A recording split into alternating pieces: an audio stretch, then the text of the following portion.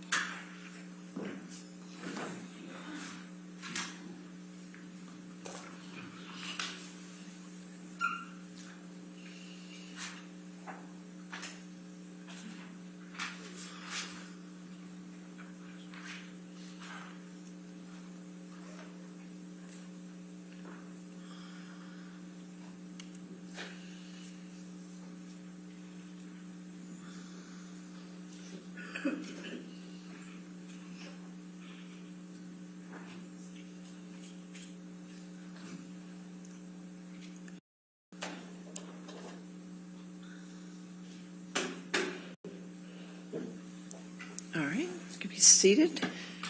You want to continue with your witness? Yes, we'll resume with the testimony of Raquel Pennington, Your All Honor. right, thank you.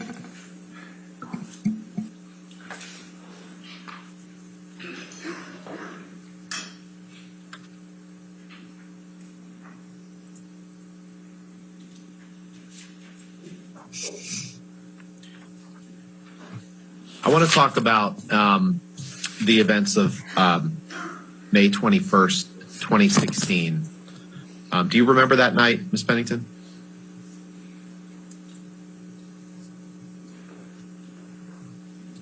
Yes.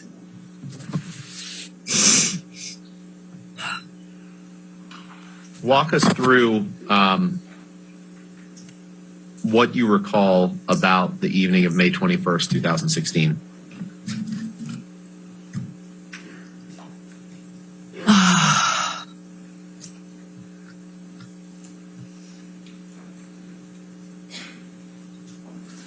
So in PH5, I was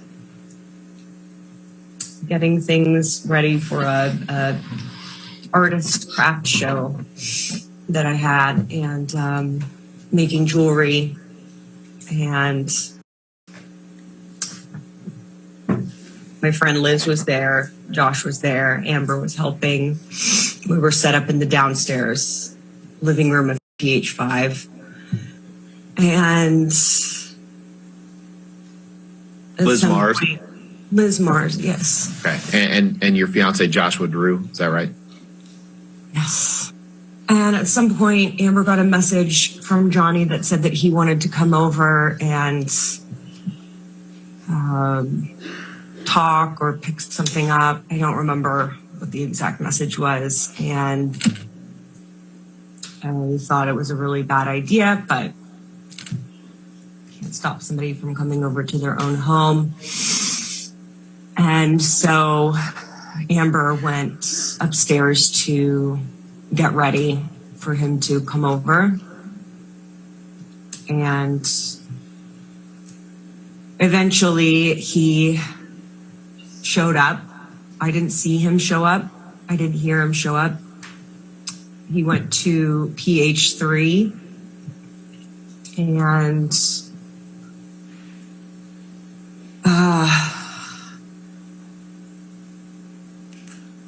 then at some point I got a text from her, or I might have checked in, or I got a text from her that said, come over. So I tried to come over there and the door was locked. Their front door was locked. So I went to go get my key. I had a master key to all of the apartments. And I came back, unlocked the door, and he was yelling, and I don't remember exactly what he was saying. And she was calling for help, and that had never happened before, saying, help me.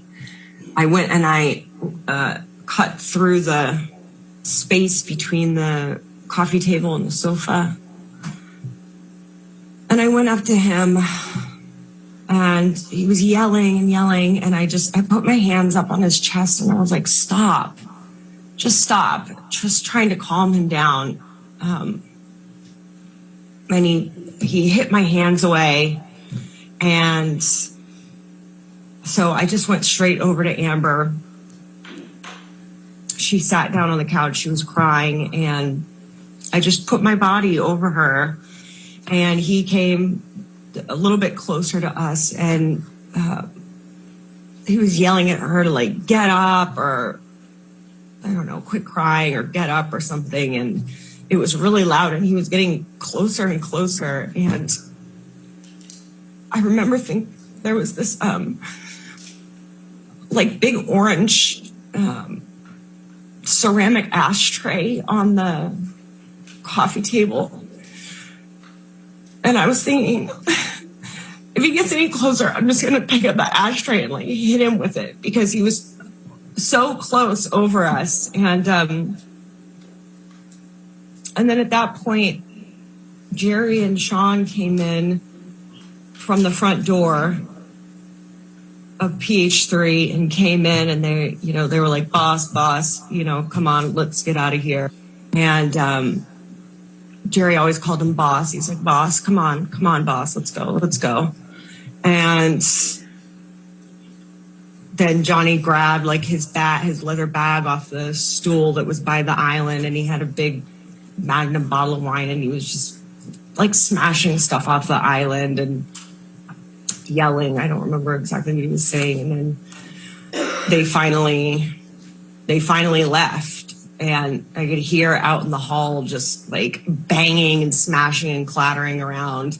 I was just holding Amber, sort of just waiting for it to pass and clear. Until a little bit later, and then I think Josh came in. Why did you get between and put your hands on Mr. Depp and get between him and Miss Heard?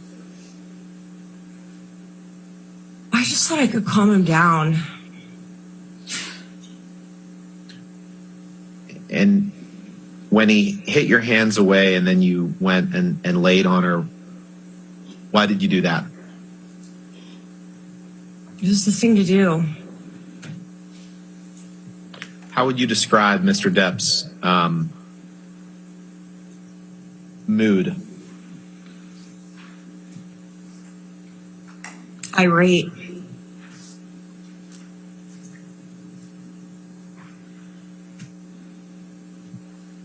Were you afraid that Mr. Depp was going to hurt Miss Heard? Yes. And when he stood over you, you testified a little bit to it, but describe what he was yelling as he stood over the couch. I don't remember everything that he said. The thing that sticks out the most is that he was just yelling at her to get up. To get the fuck up.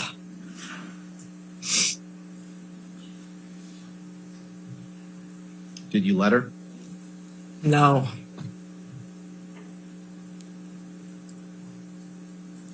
And where were you, just to be clear, where were you when you received the message from Amber asking you to come over to Penthouse 3? In either PH5 or PH1. You weren't already in Penthouse 3 when you got that text? No. To the extent that there are allegations that you were lying in wait in Penthouse 3 before Johnny walked into that penthouse, how do you respond to those? That is not true. I will also represent to you, Ms. Pennington, that Mr. Depp's lawyer has been quoted as saying, quote, Amber Heard and her friend Rocky Pennington staged the May 21 crime scene to prove the abuse allegation against Johnny Depp. Is that statement true? No. Did you stage anything about May 21st, 2016? No. Did Amber stage anything, to your knowledge, about May 21st, 2016? No. describe for us the damage that you observed Mr. Depp cause to the penthouses, to penthouse 3.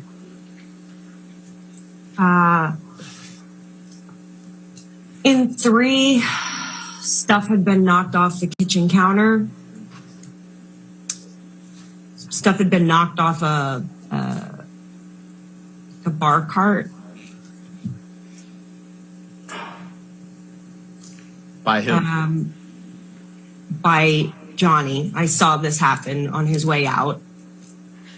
He was With smashing stuff. With what? With a wine bottle. What other damage can you remember Mr. Depp causing? In the hallway, there was wine splash spilled in the hallway. There was a dent on the outside of PH1's door, front door. And then in PH5, where we had been getting stuff ready for my craft fair, my jewelry and materials had been thrown against the wall, and everything that was on the table was like strewn off of the table, thrown down. I'd like to go through with you some photographs of the incident that we talked about. So can you pull up May 21st, 2016, ALH 7051, please? And while he's pulling that up, Ms. Pennington, did you or either yourself or anyone else take photographs in the aftermath of this incident? Yes. Who took photographs?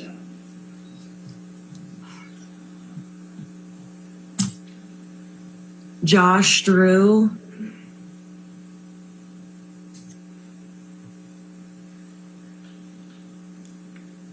That's the only person that I can say for sure. Were you with Mr. Drew when he was taking photographs?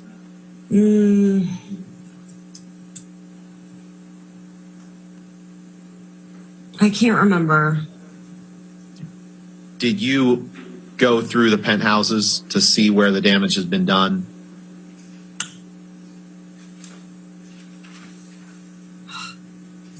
Eventually. Ms. Pennington, what is this a picture of, if you know? This is a picture of the living room in PH5 with the back corner of the sofa. It has the beads that I had been working on and the stand that I used to display them thrown to the wall. Some of the beads are on the windowsill. The stand is broken. And did you, does this fairly and accurately reflect damage that you saw to Penthouse 5 on May 21st, 2016? Yes. Exhibit 30 is up. What is this a picture of, if you know? This is a picture of the Johnny and Amber's bed in PH3. It has several photos, framed photos, stacked on it. And do those photos appear to be intact? These do, yes. In your experience, did those photos normally sit on the bed? No. Does this, did you witness, was this part of the aftermath of what Mr. Depp did in Penthouse 3? I didn't see him take these down, but they were not down before he came over. Does it fairly and accurately depict what you witnessed the night of May 21st, 2016? I didn't see this happen, but I did see this scenario. You saw the pictures. That's my question. Does this fairly and accurately depict something that you personally saw on May 21st, 2016? Yes. All right, let's pull up 7053, please. So my question, Ms. Pennington, will be, what is this a picture of?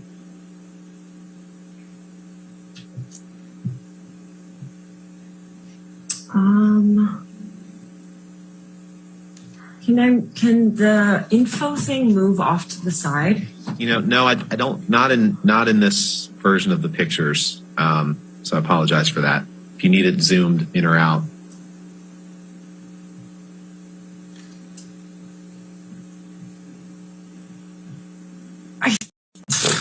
It's the landing of one of the staircases. And what do you see on the picture? It's broken glass and something spilled on the landing of one of the staircases. I can't tell if it's P3 or P5. Okay. Does this picture fairly and accurately depict something that you observed on the night of May 21st, 2016? Yes. Did you ever know Miss Heard to smash glasses on staircases? No. Did you find that question vague and ambiguous, Ms. Pennington? No. Exhibit 32 is up.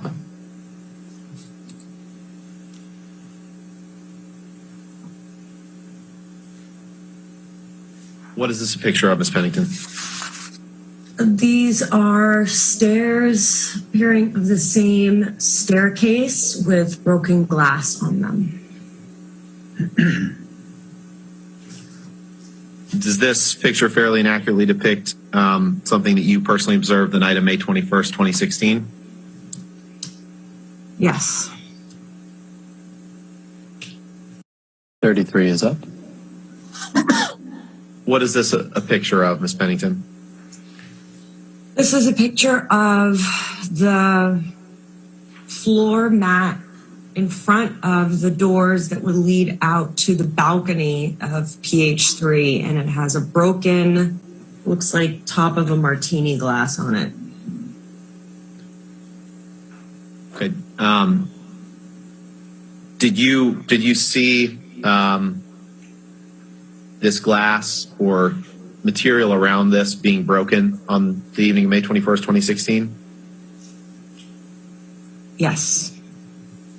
And who broke this glass? Johnny did. And does this photo fairly and accurately depict something that you observed after Mr. Depp left Penthouse 3 on May 21st, 2016? Yes. Exhibit 34 is up. What is this a picture of, Ms. Pennington? This is the space between the cabinets in the refrigerator and the kitchen island. It has a rug on it, and it has a fruit basket and fruit on the ground. And do you know who knocked that fruit on the ground? Yes. Who? Johnny. And does this fairly and accurately depict damage that you saw on May 21st, 2016? Yes. Exhibit 35 is up. Thank you. What is this a picture of, Ms. Pennington? This is the landing of PH5 that Amber's office was set up on. And this is her desk and her files. And boxes have been outturned, and there's papers all over the floor. And is this how Ms. Heard normally kept her office area? no. Does this fairly and accurately depict damage that you observed on May 21st, 2016? Yes. 36 is up.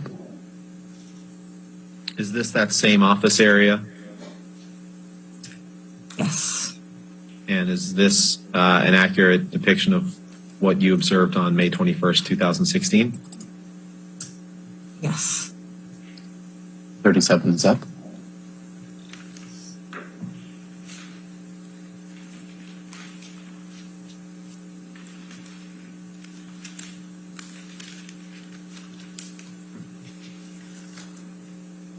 What is this a picture of, Ms. Pennington?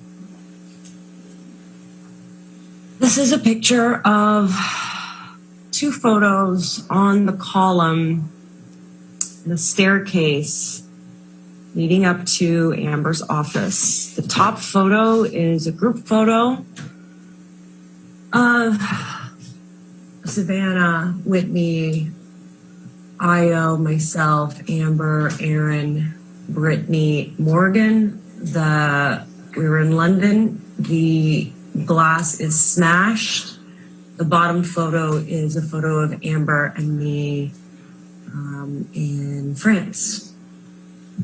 Does this photo fairly and accurately depict damage that you observed on May 21st, 2016? Yes. 38 is up.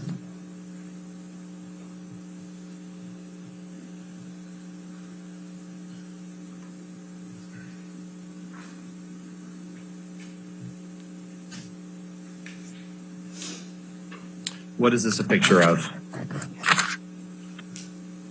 Picture of a large bottle of wine on the floor. On May 21st, 2016? Yes. Is this the bottle he was swinging? If you know. I don't know.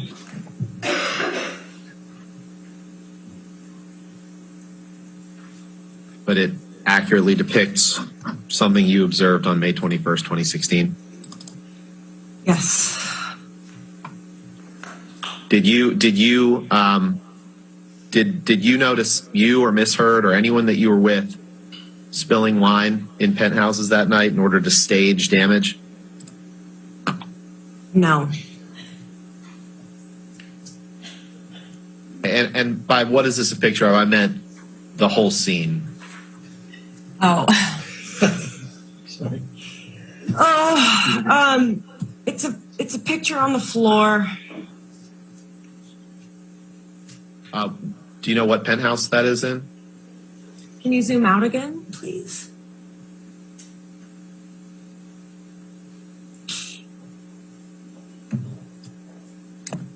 Three. Do you know who knocked this picture on the floor?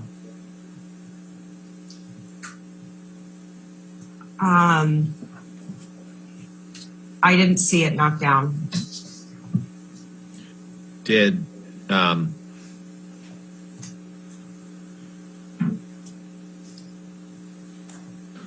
other than Mr. Depp, did you see anyone causing any damage or knocking anything down in any of the penthouses on May 21st, 2016?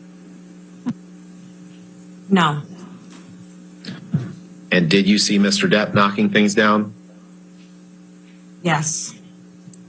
Does this picture fairly and accurately describe something that you observed on May 21st, 2016? Yes. Okay. Can you describe, did you see any injuries on Amber on May 21st, 2016?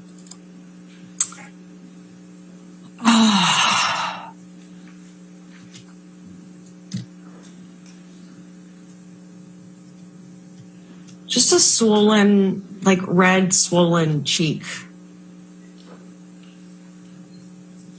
Let's pull up the May 21st, 2016 ALH 7077, please. And while he's doing that, did you, I know we talked about pictures of damage in the penthouses. Did you take pictures of Miss Heard that evening?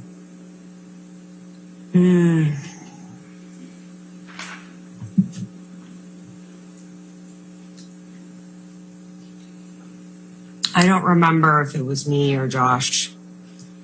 Were you present when pictures were taken of Miss Heard on May 21st, 2016? Yes. Does this picture fairly and accurately reflect observations you made of Miss Heard on May 21st, 2016? Yes. 42 is up. What is this picture, Ms. Pennington? This is Amber's face. It's red. the right cheek and eye is more red and swollen. Her right, my left. Does this fairly and accurately depict Ms. Heard's condition that you observed that evening? Yes. Can you pull up 7083, please? What is this picture of? This is Amber's face turned at a slight profile. Her eye is red and bruised. The side, the side brow, temple, and cheekbone. Does this fairly and accurately depict Ms. Heard's condition that you witnessed on May 21st, 2016? Yes. And were you present when police arrived? Yes. Were there two sets of police officers? Yes. And what penthouse did they come in? Penthouse 3 both times. How close were you to the police officer? In the same room. Okay.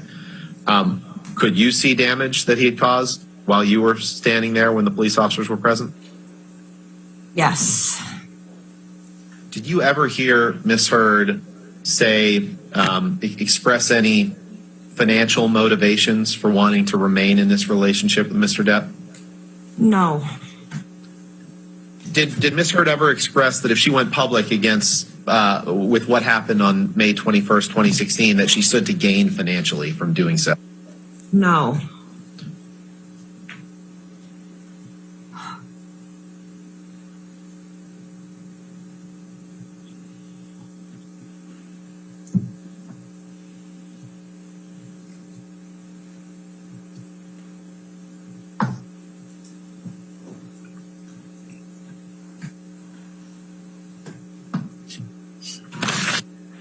Now, at some point after May 21st, 2016, Ms. Heard filed for divorce from Mr. Depp, right? Correct. And at some point she filed for a domestic violence restraining order against him. Is that right? Yes. And I'm gonna come back to that line of questioning in a second, but before I forget, you mentioned Jerry and Sean Bett on the night of May 21st, right?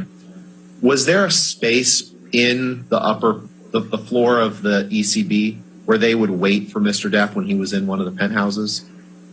Yes. And what was that space?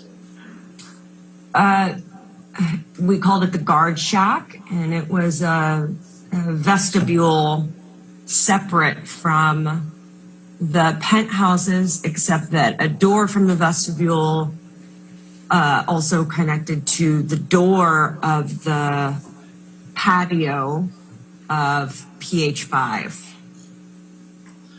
Was the was it if someone were in the vestibule or the guard shack, as you called it, would they have seen you go into penthouse 3 when Amber requested that you do so? No. Did you see Jerry or Sean or any security guards when you entered penthouse 3 that evening? No. Okay. Going back to the domestic violence restraining order, did you accompany Ms. Heard to court when she got that order? Yes.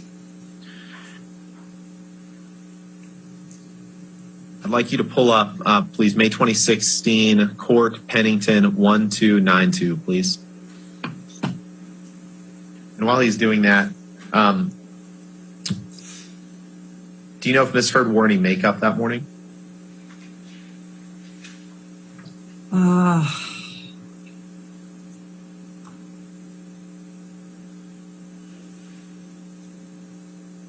I I don't remember seeing her put on any makeup.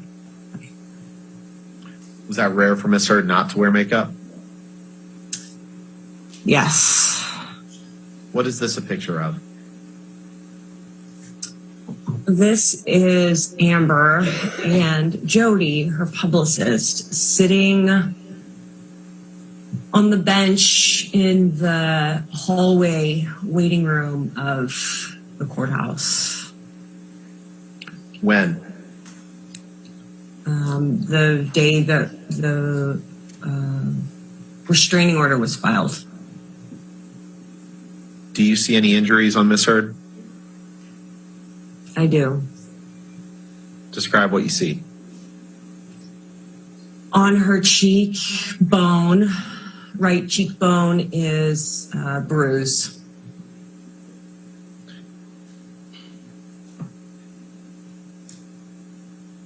And how long after May 21st was this, approximately? I don't know. I don't remember. A matter of days? Weeks? Less than a week. Did you ever see any makeup artist paint on this bruise? Put a fake bruise on Miss Heard's face? No. Can you please pull up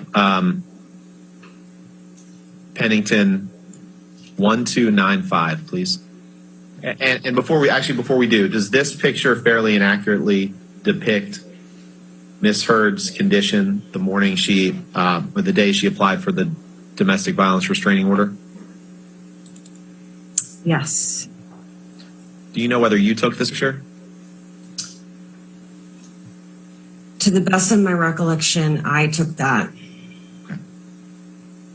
And I'm going to ask you the same thing about this next picture, 1295.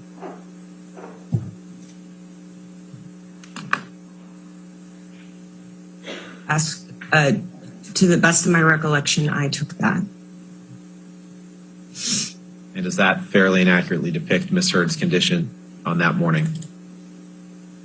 Yes. 46 is up.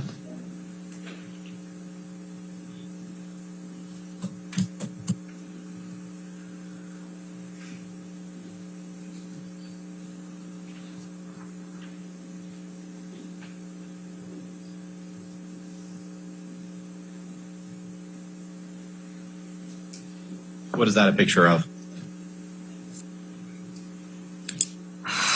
It is Amber at a slight profile in the same courthouse room. Her hair is behind her ear. You can see a picture of a bruise on her cheekbone. She looks like a skeleton. Did you take this picture? Yes. Based on your personal knowledge, is there any truth to the allegation that Amber did this because she's, quote, a gold digger? No. Ms. Pennington, you came to understand at some point, at some point, did you learn that Mr. Depp had lost the tip of his finger in Australia? Yes. And what is that other way that you learned that Mr. Depp had cut the tip of his finger off? He showed it to me. In addition to showing you, how did you learn from Mr. Depp that he had cut off the tip of his own finger? He told me. What did he tell you? Said, I don't remember how he said he cut the tip of his finger off, but while the nurse was dressing it, I wanted to see it. I also had a very small injury on the tip of my finger. And I continued to see it throughout its healing process, but I don't remember how he told me how he cut it off. But you remember that he told you that he cut it off? Yes. Ms. Pennington, I'll finish where we started, which is you've given a number of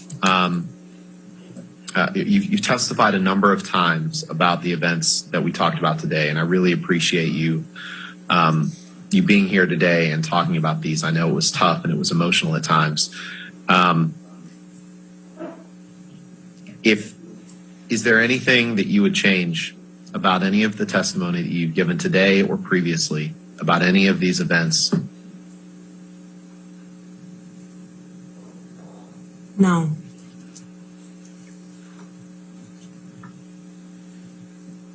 And you've done your best every time you've testified about this to tell the full truth about everything that you know, everything that you saw, everything that you heard, everything that you've observed, right? I have done the very best to tell the absolute truth exactly as I remember it at all of the points of time. All right. Yes, sir. Your next witness? Yes, Your Honor. That concludes the testimony of Raquel Pennington. Ms. Hurd calls Joshua Drew as her next witness. Okay. And if we may approach just to discuss a couple All right. exhibits. And that's by deposition, is that correct? It is by deposition, All right. yes, Your Honor. Okay.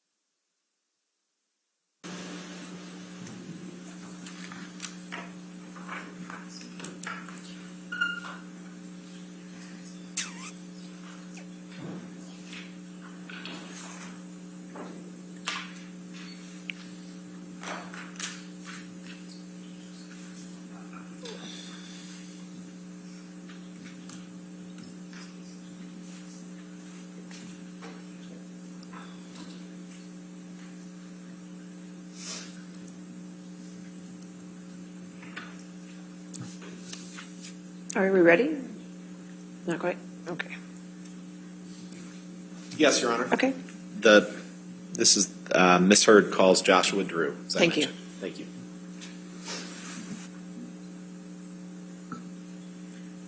Do you live Los Angeles. What is your occupation? I run my own hospitality development consulting firm. Are you also a chef? Not anymore. What, if any, education have you had since high school? I have my associates of science in culinary arts, And from what institution? Johnson & Wales University. Did you receive a degree from there? I did. In what year? That would have been 2003. Who is Raquel Rose Pennington? My ex-wife. Because I want to be respectful, how should I refer to her? Ms. Pennington, Rocky, or Raquel? Rocky or Raquel is perfectly fine. You were married to Rocky, so there came a time when you began to date Rocky, correct? Correct. When did you start dating Rocky? That would have been June of 2014. And did there come a time when you became engaged to Rocky? Correct. When was that? That would have been in summer of 2015. Yeah, I believe. Do you recall when you were divorced from Rocky? Officially September 24th of last year. We separated officially October of the previous year. When did you first meet Amber Heard? Probably about 3 or 4 weeks after Raquel and I had started dating, very early on. When did you first meet Johnny Depp? Shortly after I met Amber, I want to say, if memory serves, about 5 or 6 weeks after Raquel and I started dating. Again, I understand it was a long time ago, but do you recall under what circumstances you met him? Funny enough, I actually do very clearly. I had come over under the auspice of what was called Family Movie Night, and it was Amber and Johnny and Jack. I honestly don't remember whether Lily Rose was there. She might have come later at a certain point. And it was just us in their apartment eating burgers and watching movies. Since that time, on how many occasions have you seen and interacted with Johnny Depp from that very first time on movie night? I couldn't even speculate the number of. It's not that it was infrequent so much as it was sporadic and honestly for a large portion of it fairly casual. Not the kind of thing where you would just count the number of times. It was regular interactions over various periods of time. Well, your counsel is not going to let you speculate, but I'm going to ask you to get a range. Is it more than 10 times? Yes. More than 50 times? Yes. From the time that you first met Mr. Depp on movie night until this very moment sitting here today, have you ever seen Mr. Depp strike Amber Heard? No. Have you ever seen him throw a telephone at her? No. Have you ever seen him hit her with a fist? No. Have you ever lived at a building located at 849 South Broadway in Los Angeles known as the Eastern Columbia Building? Correct. Did you live in the condo known as Penthouse 1? Correct. With whom did you live in Penthouse 1? Raquel Pennington. From when to when did you live in Penthouse 1 with Rocky Pennington? Again, my memory is a little bit foggy of exact dates. Man, you'll have to bear with me a minute here. So while I was a frequent guest, I didn't actually live there until I want to say about October or November of 2015. Was Rocky already living in Penthouse 1 when you started visiting and ultimately moved in there? Yes. Did Ms. Pennington move into Penthouse 1 in or about June of 2014? I couldn't tell you with any specificity, but I believe it's around that time frame. Who owned Penthouse 1 at the time? Johnny Depp. While you and Rocky lived together in Penthouse 1, did you or she have a key that allowed you access to all of the penthouses on that floor? Everything except PH2, yes. At the time, did Mr. Depp and Ms. Heard live together in PH3? Sporadically, yes.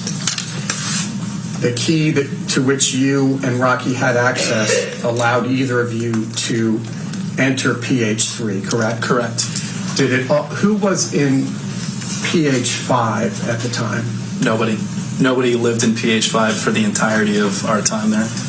Did you or Rocky ever pay Mr. Depp any rent to live in PH1? Offered and refused. Did you consider the refusal of your offer to be a generous gesture by Mr. Depp? Exceedingly. In your experience, is Mr. Depp generally generous to his friends? Yes. Is he generous to people generally? Yes. Did Mr. Depp own Penthouse 5? Yes. Would your key have opened Penthouse 5? Yes. When you and Rocky were living here in Penthouse 1, did you ever notice that there were security personnel standing outside the door of Penthouse 3 when Mr. Depp was in Penthouse 3? Not normally, no. Did you ever see the security personnel standing outside of his door? On very rare occasion. Normally they were in a storage room off to the side of PH5. Moving aside from Mr. Bett and Mr. Judge, while you stayed at the East Columbia building, did you come to know any of the employees of the building? Casually. Who is Trinity Esparza? She was one of the front desk people. Did you have communications with her? In the course of living there, yes. Did you find her to be pleasant? No. How was she unpleasant? She was not particularly polite or accommodating to me or Raquel or any of Amber's friends. I wasn't there specifically, but I heard similar things from Amber and her interactions with her as well throughout the course of our time there. While you lived in Penthouse 1, did you have the opportunity to interact often with Amber Heard? Yes. Did you and Rocky see Ms. Heard frequently? Yes. Did you ever see her drinking alcohol? Yes. Did you ever see her drink to excess? Yes. Did you observe Amber Heard during her wedding to Mr. Depp at the Bahamas? Yes. Was she intoxicated at any time during the wedding weekend? Yes. As were we all. Did you ever hear at any time Amber Heard yell at Mr. Depp? Yes. On how many occasions? I couldn't tell you the number of occasions. Did you ever see her strike Mr. Depp? No. Did you and Rocky ever discuss the relationship between Amber Heard and Johnny Depp? Yes. On how many occasions? Honestly, probably hundreds, if not thousands. Mr. Drew, moving to April 21, 2016, do you recall that there was to have been a birthday celebration that night? Yes. Was that Amber Heard's birthday? Yes. Do you recall which birthday it was for her, how old she was? It was her 30th. I catered it. What do you recall about that evening? I recall it was held in PH5. Johnny was hours late, and Amber spent the better part of the evening making excuses for him. And he came very obviously intoxicated and put on a show for everybody. And when the party was over, or we left, cleaned up, and the next morning we heard about what had transpired after the fact. So Johnny was supposed to have attended the dinner, correct? Correct. And at what time did the dinner begin? I don't recall. You and Rocky were guests at the dinner? Correct. Who else was invited to the dinner?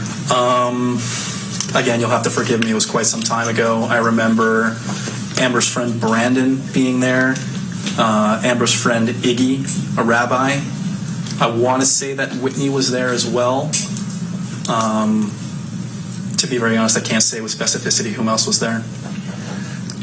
When you say Whitney, are you referring to Whitney Heard? Correct. Is Whitney Heard Amber's younger sister? Correct. Putting aside the state or condition in which Johnny arrived, do you recall sitting here today approximately when Johnny arrived for dinner?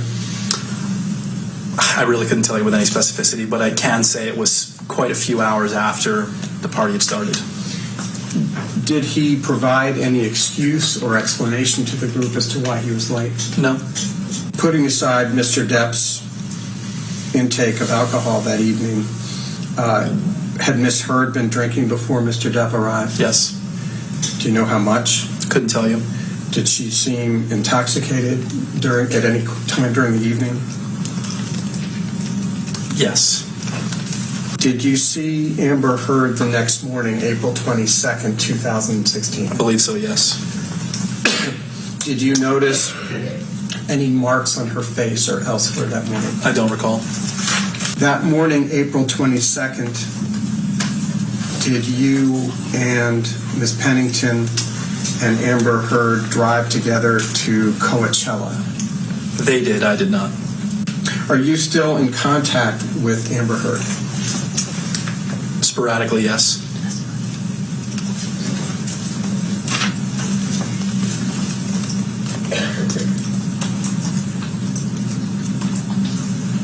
And just to be clear, and I'm sorry to jump around, when you say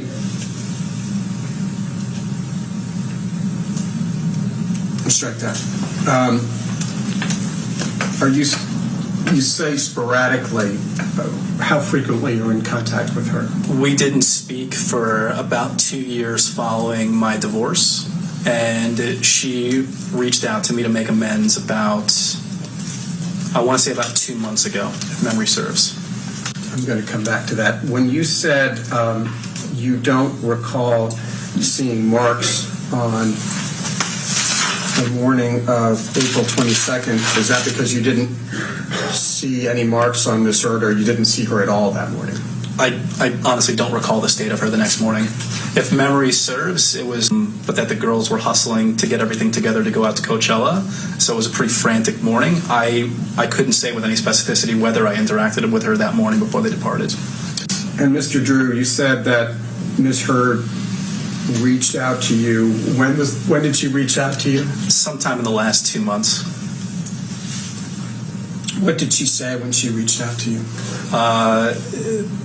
To paraphrase, it was something akin to letting me know that, her and Raquel hadn't spoken in some time, and to tell me that she loved me and that she missed me, and she just wanted to make amends and, reconnect.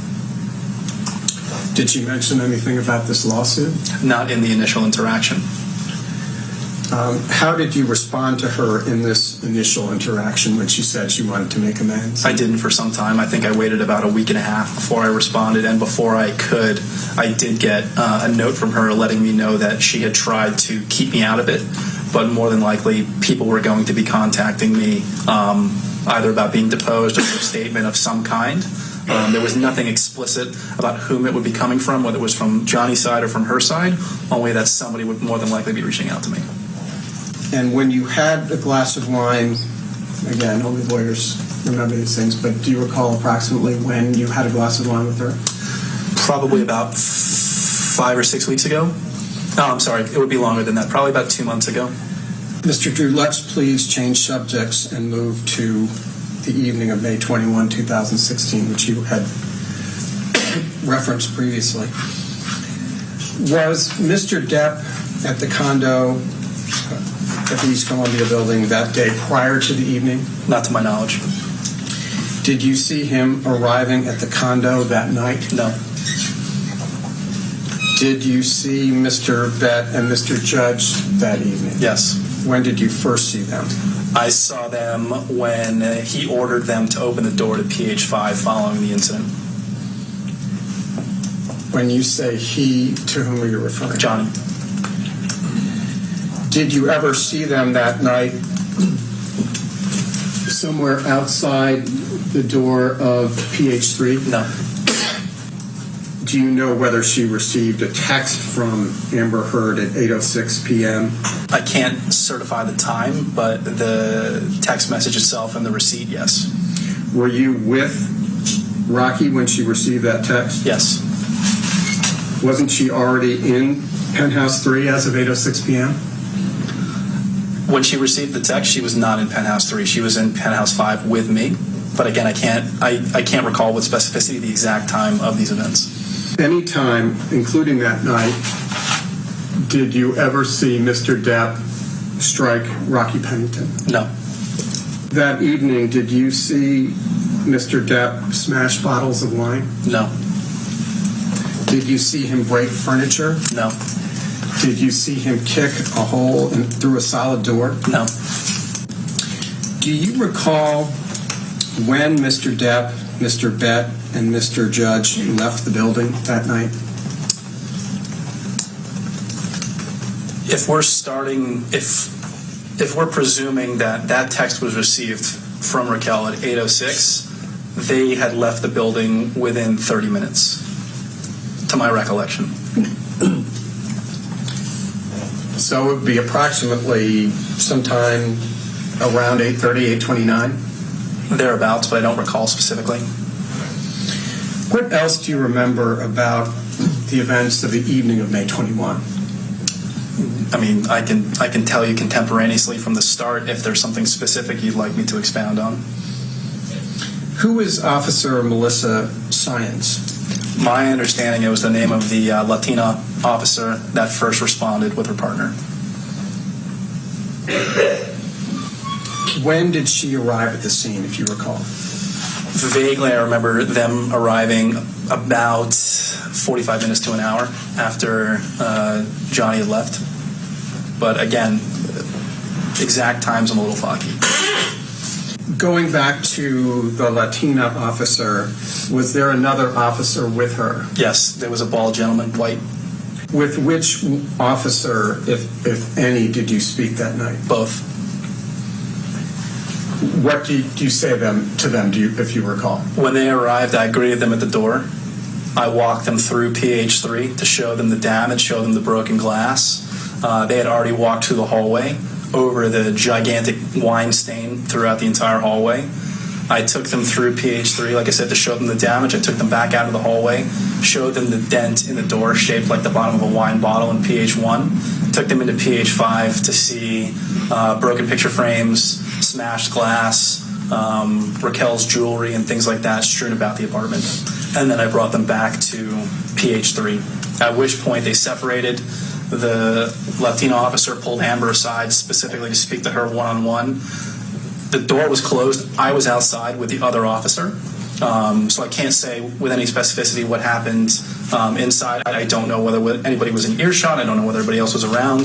They told me specifically it was one-on-one. And I was outside the door with the male officer. And specifically my communication with him was asking what, if anything, could be done, because we were obviously upset. And his comment to me specifically was, there's damage in these apartments. Her face is red. If she wants to file a report, we have enough here to go pick him up. But you've never seen Johnny hit Amber? That's correct. And I've affirmed it to everybody that I've spoken to. I've been explicit about that. And you've never seen Johnny hit any woman? Correct. Do you recall having a conversation with Rocky and Amber after Mr. Depp and his security personnel left the building, but before Officer Science and Officer Haddon arrived? Yes. Tell us about that. You'll have to forgive me again. My memory of the exact sequence of events that transpired after all this is a little foggy. If memory serves, Amber was damn near catatonic after all this. We had gotten her into PH1 so we could deadbolt the door and keep her safe until he left. A few minutes thereafter, I had gotten a little bit of a rundown from Raquel over what had transpired. Raquel got her to call her lawyer, Samantha Spector, to find out what to do.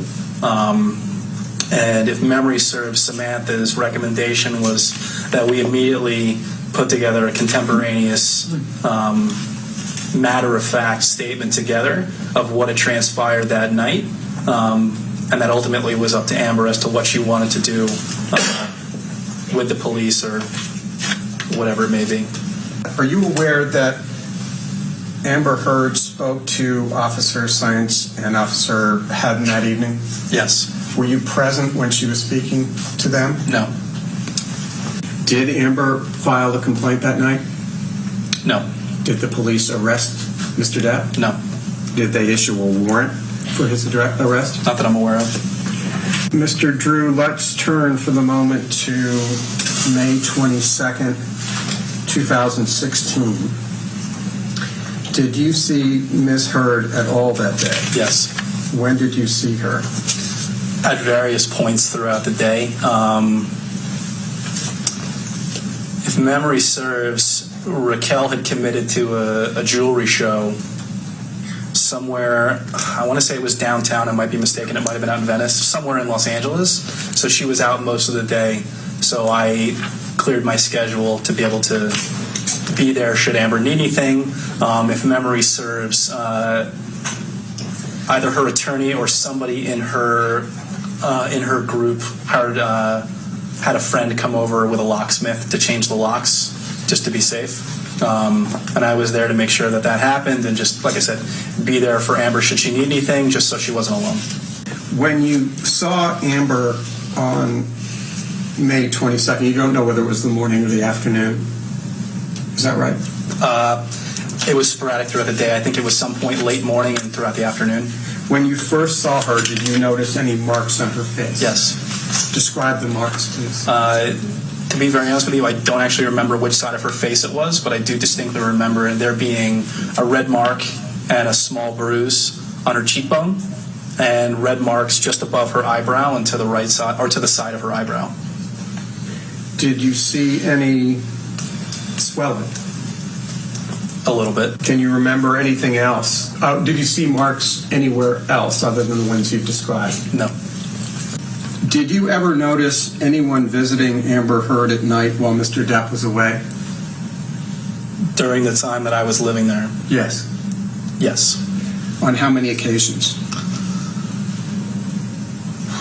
I wouldn't even be able to estimate. Was it more than 10? Yes. Was it more than 20? Yes. Was it more than 30? Yes. Was it more than 50? Again, I can't really speculate. I was there for quite some time. When did that first occur?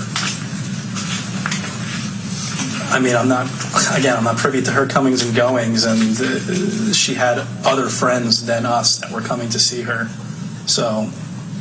And again, to be specific, I'm just talking about visitors at night when Mr. Depp was away. Again, I can't say it with any specificity. When did that first happen that you were aware of? I mean, I would say pretty early on, but again, there's no context to it. The other consideration that I would say is that the hallway between all of these penthouses was public right-of-way going to the pool. So my understanding of people coming and going, it might have been the public, it might have been residents, or I'm sorry, not public, it might have been residents in the building. I can't really say with any specificity. Who was Elon Musk? Elon Musk was a gentleman that Amber dated intermittently following the restraining order. When did can you recognize Elon Musk? Yes. When did you first see Elon Musk at Penthouse 3?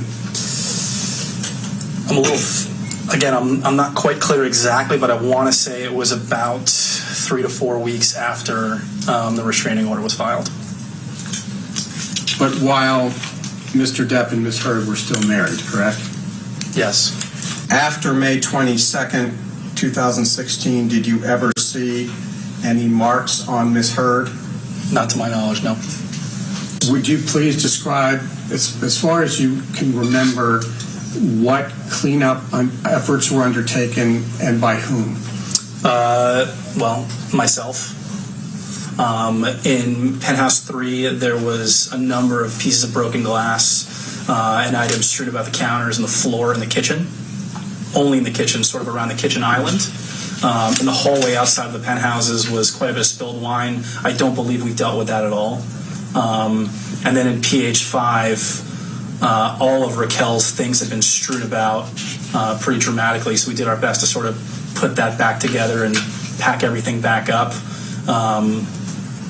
And there were, things like piles of books and picture frames were broken, or piles of books were strewn about, and picture frames were broken and things like that. We just picked the glass up off the floor so the dogs didn't get hurt, and I think we left everything else for the time being. Did you actually see who strewn about? That's not the right verb. But did you actually see the person who threw her clothes around? I didn't witness firsthand any destruction of any kind. Are you aware that Ms. Heard alleged that Mr. Depp hit her on or about December 15? Yes. What, if anything, do you know about that incident?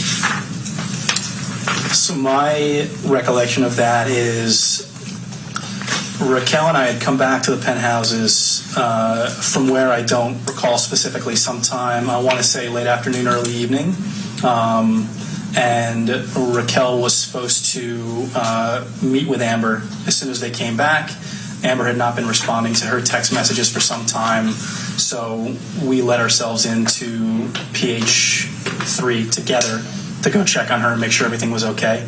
When we came in, the kitchen was completely, I wouldn't say it's trashed, but it was out of order enough for something to be off. And then when we turned the corner on the section of counter next to the kitchen sink, there was something written on the counter, and I don't know, I can't remember what material it was, and to be honest, I can't actually recall exactly what was written. It was something very, very weird, like all is such a fraud or something akin to that. You never saw Mr. Depp strike Amber Heard on or about December 15, 2015, No. correct? Correct. Did you see Ms. Heard that night? Yes. Did you notice any bruising or other signs of injury? Yes, pretty significant. What did you observe? I noticed specifically she had pretty significant bruising on the inside of both eye sockets, kind of extending down the bridge of her nose, and her forehead was red. But you have no first-hand knowledge of how that injury occurred. That's correct. Are you aware that she Amber Heard made a television appearance the next day? Yes. Do you ever see Mr. Depp take drugs, either prescription drugs or drugs that were not by prescription? Yes. How many times? I can't speculate on the number of times, to be honest. There was some questioning before where people were asking you about emphasizing how many times. Is it fair to say more than 10 times? Yes. Fair to say more than 20 times? Yes. But to be very honest with you, he was also a very private person, and a lot of that behavior was done in private. I didn't witness a lot of it. Did you ever hear Mr. Depp yell at Ms. Heard? Yes. Can you tell me when you recall that and what happened? I can't say with any specificity the number of times. There is one incident specifically that I do recall.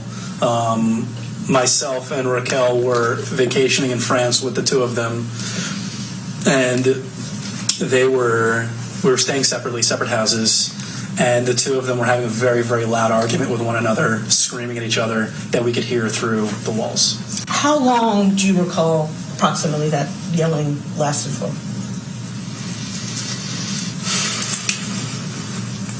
I want to say that I witnessed personally, maybe 30 minutes. Did Mr. Depp often wear heavy rings that you noticed on his fingers? Yes. More than one?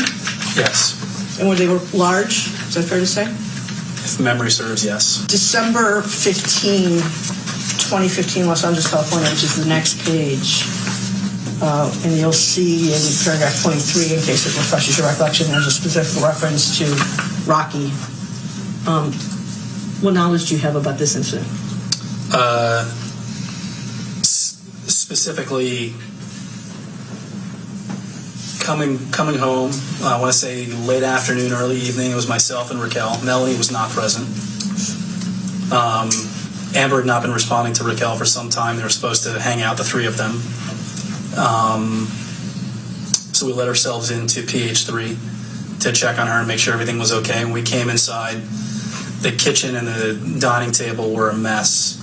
Like the kitchen island area, things were strewn about outside of the norm, and there was something written on the counter adjacent to the kitchen sink, like I stated previously, something like "all is such a fraud" or something in that vein. We realized something was off right away. Raquel told me to go back to our place and then booked it upstairs. I didn't hear from her for about 10, 15 minutes, which I was obviously concerned about. The incident you just testified about, you talked about the kitchen being, with Mr. Chu, about the kitchen being a mess on one incident. Is this the same incident you were referencing? Correct. Earlier? Okay. So I think you testified that when you came in, you saw some writing in the kitchen. I've showed you a document, which is a photograph that we've marked as Drew 10, and asked you if that's what you were referring to earlier. Yes. And did you come to learn, Mr. Drew, who had written this language? Is this the kitchen? Withdrawn. Is this the kitchen counter? It's the kitchen counter next to the kitchen sink. And this is in the apartment of Ms. Hurd and Mr. Depp? PH3. And did you come to learn who had written these words on the kitchen counter? I'm sure there'll be an objection to this response, but I knew it's his handwriting. When you use the preposition "his" in that answer, you meant Mr. Depp? Correct. And why? And are you saying that you recognized at the time that it was his handwriting? Correct. And why do you? Well, how were you able to recognize Mr. Depp's handwriting? He has a very unique mode of penmanship. And you had seen that mode of penmanship previously? Many times. Can you read what is written on the countertop in Drew 10? Why be a fraud? All is such bullshit. Is this Drew 10 an accurate photograph of what you recall seeing that day? To my recollection, yes. Was anything else written on the countertop? Not that I remember. When you saw these, when you came into the apartment and saw the mess in the kitchen and saw these words written on the countertop, were you concerned? Immediately. And what were you concerned about? That something very, very bad had happened. And that's in part because you assumed immediately that Mr. Depp had written these words? Yes. Can you read, you read into the record what it says. Just correct me if I'm wrong, that little kind of red thing there in the top right-hand corner of the photograph, do you recall, is that a lipstick? Part of a lipstick? Couldn't tell you. Okay. At the time, did you have any idea of what this was written in? Do you recall? Looking at it, I can answer. I don't recall from the time, so I'm going to say no. And I take it, Mr. Drew, you didn't take this photograph? No. Do you know if Rocky did? I don't know. And when you say you were concerned that something very bad had happened, what do you mean by that? You walk into somebody's house and it looks like they vandalized it and things are amiss or things are strewn about. It doesn't portend anything good.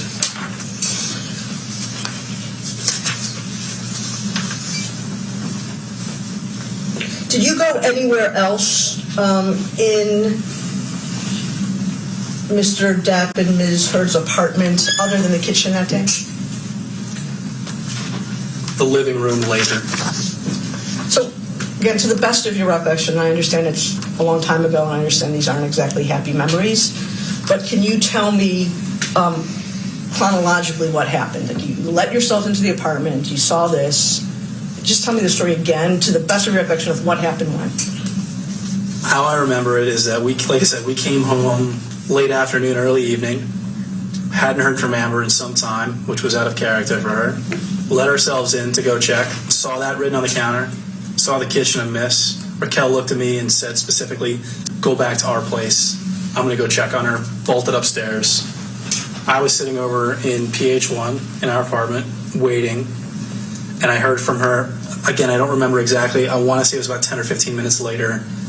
I really don't remember what my response was. I don't remember what transpired after that, other than there was some time that she was over there. I don't remember when or even if Melanie came over at any point during that evening. What do you recall about that? And I remember it specifically because she had pretty significant visible facial injuries and didn't know if she was going to be in a state to do it or didn't know whether she was even going to have the physical appearance to be able to do it. Okay, when you say these things, first of all, she in those statements is Amber Heard, correct? Yes. Did you see Ms. Heard's face that day? Yes. Do you have good vision? I didn't have glasses and I didn't need them then, so yes. So I'm handing you a document that was marked as Drew 11. You can see from the top page it was attached to Ms. Heard's affidavit. Declaration is Exhibit 13. And I want you to look at the photos of Ms. Heard's face and tell the jury, Mr. Drew, if those were consistent with what you observed on her face that day. It is. I was with Raquel when she took the pictures. And the pictures were taken on Raquel's iPhone or photo camera? To my recollection, yes, they could have been taken on Amber's phone, so there wouldn't be any potential accusation of bias or anything like that.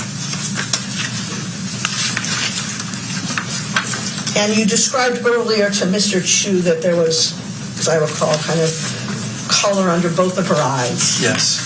And I say her, I mean Ms. Heard. If you look at the 1, 2, 3, 4, 5, 6 photo, this one, I'm going to hold it up. Yes. Did you personally observe that day this injury on Ms. Heard's face I in December 2015? I did. And you said before you were there when Ms. Pennington was taking the photos? Yes. There's a couple more photos in there. It looks like there's a busted lip. See those photos? Yes. Do you recall seeing that personally on Ms. Heard's face that day? Honestly, I don't remember without looking at this photo, so I'm more comfortable saying I don't know. Okay. Mr. Drew, were you there? Do you just to refresh your recollection? You were there when all of these photos were taken, or just the photos of the face? I can't say definitively. Okay. But there's some photos you were there for that are here. Correct. But at least some of the photos in Drew 11, you recall being there and personally observing Ms. Pennington take them. Correct. And are you aware of any efforts by Rocky or anyone else to manipulate the photos that were taken that day with Photoshop or any other method of changing a photograph? If I had any knowledge of that or even suspected it, this would be a very different interview. It's a deposition, but yes. Or a very different deposition, whatever. I'm going to turn now to the incident on April 21, 2016, in connection with Ms. Heard's birthday party. I guess it was her 30th birthday party. What I'd like, if you can, Mr. Drew, is for you to tell me in your own words, again, separate and apart from anything that's in Ms. Heard's declaration, what you recall happening that day and what you did, saw, and observed. So if memory serves, it was Amber's 30th birthday. She wanted to have a dinner party at the apartments, just close friends, and I offered to cook dinner for everybody. There had been some mention that he had appointments or he had some things, but that he would be there and so on and so forth. I really don't recall specifically who the appointments with, what they were for, what time they were, anything like that. Quite frankly, any talk of schedule with either Amber or Johnny was pretty much moot, to be very honest. Everybody arrived. We were I think we waited for a little bit of time, expecting him to show up. And at a certain point, I don't know who made the decision. They're just like, let's sit down and have dinner. He'll get here whenever he gets here. And we had the party in PH5. We sat outside. I want to say he showed up not towards the end of the evening, but pretty close to. Again, this is just my observation, but it appeared that he was inebriated in some way. I won't say whether he'd been drinking on pills or whatever it was, but it did have the appearance that he was inebriated in some way. She did not react to it. She being Amber, yeah, played nice. He sat down, and honestly, the rest of the evening was quite pleasant. He does what he always does when he comes and sits down at dinner, is put on a show and connect with everybody and be entertaining and be pleasant and polite, and her the same thing. You would have never known that there was an issue. And then I didn't hear anything until the next morning, and I knew that there was a scramble. The girls were leaving the next day for Coachella, which I did not attend with. But but all I knew was that they had gotten in a pretty big argument. But because of the rush to get out that day, I didn't really get too many stories about it. You cooked the dinner that night? Correct. What'd you cook? Oh, I don't remember that. Actually, I do remember. What'd you cook? I made tacos, actually. Don't ask me why I remember what I made, but I did. Amber wanted Mexican food, so I did a big Mexican spread. When you say that when Mr. Depp walked in, he appeared inebriated, do you recall, was he swaying? Was his voice, his words slurred? What do you recall?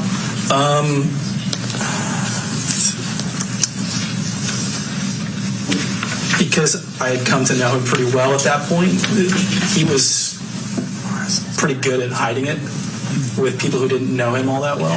But you could sort of see that if you spend enough time around with him, you could see the little ticks, slurring his words a little bit extra, swaying, being a little bit more discombobulated, and being a little bit more, what's the word? Like just gregarious and loose. It's not his normal mode.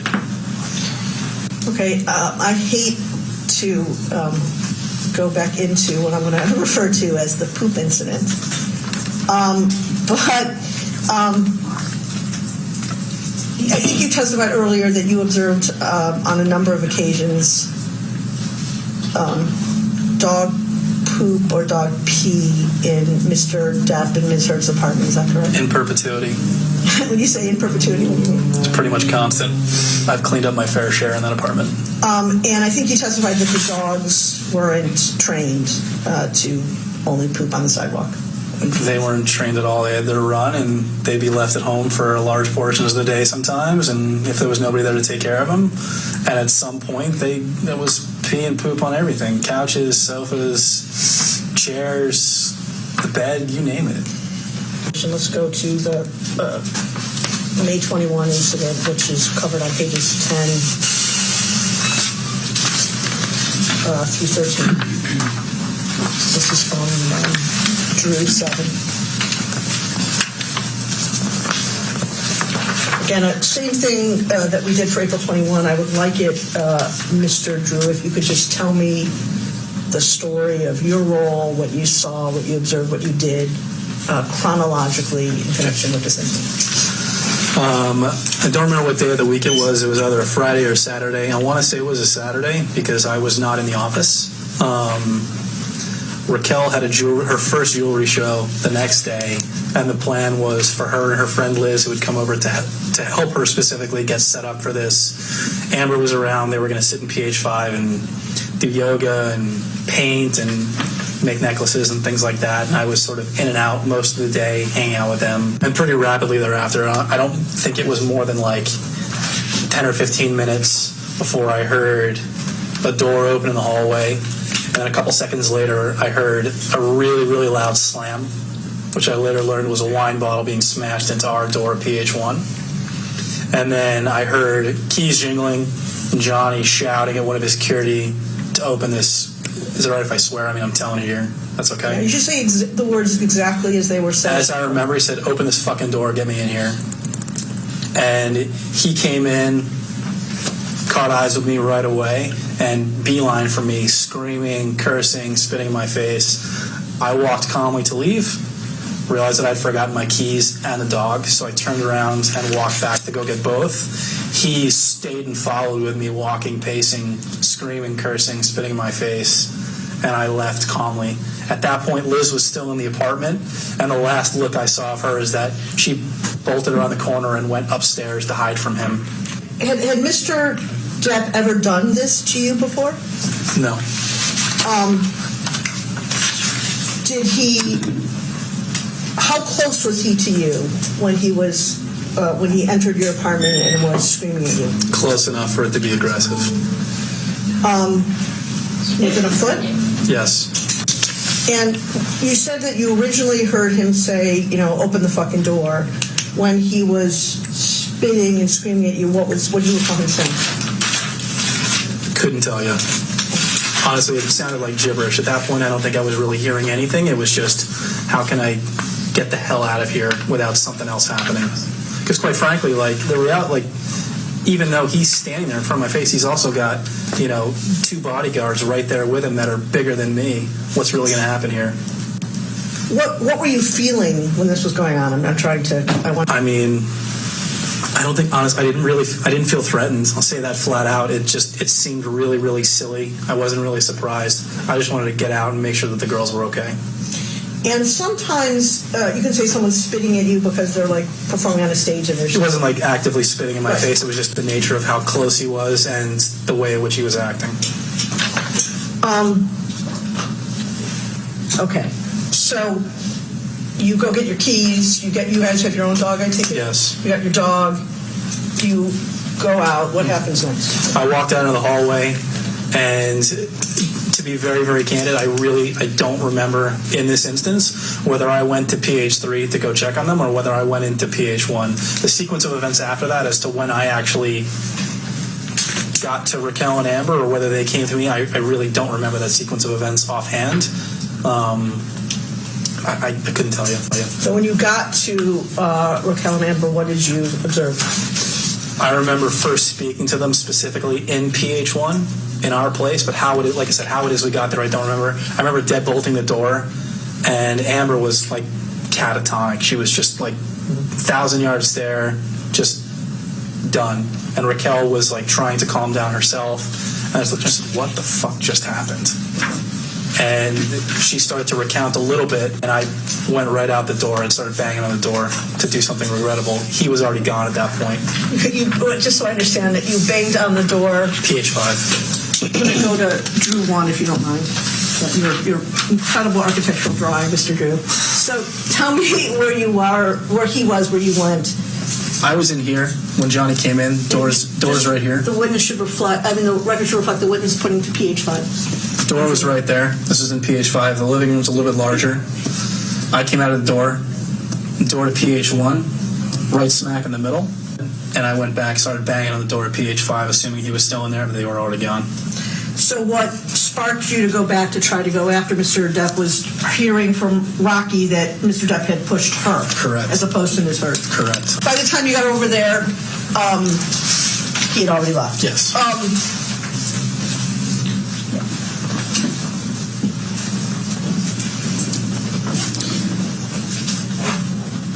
You said that Amber, when you saw them, that Amber and Rocky, I think you said Amber seemed catatonic. Yeah, she was just a ghost. How did Rocky seem? From what I remember, sort of like when somebody's coming down from an adrenaline rush, she was just sort of like, she didn't really know what to do. Couldn't sit still, just sort of standing there and shaking. So after you had gone to try to find Johnny, he already left. What happened next? I went right back to the girls to make sure that they were okay after my own little selfish outburst. And they were at that point still in your apartment? They were still in my apartment. I came in. Amber had started to come out of it a little bit. Raquel had started to calm down a little bit. I started to get a little bit of information as to what happened. The thing I remember most distinctly was that Amber had Johnny's cell phone in her hand, so I took it from her. And when did you first learn about the police? We were in PH1. I believe at that point when I came back upstairs, Amber was already on the phone with her attorney. We went back to go take pictures of all the damage, took pictures of the wine stain in the whole. Is that the first time you saw the damage in her place, or had you already seen it and kind of been back and forth? Again, I'm a little foggy on that. I can't say definitively whether I'd seen it before or whether that was when I saw it for the first time. So we took her back to PH3. We took photos of the damage inside. And I want to say the first responders came pretty shortly thereafter. Maybe, again, I'm really guessing here. I want to say 20 or 30 minutes at the most. The first set of police officers who were there, how long do you recall them staying? Maybe 15 minutes. I was asked to greet the officers specifically because Amber didn't want to file a report, and I said that I would speak to them to see if I could, get them to leave, say that everything's okay, even though we all knew that there was no way they could do that. I told her that I would go and greet them first. Okay, so 2 questions. Why did you know that there was no way they could do that? Let me ask you that question first. Survivor of domestic violence myself. What was your understanding of why she didn't want to have him She arrested? was still protecting him. What else, if anything, Mr. Drew, do you remember either the female Hispanic police officer or the Caucasian gentleman saying that even? I remember I was the one who walked them through PH3 where the original incident had occurred. I showed them the broken glass. They had already walked over the wine stain in the hallway, or the big spill of wine, and I showed them the bolt in the door. You could see looked like the bottom of a wine bottle. I took them into PH5 and showed them through. Their communication to me throughout was me just pointing things out to them. The Caucasian police officer pulled me outside solo. I can't say what happened internally, so I don't know whether anybody was in earshot, whether it was just Amber and the officer having a one-on-one, or whether there was anybody else around them. I don't know what was said either, specifically outside of what I might have heard secondhand, which has already been talked about ad nauseum. You have in front of you, Mr. Drew, a series of photographs that we've marked as Drew 13, and I think I'm just going to take you through them one by one, if that's okay with you. And I'm going to ask you if you remember, if you can tell me what these photos are. These are photos taken of her the night of the incident. Who took the photos? Some were taken by me, some were taken by Raquel. And when you say the night of the incident, May 21. And are you sitting here today, can you distinguish which were taken by you and which were taken by? No. Were you present when they were all taken? I can't say that definitively. Okay. Were you present when photos were taken of Ms. Heard's face, like you see on the first page of this? Yes. And is this image of Ms. Heard's face on May 21 consistent with your recollection of what her face looked like? Yes. And am I correct that unlike, it's a little hard to see because there's shadow on the right, but unlike the prior incident that we looked at where there were photos, here the injury looks like it's mostly on one side. Correct. Let's look at the next photo. Tell me if you can remember, if you can identify what that is. These are pictures pulled off the wall and placed onto their bed in their bedroom. Let's go to the next photo where it's clearer. Do you recall seeing this on the night of May 21? Yes, this is on the column in PH5 going up the stairs. And there, the glass on the pictures were shattered? Yes. Starting with the first photo of Ms. Heard's face, is that what Ms. Heard's face looked like when the police arrived? Yes. With the next photo of the pictures on the bed and the broken picture frame on the wall, did you show these you personally show these to the first group of police officers that night? Honestly, this one, I really can't say whether I did show them to the officers. I don't recall this. And just so the record is clear, you're pointing to the photos on the bed. Correct. What about the photos on the wall? The third photo, yes, I showed them personally. For the photos on the wall, you had been in the apartment prior to this? Yes. Was the glass broken when you had last been in the No. apartment? Okay. Go to the next one. This is broken glass. I believe this is from the landing directly beneath the photo shown in the third photo. And it's a landing on a staircase? Yes. Did you show, was that photo taken by either you or Rocky? Yes. Did you show that glass to the police officers who came, the first group of police officers who came that night? Yes, I did. Next photo.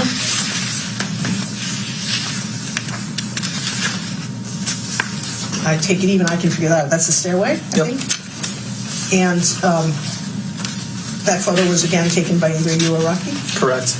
Was the broken glass on the stairway depicted in this photograph shown to the first group of police officers that night? Yes, it was. What's the next photo?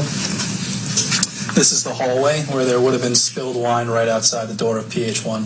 And do you see spilled wine in this photo? Yes. Can you indicate for the record where that is?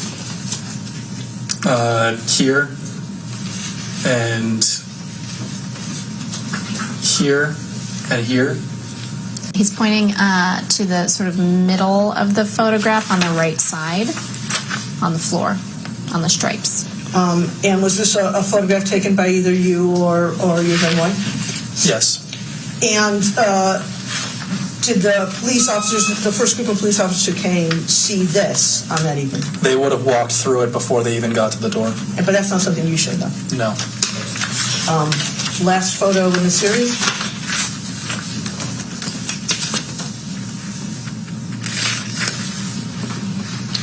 Can you tell me what that is, sir? That is a wine bottle and spilled wine on the floor. Is this a photo that was taken by either you or Rocky? Yes. Is this something that you showed the first group of police officers that evening? Yes. Which apartment is this in? I believe this is in PH5.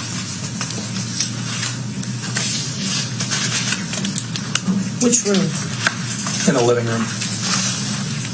As I asked with the other series of photos that we saw, first of all, are you aware of anyone who made any efforts to Photoshop or otherwise manipulate these photos to make the incident and the circumstances look worse than they were? Not to my knowledge. Did you have any understanding that evening that looking at the first photo of Ms. Heard's face that anyone had somehow put makeup on her face to make it look like she had an injury under her eye? No. With respect to these photographs generally that we've looked at in Drew 13, was there any effort to stage the photographs in any way? Absolutely not. And do you know how the photographs got ultimately to Ms. Heard?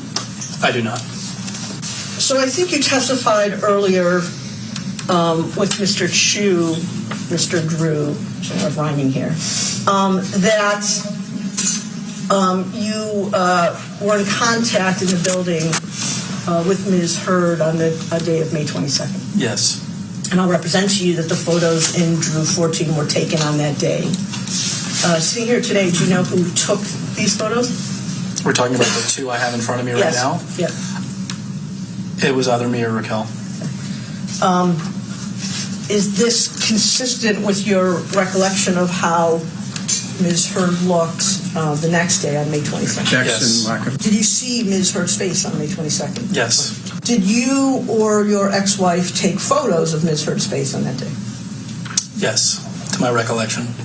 And similar to questions I've asked in the past, was any effort made to stage those photos in any way? Not to my knowledge, no. Was any effort made to put makeup on Ms. Heard's face to make the injuries look redder or more serious? Not to my knowledge, no.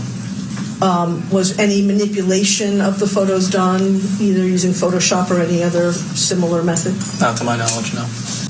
I'm showing you a document that's been marked as Drew 18. I'm directing your attention to the photos there and asking if you can identify where these photos were taken.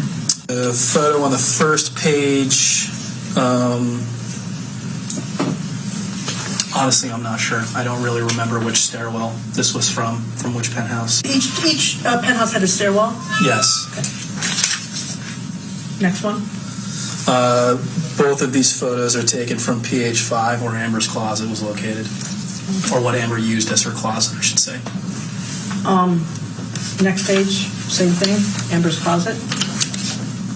Same thing. Next page, at least the top one. The top one, same. Bottom photo on that page. Bottom photo is taken from, it looks like it's taken from the landing on the stairwell of PH5 towards the kitchen, towards the Broadway side. And the next page just seems like similar copies. Were you ever made aware, Mr. Drew, of anyone destroying Amber Heard's closet this way?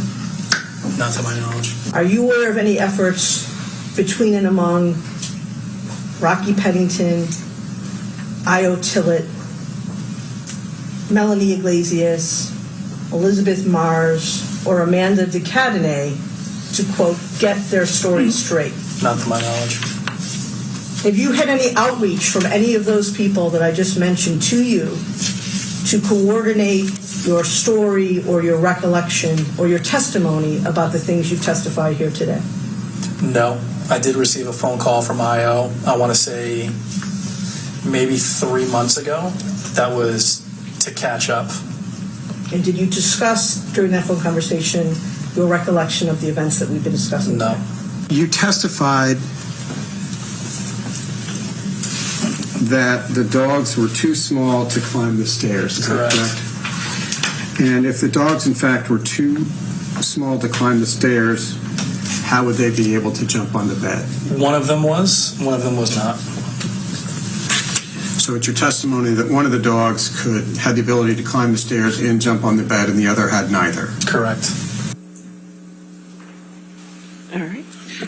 Ladies and gentlemen, that completes the testimony of that witness. So we'll go ahead and have our lunch break. Again, during your hour lunch break, do not discuss the case with anybody and don't do any outside research, okay? Thank you. We'll see you in an hour.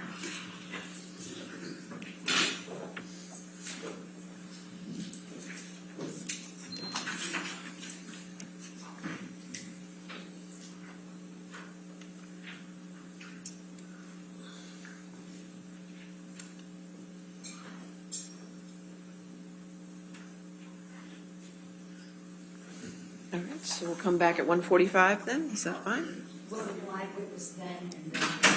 Okay, live witness at 1:45, so we'll take the TV down. Okay, all right, thank you.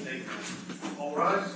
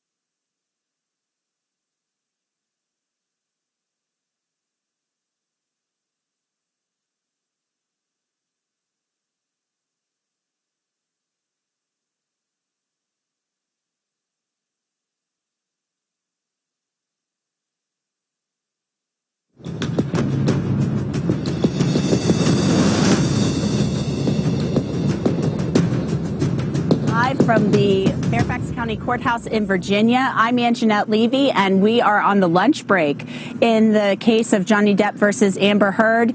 Welcome and thanks for being with us on this beautiful afternoon from Fairfax County, Virginia.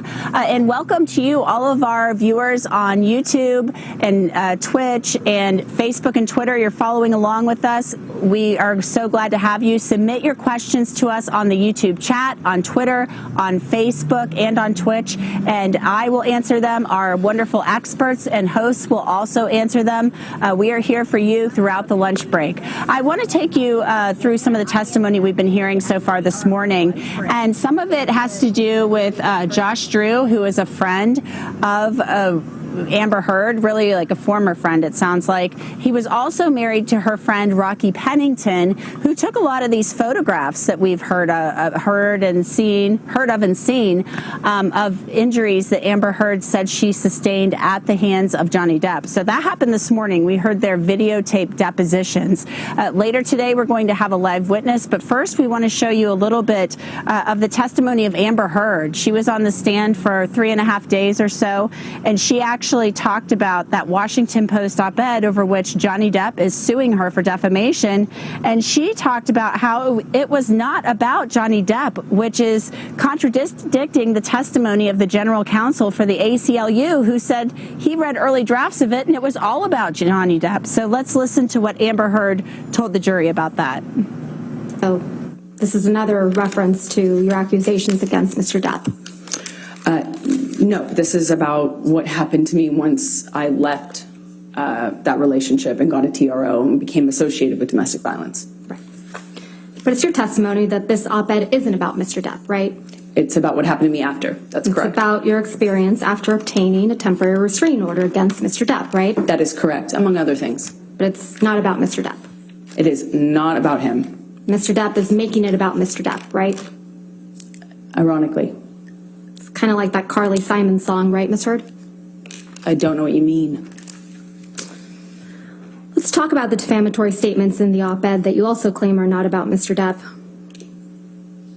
Then 2 years ago, I became a public figure representing domestic abuse, and I felt the full force of our culture's wrath for women who speak out. This is about Mr. Depp, isn't it? No. You wrote this in 2018, right? Exactly. And 2 years prior was 2016, right?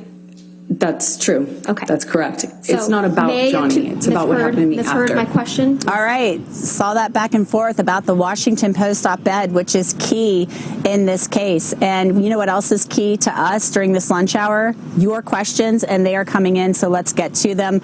I'm here with Linda Kenny Bodden. She's letting me host this hour, and she's here to answer your questions. Also, Neil Rockhind, a criminal defense attorney, is with us as well. Neil, I'll start with you on this one. This is from Michelle Heron-Hammock off of Facebook. She asks, why are all, in all caps, all of her witnesses so far by deposition, especially BFFs? You'd think they'd get on the stand for her live. Neil, what are your thoughts on that? It's a good question. Sometimes witnesses are unavailable. Sometimes witnesses simply can't appear. Sometimes they can't schedule the witnesses. I don't know that it's necessarily the witnesses are choosing not to appear live. But it seems as though Johnny Depp has had more witnesses who have, for whatever reason, chosen to appear or been able to appear or called live than video depositions. I'll tell you that the video deps are not nearly as compelling as live witness testimony. So anytime you can get live witness testimony, it's so much better and so much more engaging and so much more personal. I agree with you 100% because I'm sitting in that courtroom watching these videotaped depositions, and obviously the content is interesting, but I feel like I'm sitting there watching television, so it's a little hard. Let's know now, Linda, this question is for you. It comes from Kimberly Fine from Facebook. She asks, do you think the use of pre-recorded depositions as opposed to virtual or in-person testimony of formerly invested third-party witnesses will reflect reflect poorly on the defense in the eyes of the jury. By formerly invested, I mean people who were once loyal to the defense but have since distanced their relationship, such as Io, Rocky, and Drew specifically, and were neither subpoenaed nor volunteered to testify on her behalf. So that question to you, Linda, I know that was a long one. No, that's okay. Kimberly, I love the fact that you are so invested and pick up on these things, because if you're picking up on them, so will the jury. Now, Neil touched on this a bit. It's always good to have live in-person testimony, unless you think the testimony may veer off some way that you don't want it to veer off.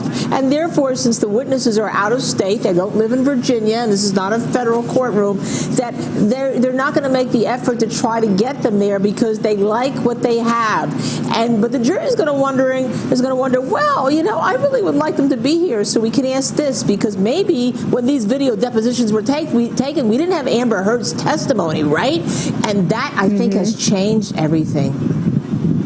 Oh, yeah, I would agree. It's very interesting. Plus, Josh Drew's deposition, I don't know if you noticed, Linda and Neil, Josh Drew's deposition was recorded in 2019. Rocky's in January of this year. So there you have it. I thought that was pretty interesting. All right, Neil Rockhind, our next question comes from Road Kinger. It's a $5 question from YouTube.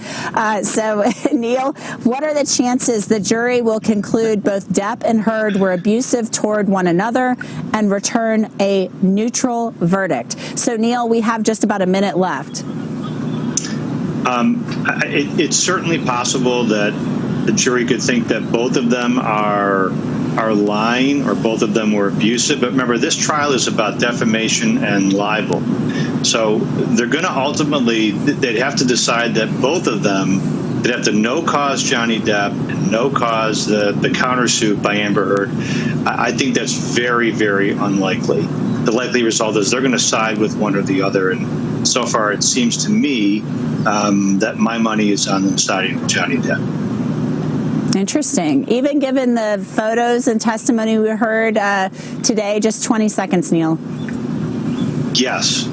I think the jury's going to be told that witnesses see and hear things differently. I've always believed this trial came down to Johnny Depp's testimony and Amber Heard's testimony, and Amber Heard's testimony was awful, just awful. All right. Neil Rockhind, telling it like it is, giving us his opinion straight. Well, Neil Rockhind, thanks so much for being with us this hour. I'm so sad that you have to leave us. I wish you could stay. Me too. But thanks for your time and expertise. As always good to be with you. Stay with us here. We have to take this break for the network. Stay with us on YouTube. You are watching For the Record on Law and Crime.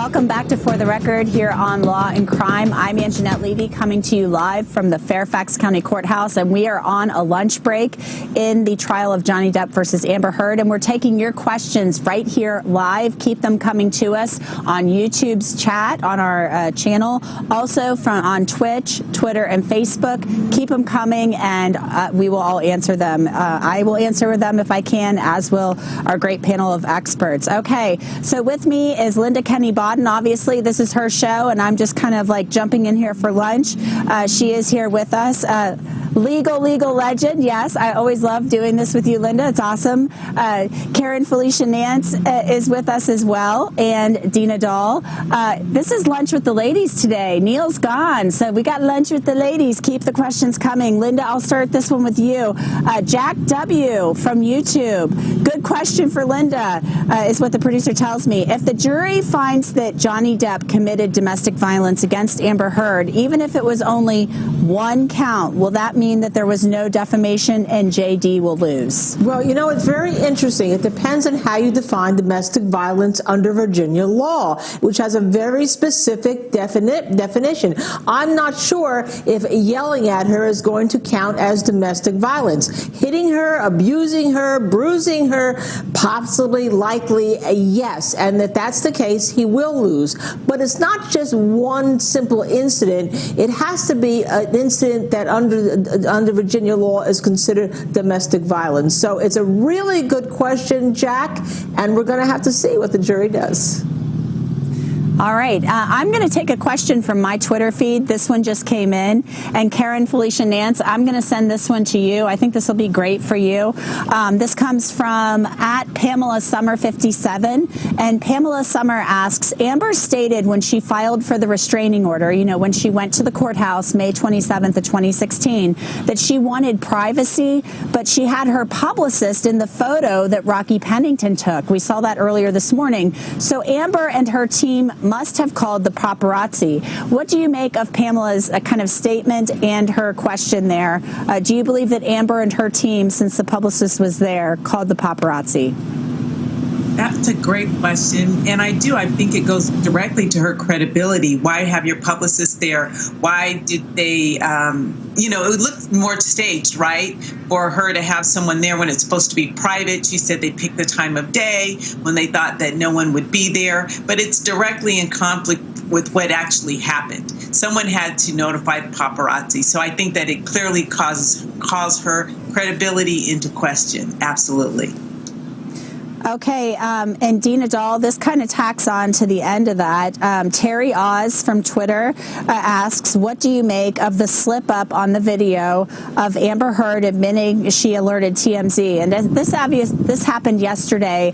This was presented as impeachment by Camille Vasquez. She played a clip of the deposition from the divorce case back in 2016 in which Amber talked about, she brought up TMZ. So, Dina, your thoughts on that? You know, I think any inconsistencies. She also had an inconsistency with the security footage with James Franco saying that she put his, hand on his face, and we don't see that in the video footage. All of these may seem minor to some people, but your credibility is the whole case here. This is really a he said, she said case.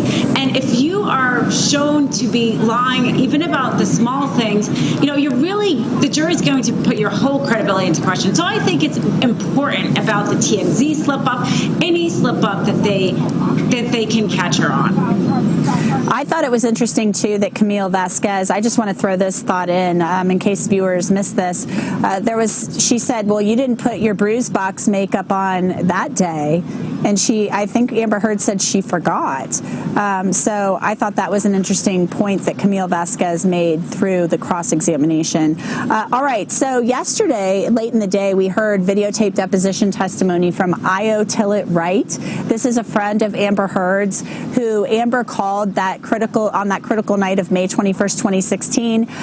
Basically, Amber said that she called Io Tillett Wright because Johnny Depp thought that Io Tillett Wright and Amber Heard had pooped on the bed. he thought that they were responsible for Poopgate, as the viewers on the chat have been calling it. And so Amber Heard said that was ridiculous. And then Io Tillett Wright said that, laughed because he thought it was ridiculous too. So that was some of the testimony we heard. Tillett Wright then said that he heard Depp say after the wedding ceremony in 2015 in the Bahamas that now he can punch her in the face and no one can say anything about it. So let's listen to the clip from Io Tillett Wright. And then let me ask you this. After the ceremony, as you were walking to the reception, what, if anything, did Johnny Depp say to you about Amber? As we were walking back from the ceremony, we were coming into Cafe Los Cabrones, which is where the party was happening, and I was walking with Johnny and congratulating him that they pulled it off and that they did it, and he said, we're married, now I can punch her in the face and nobody can do anything about it. So, all right, Linda Kenny Bodden, your thoughts on that bit of testimony from Io Tillett Wright about what he says Johnny Depp said after the wedding about being able to punch Amber and nobody could say anything about it. Here's the problem, okay? He's a friend of Amber. Now, if we're talking about independent testimony, what's more independent than the video to audio tape of Amber Heard saying to Johnny Depp, I hit you, I didn't punch you. And then yesterday in the courtroom, she got very angry and said something to Camille Vasquez that she stopped Johnny Depp from getting out of the bathroom, that she barricaded him in by her body to get it so he would stay there. So you have an audio tape from Amber Heard saying she's the hitter. You have Io saying, well, Johnny Depp said this. It's hearsay. It's not even, is it reliable? But maybe not, considering everything else. And it seems to me the independent witnesses in this case are who? The police officers who came at the apartment and said Amber Heard showed no signs at all of being beaten at the crucial time that is alleged. So if the jury just puts away all the noise, everything, what are they left with? They're left with a video deposition, a video deposition of hearsay, an audio tape of one of the parties admitting to hitting Johnny Depp, and the police saying that Amber Heard is not a victim. So I think it's going to come down to weighing that credibility.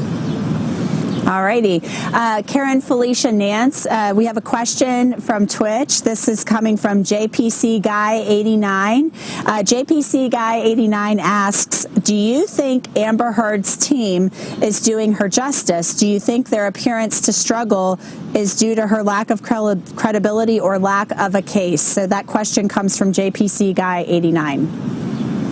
That's a great question. I think that Amber's team has to work with what they have, meaning what evidence we have, which is obviously the tapes we have. We also have her witnesses. The two witnesses that she had on, actually three with Miss Pennington and Drew today and Io, I don't think that they were particularly strong witnesses when you compare them with Johnny's witnesses. And so I think that you have to put that together with what we've heard directly from Amber herself. I think that she is not the strongest witness. And even though she has collaborating witnesses, I don't think that they're that convincing when you put it up against Johnny Depp. True, she has more witnesses to present. And my understanding is Amber's team is going to call Johnny as well. So that'll be interesting to see. But I don't think that they put forth a strong enough evidence to support her position at this point.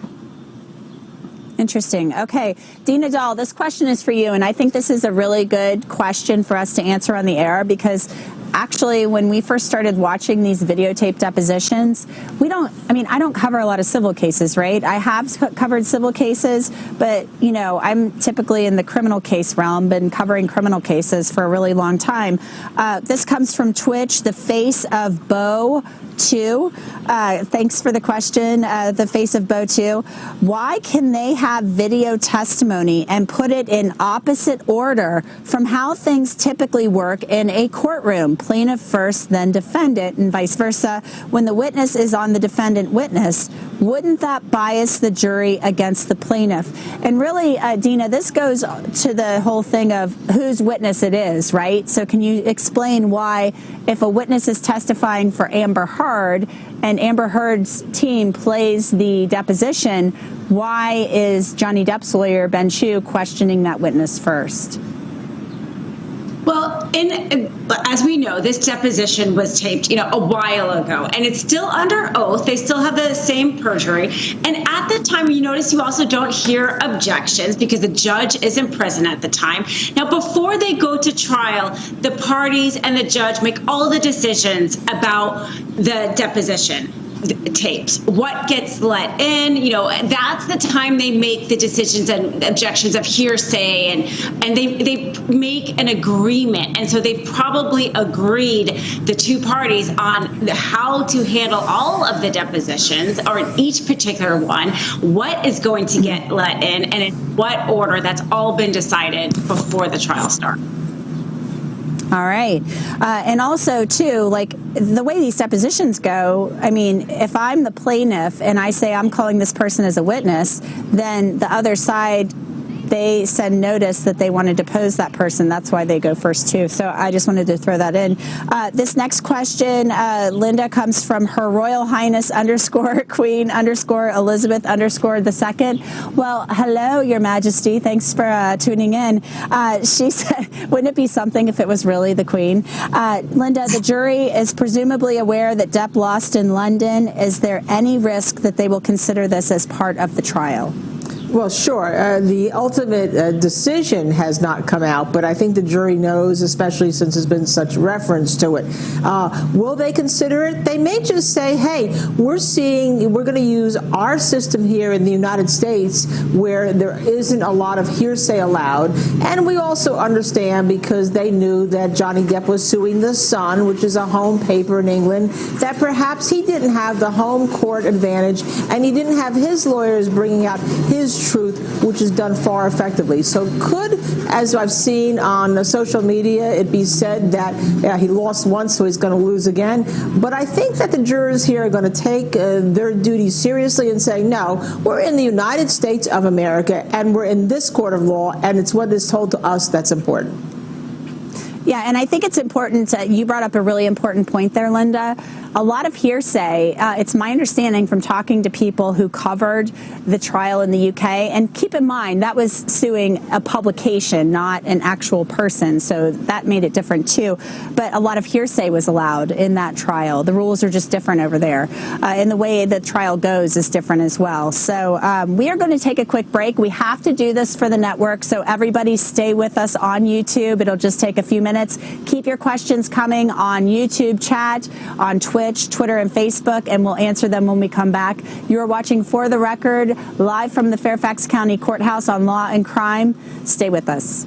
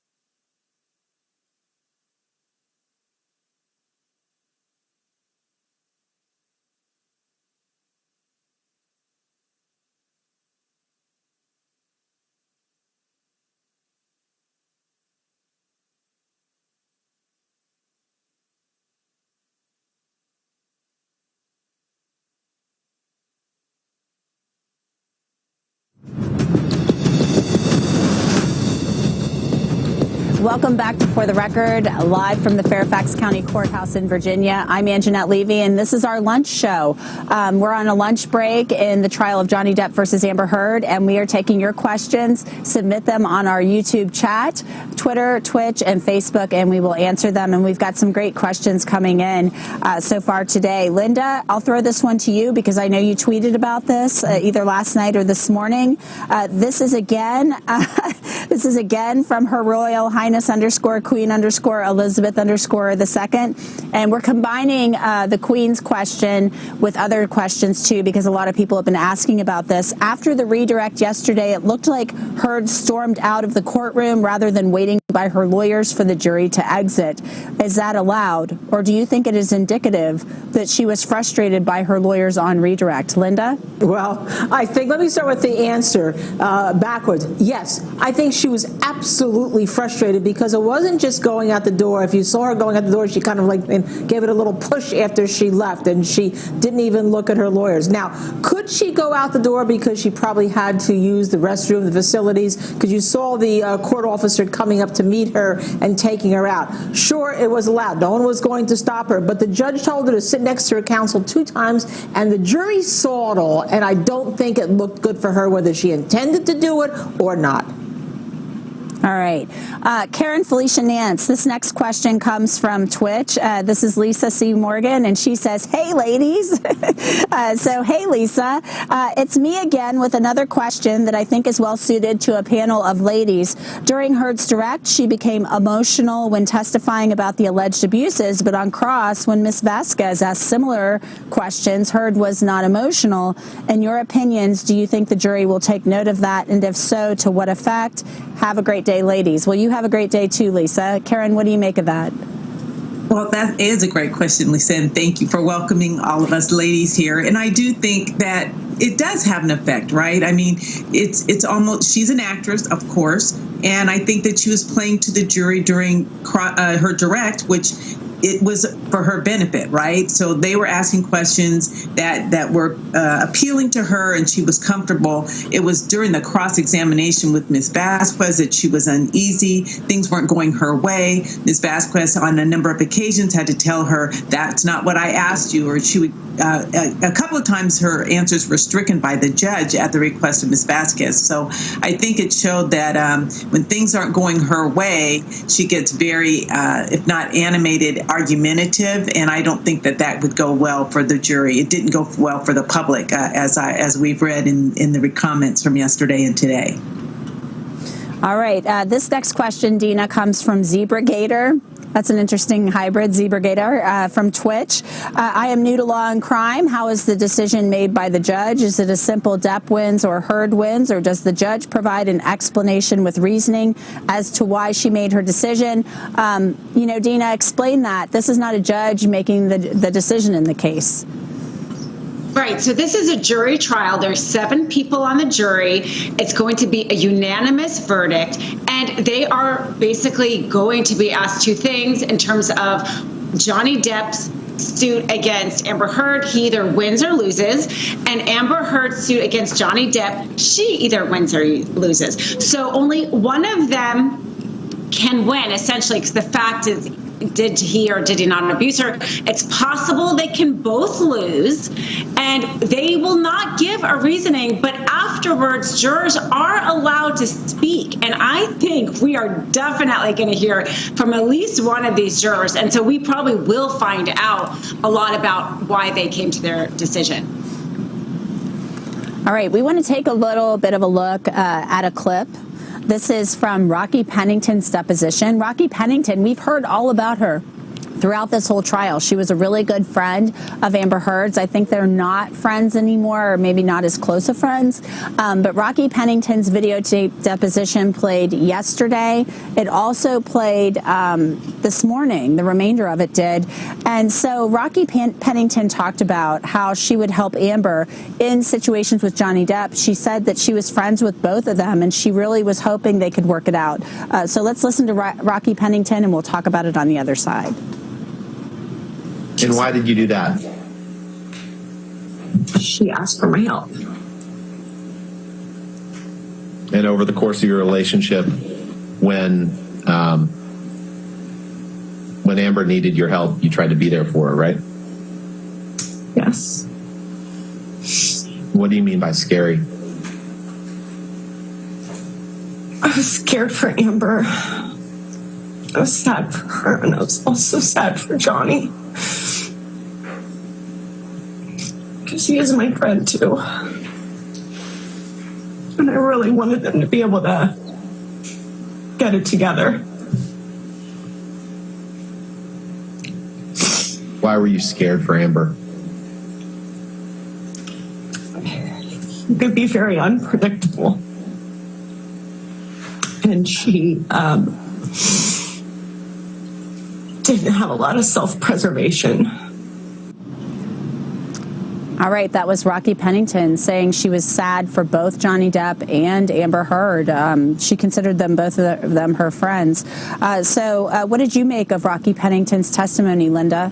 It was interesting because it's the closest thing to corroboration we have that Johnny Depp abused Amber Heard, yet it fell short of I saw it happen. Now, do abusers usually abuse people in front of others? No, but in this situation, Amber Heard has claimed over the years that much of the abuse was in front of others, and in fact, much of the abuse that she said was in front of others was documented by others. But here, the pictures were after, they weren't of. And the direct questions, did you ever see Johnny Depp hit Amber Heard? The answer was no. So I think it didn't quite come up to that level of corroboration you would need, given Amber Heard's performance on the stand, which was, as Neil Rockheim said, left a lot to be desired.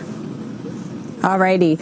So Karen Felicia Nance, this next question comes from Twitch and Angela_I. Hi, Angela. Question, is Dr. Curry subject to recall? She explained that Amber would use the words like magical and wonderful to exaggerate, and she often used that type of language in her testimony.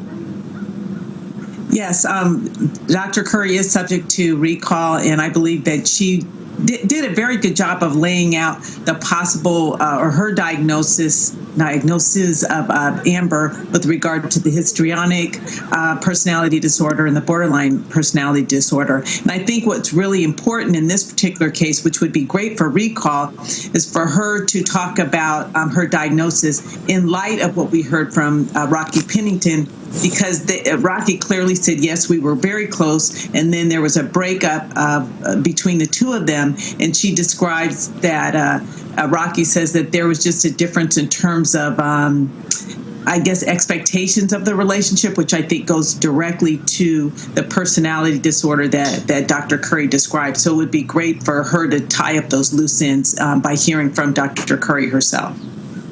And if I recall, Dr. Curry talked about codependency.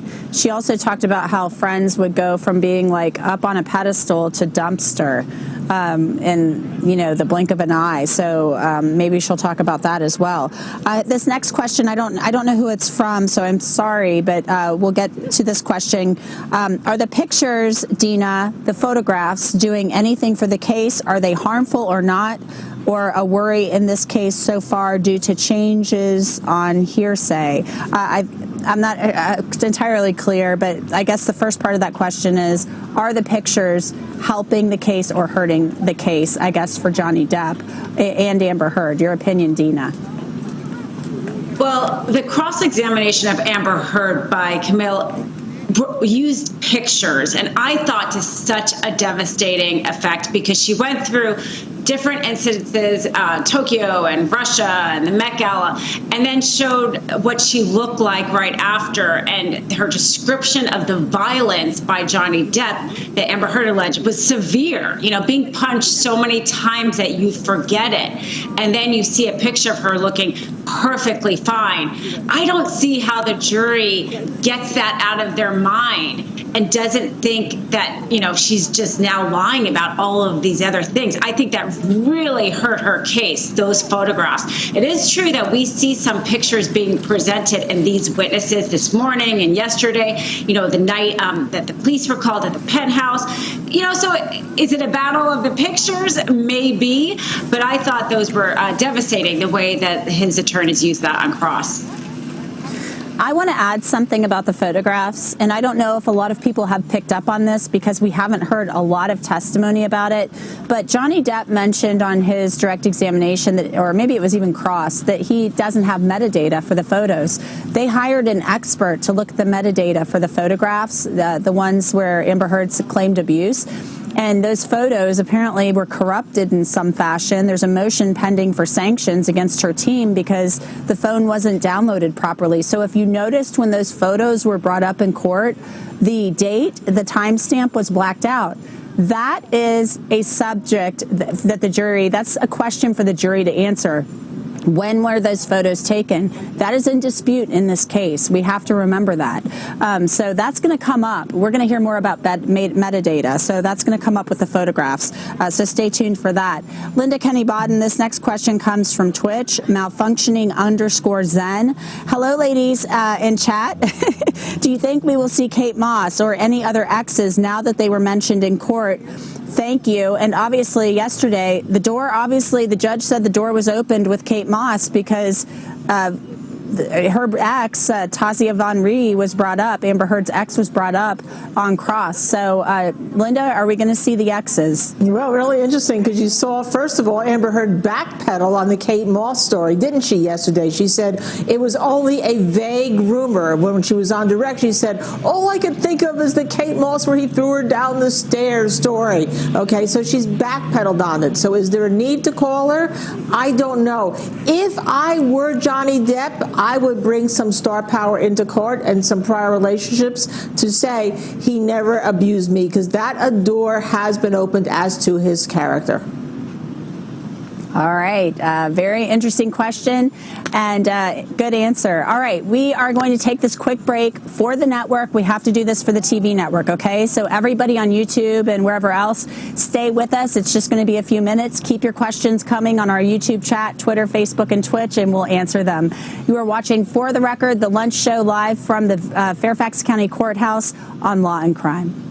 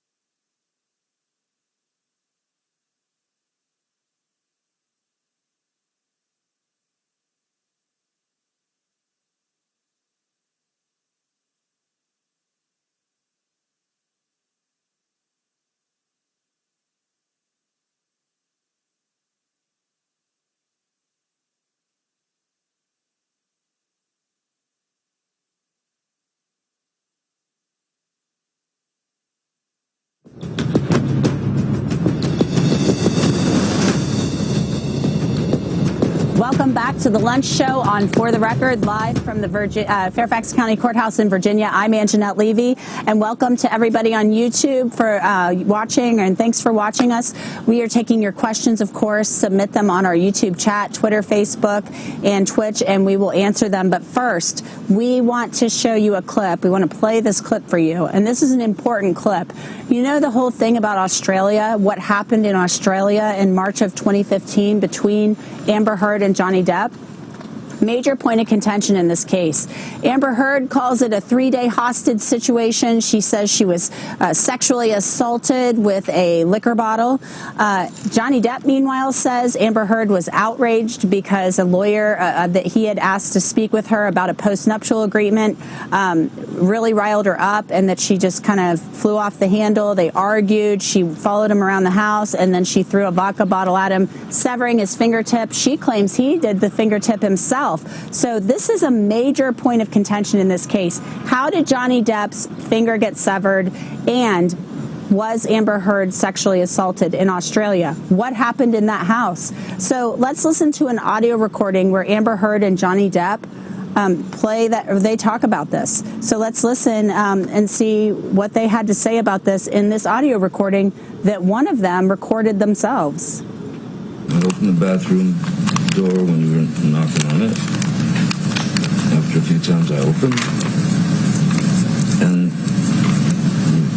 you just kept going. You just kept going. I tried to close the door 3 times.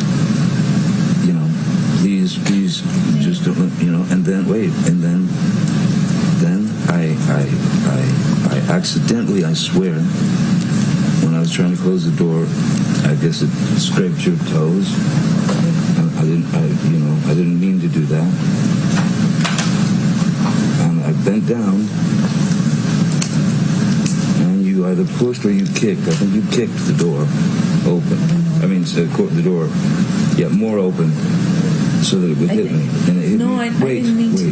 I didn't know that. It hit me in the fucking head. But I did not mean to do that. I don't know what I was bent down behind the door. I did not do anything to her. I did not kick a door or push a door so that it would hit you. I did not. I swear that that was not my intention. I think I remember when the door scraped my toes, I reacted, but the door thing, I remember, I never did that. That wasn't on purpose. I might have done it on accident. Okay. But so let's say that was an accident. I then stood up. I don't even know if I said, I might have said, like, what the fuck, whatever, because I'd just been hit in the head with the fucking corner of the door. I'm so sorry. I did not. I'm sorry. And then I stood up. And then you fucking clocked me. I remember hitting you as a response to the door thing.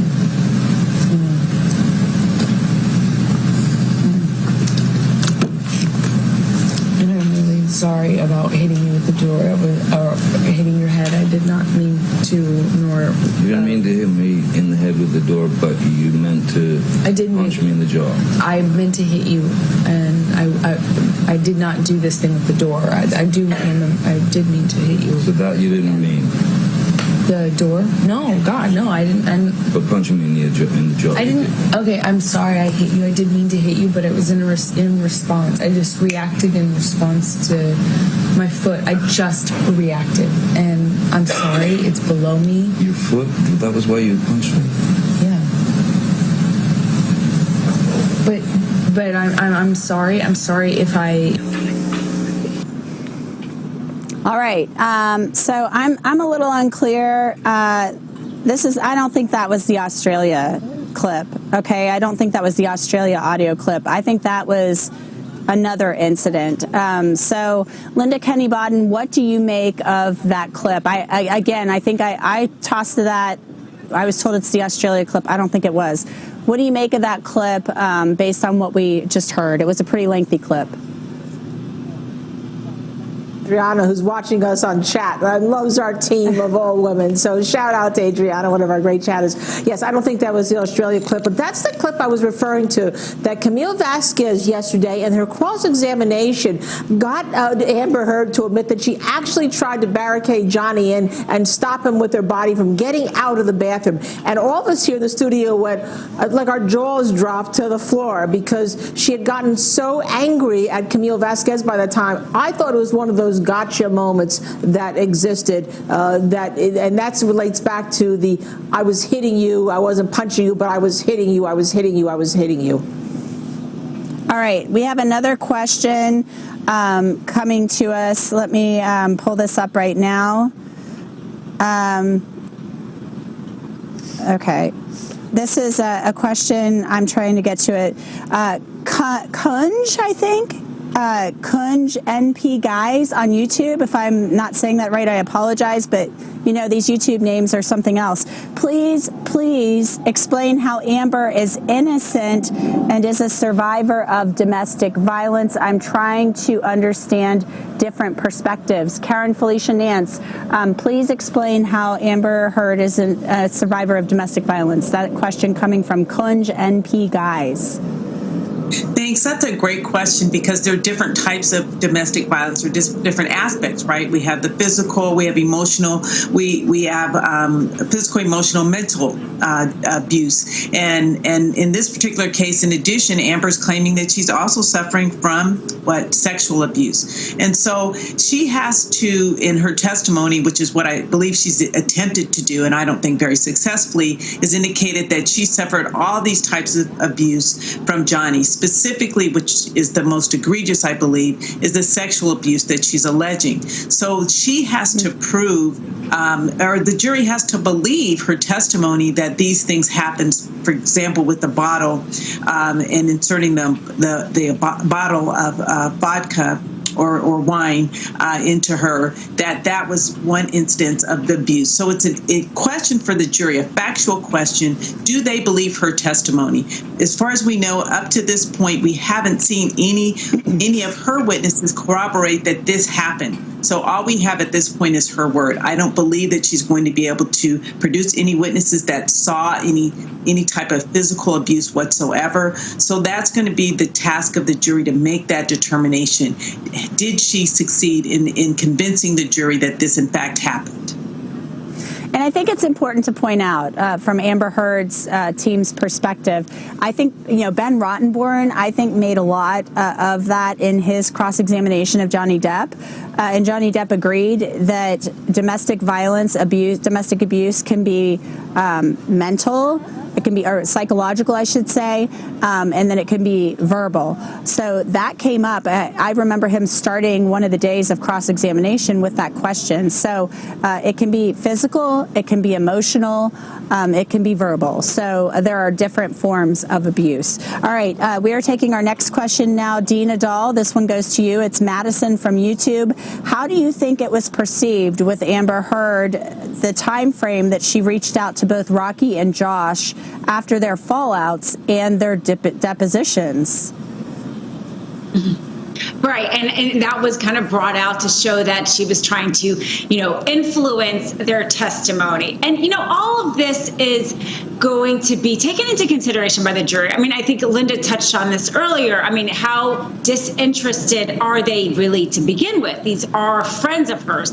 Not necessarily that you're going to assume that every friend is going to lie under perjury, but I also think that it hurts the fact that they're not in person testifying, and then you also have these kind of insinuations that they're influenced, only because jurors are humans just like the rest of us, and you can kind of tell how authentic somebody is being, how credible somebody is being when they're just standing a few feet away from you, rather than in this taped remote room, and they're actually kind of splicing the testimony a little bit as well. So I think it just means that all of that makes them less impactful. Dina, I have a follow-up question to that. I know in depositions, this can be, you can go a lot of places with that. We hear objections sometimes in these depositions, but there is a lot of editing, and maybe some of that is for time, but is it also because the judge ruled portions of those depositions inadmissible? That could absolutely be the case because, kind of I was mentioning earlier, is the judge isn't there during the deposition. So they can, make an objection, but it goes, like they answer all of the questions. And then before it gets presented at trial, they decide, the judge decides, or maybe both parties will be willing to maybe allow some hearsay in because their witness under deposition had some good answers that they want to get let in. It's all resolved before trial. So that's why there's some splicing. And also, yeah. I think, too, it's a stipulation. They would have an agreement, right? A stipulation. So that could have happened, too, that both sides could have gotten together and said, hey, let's hammer this out. I want this in, blah, blah, blah. And there you have it. All right. We're going to take a quick break. I was going to ask another question, but we're going to take a quick break. We have to do this for the network to run some commercials. So stay with us on YouTube. We'll be right back. You are watching For the Record live from the Fairfax County Courthouse in Virginia on Law and Crime.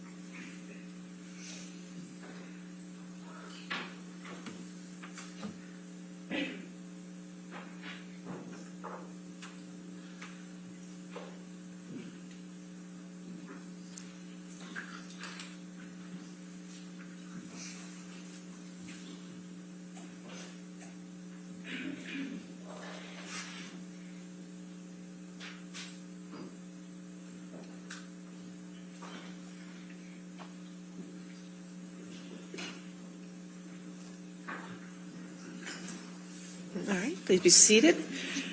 All right, your next witness. Your Honor, we'd like to call Whitney Enriquez to the stand. All right. Come forward, ma'am.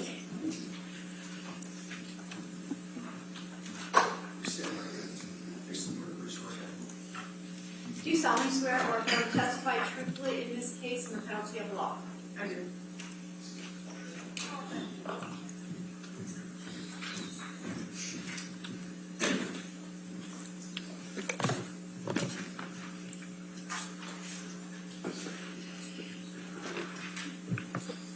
Thank you. All right, yes, ma'am. Thank you, Your Honor. Will you please state your name for the record? Whitney Enriquez. And where do you live? In Glendale, California. And you're Amber's sister? I am. How old are you? 34. So you're her younger sister? Yes. Okay. Are you married and do you have any children? I am. I'm married with 2 small children. Okay. How old are your children? A 3-year-old and a newborn. He's just over 2 months old. Okay. What is your profession? Before the pandemic, I worked in hotels doing various food and beverage management jobs, primarily events as well. Now, I'm going to take you to Mr. Depp and Amber, the early stages. When did you first meet Mr. Depp? I met him sometime in 2011 for the Rum Diary press tour, but I did not meet him until 2012 as Amber's boyfriend. And were you living with Amber at the time? Yes, we had an apartment together on Orange Avenue. I split my time between there as well as an apartment I shared with my boyfriend at the time. Okay. Now, describe your relationship with Mr. Depp in the early stages. We got along really well at first. He was sober at the time, and Johnny, when he's sober, is very bright and beautiful and lovely and kind and generous, and he was very easy to get to know, and frankly, we all fell in love with him at first.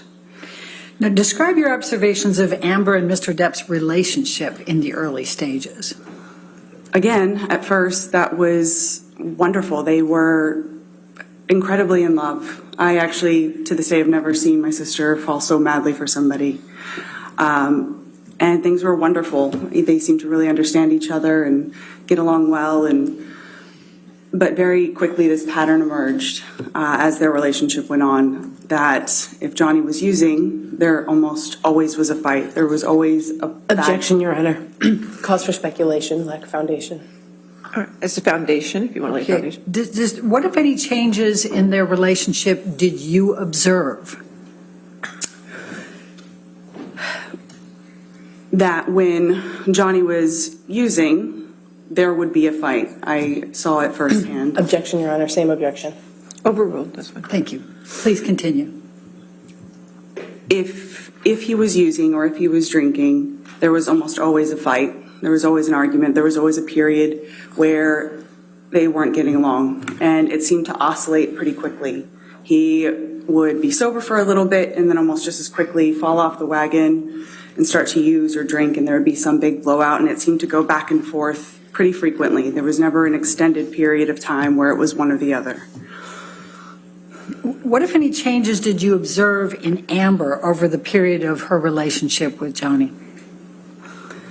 At first, Amber was Amber. She was loud, fun, funny. She laughed a lot. She was just this happy, bright, fun-loving thing, always surrounded by friends.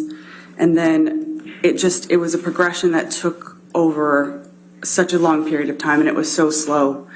In hindsight, it was like watching a slow-motion gunshot. She suddenly stopped sleeping as much. She wasn't as funny. She wasn't as loud. She wasn't as gregarious as she used to be. Cut to the end of their relationship, she was so physically unwell. She maybe weighed 100 pounds soaking wet. She was emaciated. She wasn't sleeping. She had developed a heart condition, and her eyes were sunken in. She just looked Objection, like Your two Honor. different. Lack of foundation calls for hearsay. She's giving her observations. Well, heart condition. I'll sustain as to heart condition. Okay. Other than the heart condition, please continue. She just, if you were to do a photograph side by side, you would see two very different people. And people that knew her throughout the entirety of their relationships, all the same thing. What, if any, observations did you make about Mr. Depp exhibiting controlling behavior over the course of their relationship relating to Amber's clothing? Objection, Your Honor. Leading. What, if any, observations did she make about... I'll sustain the objection. What, if any, observations did you make about Mr. Depp's treatment of Amber relating to clothing? At first, it would be like light jokes, or, she left the house wearing something like, oh, you're going to wear that, or just some joke. It was very subtle, And then over time, again, just like the progression of their relationship, it just intensified.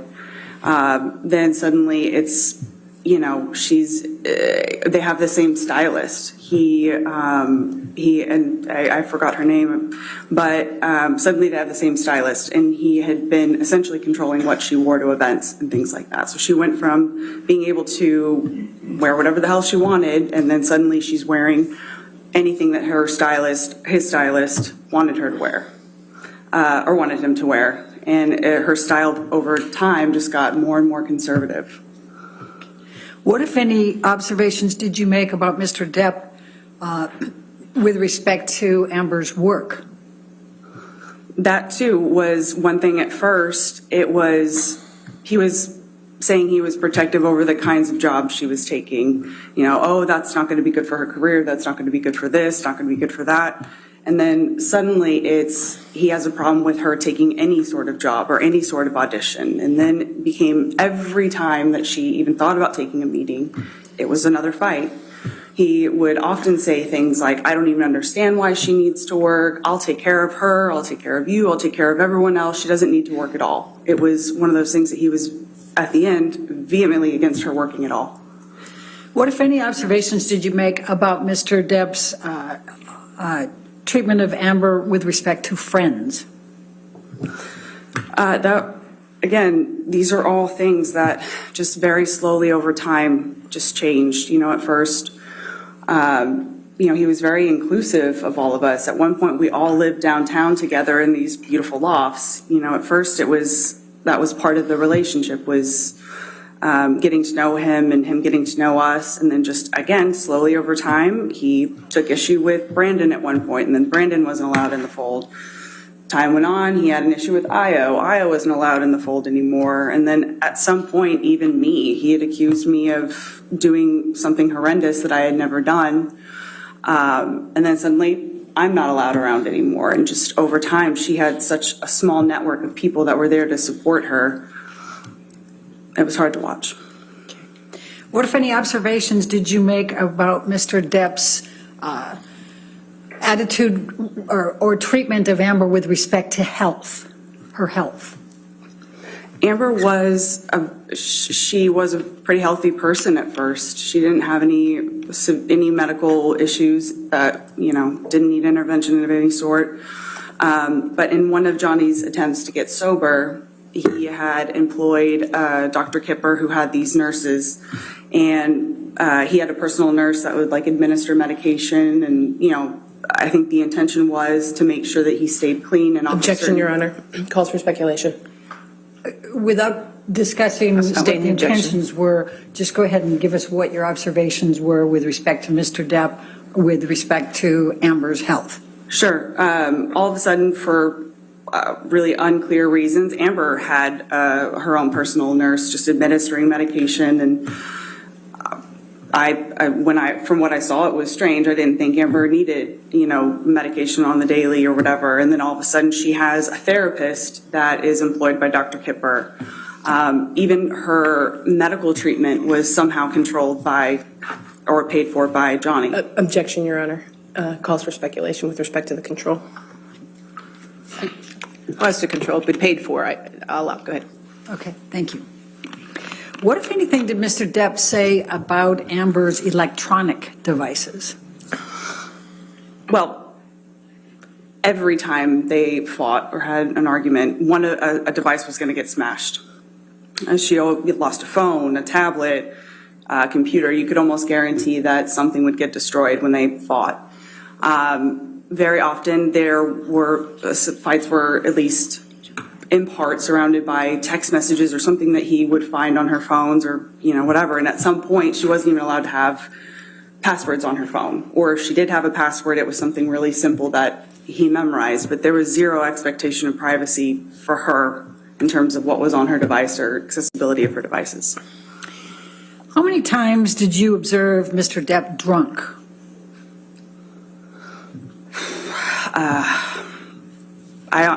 Countless. I mean, too many times for me to quantify. How many times did you observe Mr. Depp high on drugs? Again, it would be really hard to put a number to that. It was a lot.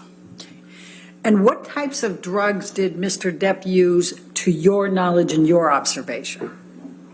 Well, I've done cocaine and drank with him on a number of occasions. So that, he almost always had weed of some sort, marijuana, like, joints or whatever. I have seen him take MDMA on an occasion, shrooms as well. I once saw him consume a Ziploc bag that had a bunch of just unknown pills, some prescription, some not. He just took them all at once to see what would happen, and he laughed about it. Those are what I can recall. Okay. Now, you said that you also did cocaine with Mr. Depp, is that correct? Yes. What, if any, observations did you make as to what Mr. Depp carried in his pockets? Well, he always had cigarettes or rolling papers. When I say cigarettes, I mean the tobacco and rolling papers. He always had a joint on him. If he was in a phase of using coke, he would carry around a little pill box that had his cocaine in it. He always had a pocket knife, a lighter, and it's about what I can recall. Okay. What, if any, behavior changes did you observe when Mr. Depp had been drinking alcohol or using drugs? Like I said, it was, a completely different version. He was almost unrecognizable when he was drinking and using to an excess.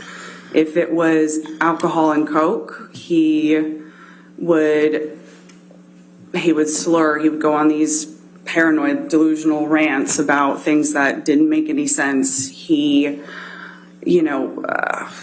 His speech would be slurred. I almost never knew him to use cocaine without drinking. Those were generally combined. When he would smoke weed, he was much more relaxed. He was kind of what you would expect, happy on a couch, laughing. But when he was drinking, he would just get very angry, and he would just say really nasty, unkind things. And it almost didn't, usually about Amber, sometimes about me, but it almost didn't matter if she was in the room or not. He would just say really horrible, horrible, horrible things about her or to her. Can you give the jury a few examples that you can recall? Pardon my language, fucking cunt. He called her a fucking used up trash bag, slimy whore, saggy whore, fucking cunt was thrown out a bunch, just horrible things like that. I'm going to take you to March 21st, 2013. We've called it the painting or Keith Richards incident. When did you arrive at the Orange apartment on March 21st, 2013? It was sometime in the afternoon. I came in, and Orange was typically a very neat, clean place, but as soon as I walked in, there was smoke in the air. Remember, it smelled like cigarette smoke, and there was smoke in the air. So somebody had been smoking inside, which was odd because Amber and I don't smoke, and Johnny used to always just go outside to smoke. But walking a little bit further in, there was like furniture askew. Going into the kitchen, there was, Johnny was sat at our little breakfast nook table that we had there, and he was wearing glasses. He had, there was cocaine in front of him. There was booze in front of him, journal, like no newspaper, things like that, just kind of scattered around at the table. And I sat down to talk to him to see what was going on. And it was really hard to understand what he was getting at. It was really clear that he had been drinking for some time. His speech was slurred. And again, it was really hard to follow what he was trying to tell me. At first, he seemed to be upset that my sister had been photographed with our friend Marie in France. He then started saying that it must have meant that she was having an affair with her, and everyone would be laughing at her. And this woman, her father was a French politician, so he then starts rambling on about, oh, he knows what her father's up to and her this, that, and the other. And again, it was just this strange paranoid tailspin is the only way I can describe it. That just, it wasn't true. My sister wasn't having an affair with this person. Objection, Your Honor. I think it's pretty non-responsive at this point. All right. Next question. Sustaining objection. Please describe what your conversations were and your observations were with Mr. Depp. So as I'm sitting there talking to him, Amber is in the kitchen and, she's not sat at the table or anything. She's kind of hanging back, and Johnny's still talking to me about what the problem was. And then all of a sudden the focus shifts to this painting that has been on the wall ever since Amber and I moved in. And the painting was done by one of my sister's exes. So he was convinced that it was on the wall to taunt him, to tease him, and how disrespectful that he had to wake up next to this painting. And it surely meant that Amber and Tasha were back together again, which of course was not true. But he was then upset about that. He was upset about this painting that was on the wall. I was trying to talk to him, not only to just try to figure out what was going on, but I was trying to get him out of the house because he was already very late for filming this documentary that was being shot at one of his houses. Was that with Keith Richards? Correct. Okay. That was my understanding of it. Please continue. So for hours we sat there. I was trying to, talk to him, make him feel like everything was okay, just try to get him out of the house. His assistant kept coming in and out at one point. And all the while, Amber is just in the kitchen. She's like giving us space, but she's in earshot, and he's saying these things about her. And at one point, she tries to come over to like check on him, and she kind of embraces him from behind, and he's just like, fuck off, and continues to say these things about her. And again, we sat there forever, and eventually we did get him to leave the house. So, but he insisted that Amber come too, and that if they were going to work it out, she'd have to be there, and they would talk about it at some other point, I guess.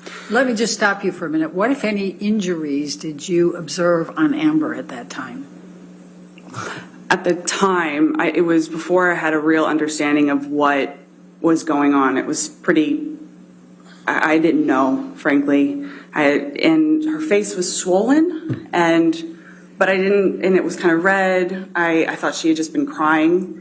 And her lip did appear to be cut, but again, that at the time, that wasn't what we were trying to do. It wouldn't have been appropriate to, talk to her about it or anything. That wasn't my focus, frankly. My focus was just sitting there trying to figure out what he was upset about and get him out of the house. So how long were you at Orange with Mr. Depp and Amber before he left to go to the Keith Richards? A few hours. I couldn't say, maybe around like 4 or 5 hours. It took a minute. Now, did you accompany Mr. Depp over to the recording, or did you stay? I did. And did Amber go too? Correct. That was part of the condition of him leaving, is that Amber had to go with us. All right. Well, please describe to the jury what happened next then on your ride over there. So Amber and Johnny were sitting in the back. I was in the front with Sterling, the driver. And they weren't saying much back there. There was music playing pretty loudly, so I couldn't really hear what was going on back there. But at some point I heard the back door open, or the back window open, and Johnny is holding our dog out the window.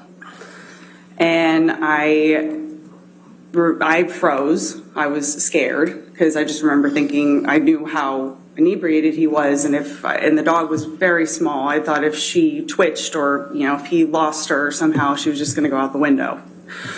And Amber, of course, was just saying, Objection, Your Honor. Not often to prove the truth of the matter asserted, Your Honor. I'll sustain the objection. Next. Okay. Don't say what Amber said. Just go ahead and continue with your observations. He brought the dog back into the car.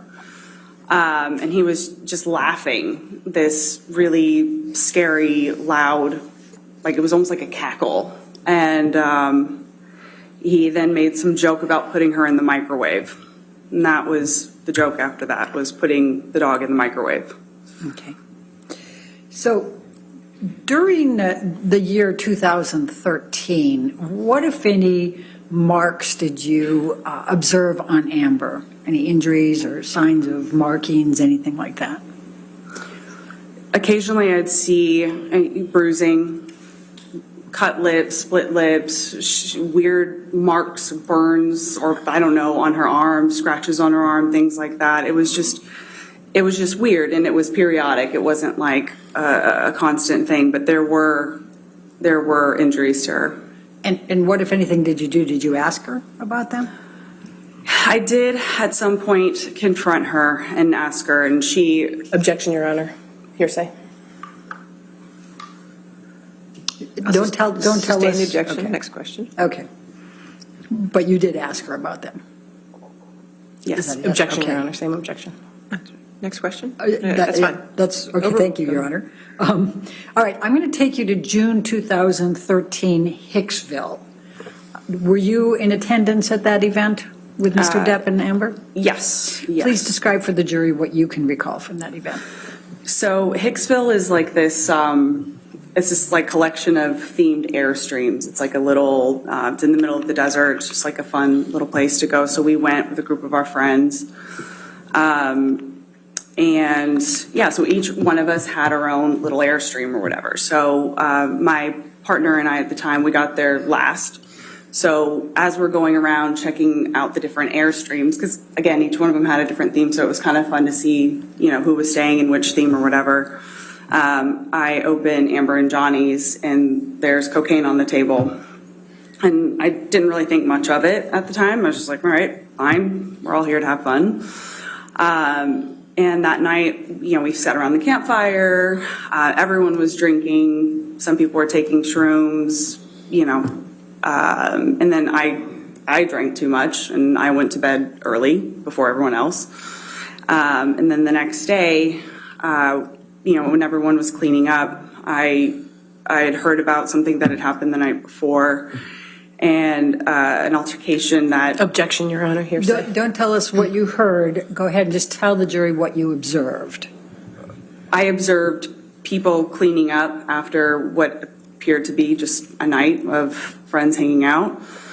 I then went to my sister's trailer, where she was staying with Johnny, and it looked like a bomb went off in there. There was broken things, things had been skewed. It just looked incredibly messy. It looked like somebody had ransacked it. That's what I observed. Okay. Now I'm going to take you to September 2013. What, if anything, did you do with Mr. Depp relating to going to London? So September 2013, that was around the time of my birthday. Amber was filming in London, and she wasn't able to make it back for my birthday. And it was also a friend of ours, Io, also has a birthday the same time, or around the same time as me. And Johnny thought it would be great to load up and surprise Amber on set. He thought she would really enjoy it, and so that's what we did. We loaded up, we went on a plane that he chartered, and I believe my father was with us as well. And yeah, Johnny and I drank and did a lot of cocaine on that plane, and I ended up passing out. But we get to London, and you know, it was wonderful to see Amber, and we had a dinner that night at the hotel that we were staying at, or it was either that night or the next night, I can't remember exactly, but at one point, Johnny picked up a steak knife and he hurled it at his assistant. It missed him, but obviously Nathan got upset and he left, and he was upset as well. And a fight broke out between Amber and Johnny that night. I didn't witness it. I wasn't there. I knew that they were... Objection, Your Honor, lack of foundation. All right, I'll sustain the objection. Okay. Next question. So you can't tell us about it if you weren't there. So Okay. what happened next that you were aware of? I left sometime after that, and when I touched down in Los Angeles, I learned that they had... Objection, Your Honor. Not offered to prove the truth of the I'll matter, sustain the Your Honor. objection. Next question. When did they get engaged? They got engaged at some point when I was on the plane. I left London. By the time I landed in London, they were engaged. Okay, thank you. Now I'm going to jump all the way to November 2014, the 2014 Hollywood Film Awards. What, if any, involvement did you have with Mr. Depp relating to the Hollywood Film Awards? I was called over to where he was getting ready, 80. And when you say 80, are we talking about Sweetser? Yes, that's one of the houses that is on that street that Johnny had. He had several houses on that street. 80 was the one that he referred to as like the man cave. That's where he spent a lot of time. So I was summoned to 80, again, following a fight that he and my sister were having. And Objection, Your Honor. Lack of foundation. I just go on, just don't talk about what you weren't party to. You got there. Please tell the jury. Okay, objection, go ahead. Okay, please tell the jury what you observed, what happened when you were there. Sure. When I got there, Johnny was outside and he was very drunk already, and he was continuing to drink. He was, again, rambling about my sister having affairs with people that it just wasn't true, and just kept saying things. It was, that she doesn't need to work, and he doesn't understand why she continues to take jobs. She must be doing it to insult him or to hurt him, or she's only taking these jobs because she wants to meet people. I don't know. The entire time that we were talking, his sister and his, assistants at one point, everyone was trying to get him out of the house because he was already very late for this. But eventually they did get him to leave the house. And I saw the award show later at some point. And what did you observe when you watched the award show? Unfortunately, an extension of what I had seen at the house. He was still very drunk, actually a little bit more drunk than when I saw him at the house. And what was he doing that caused you to believe he was very drunk? Well, he was drinking the entire time that we were talking. And, in general, at this point, I had understood what Johnny looks like when he's drunk. He's stammering. His speech was hard to understand. He was slurring. He was super unsteady on his feet. I recognize what he looks like when he's drunk. Okay. Now I'm going to take you to March 23rd, 2015. And at this time, were you living at the penthouse suites? I was. Okay. Excuse me. Sorry. When approximately did you move into the penthouse suites? I actually don't know for sure when I moved in. I would take me a minute to remember. It was sometime in 2014, I think. Okay. And so as of March 23rd, 2015, you're living there, correct? Yes. And where are you living in those penthouse suites? What is it called? So I was in what they call PH4. The layout is, the entire top floor of this building. Johnny owns the mall, and he was kind enough to let us all live there. So I was in PH4. Amber and Johnny were in PH3. I believe Isaac was in 2, and Rocky and Josh were in 1. But the only ones that actually connected were 3, 4, and 5. So again, I was kind of sandwiched between where Johnny and Amber stayed and Amber's basically closet. So basically you had to cut through to get to one point to the other. So I was sleeping. I woke up to Amber in my bedroom saying, "Can you believe he's cheating on me?" Objection, Your Honor. You're not offered to prove the truth of the matter asserted. Thank you. Thank you. Please continue. She said something. She said overruled. It's okay for you to say what. Sorry. Just briefly what you just explained. I woke up to her saying, "Can you believe he's cheating on me? Your fucking brother is cheating on me." I got up. I told her to stay right there. Objection, Your Honor. Hearsay. It's not offered to prove the truth of the matter asserted. Overruled for that statement. Go ahead. Please continue. I instructed her to stay in my apartment while I go and talk to Johnny. So I leave PH4, I leave her in PH4. And let me just stop. Are you sober, drunk? Have you been drinking?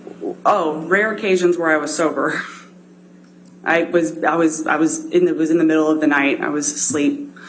So I'm sorry, I'm not sure that I understood your question. So you were sober? Oh, absolutely. Yes. Okay. Yes. Okay. Please continue. So I go to PH5 where Johnny, Debbie, and Travis were all standing in the kitchen of PH5. I went down there to talk to him, and again, I can tell he's clearly drunk, and he has a bottle of alcohol of some sort in front of him as well. And again, he's talking to me about how Amber found these text messages between him and a woman called Rochelle, and then he starts saying that this woman was meaningless. It wasn't anything special. She's nothing special. But then he immediately shifted to, well, Amber pushed me. Amber made me do it. Of course, I'm cheating on her. Whatever. And it suddenly became about Amber making him do it. At some point, then Amber is on the mezzanine level of PH5. So she is. It's kind of hard to explain. So the kitchen's down here and the mezzanine's up here. So she's there. It's her little office nook, and she starts shouting at him, saying, Objection, Your Honor, hearsay. It's not offered to prove the truth of the matter asserted, Your Honor. She's screaming expletives at him. I mean, that's not offered to prove the truth. Thank you. Please continue. They're saying horrible things to one another. Fuck you. He's calling her a fucking whore, fucking cunt, used up trash bag, whatever. They were saying horrible things to one another. She was calling him old and fat. It was a fight. They were saying really nasty things to one another. I leave them in the kitchen to go up the stairs. I was trying to calm Amber down, hopefully get her back into my apartment. And Debbie had come up with me. And Debbie, who's Debbie? Debbie was his nurse at the time. Debbie Lloyd? Yes, I believe that was her name. Okay. So we're with Amber on the mezzanine level. I'm sorry, just so we know who where is it you and Debbie that are with Amber, or is it? Yes, Debbie, Amber, and I are all in the little mezzanine area. And as I mentioned, the mezzanine overlooks the kitchen and the living room. So Johnny then hurls a Red Bull can and it hits Debbie in the back. She didn't even react. She didn't really seem to notice. But I'm standing up there talking, or I'm standing up there, I'm at the top of the stairs with my back to the stairs. And that's when Johnny runs up the stairs. And again, I'm facing Amber. He comes up behind me, strikes me in the back, kind of just somewhere over here. He strikes me in the back. I hear Amber shout, "Don't hit my fucking sister." She smacks him, lands one. And then he grabs, at that point, that's when Travis runs up the stairs after Amber landed one. But by that time, Johnny had already grabbed Amber by the hair with one hand and was whacking her repeatedly in the face with the other as I was standing there. Travis pulls them apart. I get Amber into mine. I close the doors behind me and lock them. I then hear Johnny's voice shouting. Never mind, withdraw. Okay, sorry. I hear Johnny's voice shouting, I fucking hate you. I hate you both. You fucking cunts. You fucking whores. And I hear crashing. I hear crashing and banging and smashing, and he starts screaming like an animal. And I then just moved Amber into the next room, and I just kept her there all night. The next day, I go, and I see her closet has been completely destroyed. Racks were overturned. Yeah, one of the clothing racks had been tossed down the stairs. There was art off the wall. And down in the kitchen, there was broken glass. The place was destroyed. Michelle, can you bring up Defendant's Exhibit 400?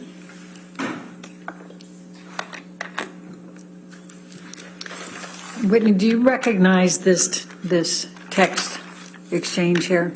I do. Okay, and it's on March 23, 2015 at 6:57, is that correct? Yes. Okay, could you describe, just identify it, please? Yep, sorry, on hearsay grounds. All right, you want to approach? We'll just take a look.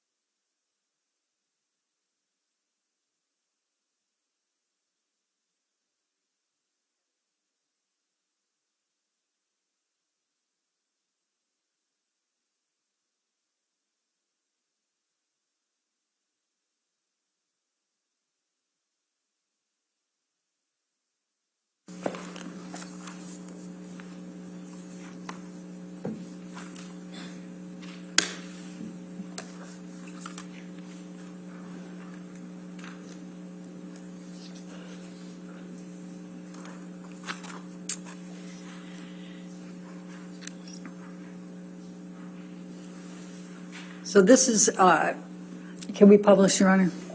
Yes, it's in evidence, yes. Thank you. So, Whitney, this is dated March 23rd, 2015, 6:57. Do you see that? Mm-hmm. Okay, and that's to Kevin. Who's Kevin?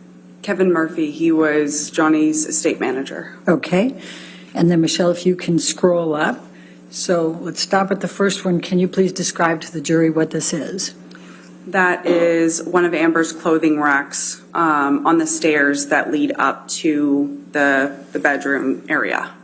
Okay. And you took this picture? I did. Okay. Michelle, can you scroll up again? And please describe for the jury what's depicted in this photo. These are more of Amber's racks. These were her shoes and purses and such. Those were all like taken off the walls. And you can see here all of her clothes are on the floor, her shoes. Okay, thank you. And we're up to the next one. Could you please describe what the next picture depicts? More of the same, clothing racks that have been kind of toppled over or moved. They were like neat. It looked like it was a closet room, but these ones were just toppled over or moved.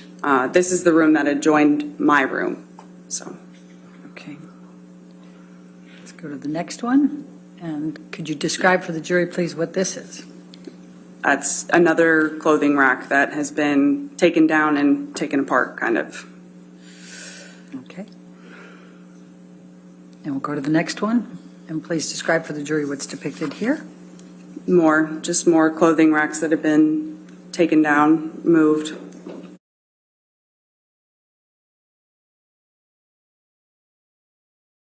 Depicted here. Same thing, just more clothing racks that were toppled over. All right. And we go to the next one. And this is the kitchen area. This is the taken from the mezzanine level that I was describing earlier, but that looks like broken glass or something, blue ceramic, broken.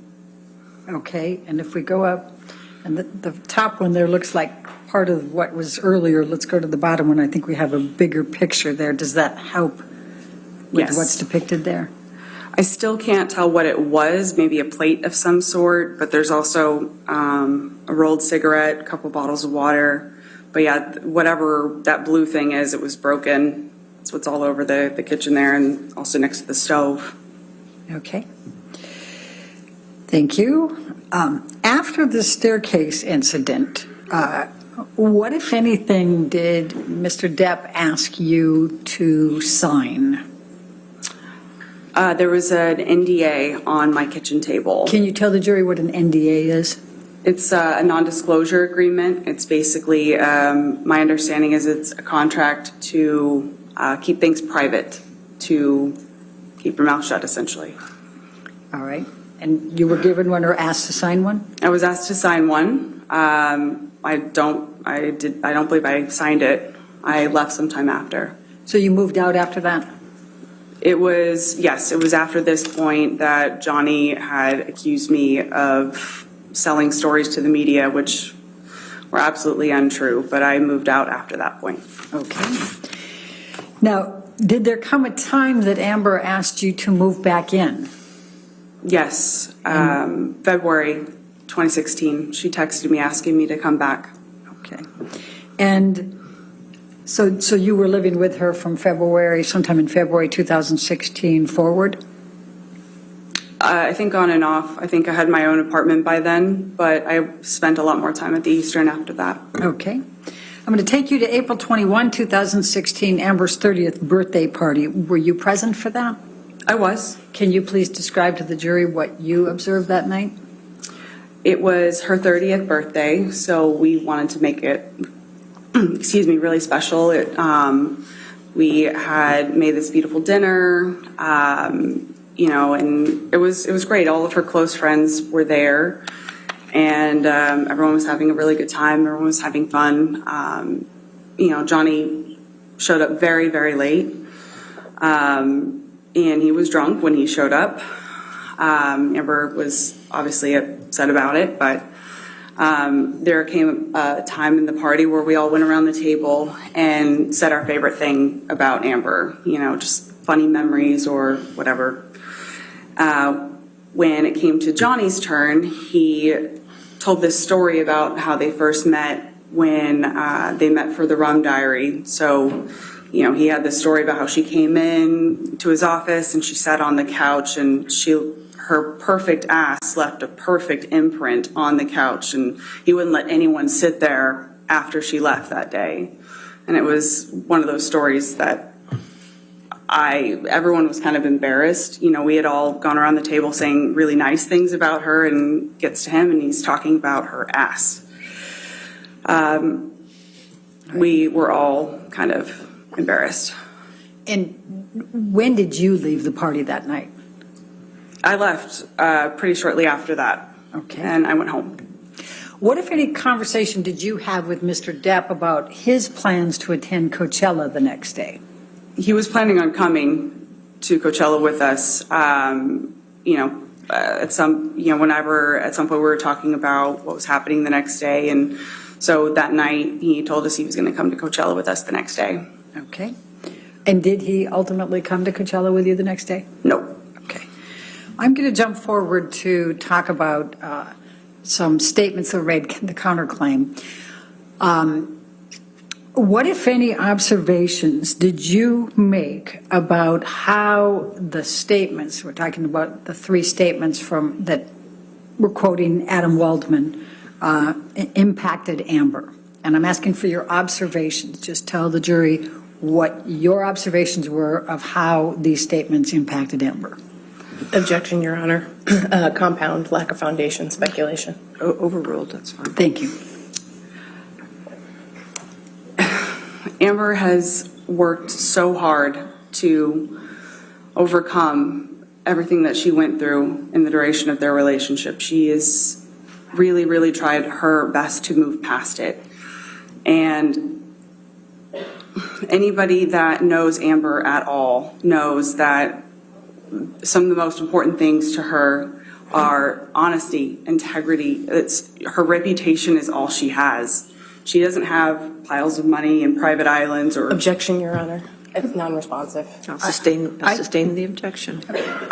She was devastated by these. To say that they're not true, it devastated her. And also, we had just buried our mother. So Amber, she started having panic attacks randomly. She was not sleeping. Objection, Your Honor. Hearsay. These are your observations. Thank you. Please continue. These statements devastated her. They devastated her because they weren't true, and they were just very, very, very much affecting her. And you talked about panic attacks. What else did you observe that she would do as a result of these? Physical. She would just periodically just break into tears. She I don't know how else to describe it. She was so unwell. She stopped sleeping again. She was super anxious. She couldn't relax. She couldn't sit still. It was very similar to the Amber that I had seen back in 2016 as she was trying to get out of this relationship. It launched her back into this space where she was just so physically unwell, and she cried a lot. Thank you. I have no further questions. All right, cross-examination.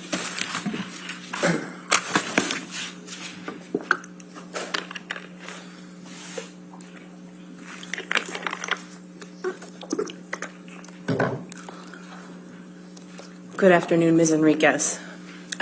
We haven't met before. My name's Rebecca Lecaros. I'm one of the lawyers representing Mr. Depp in this case. You grew up in Texas with your sister and your parents, right? Correct.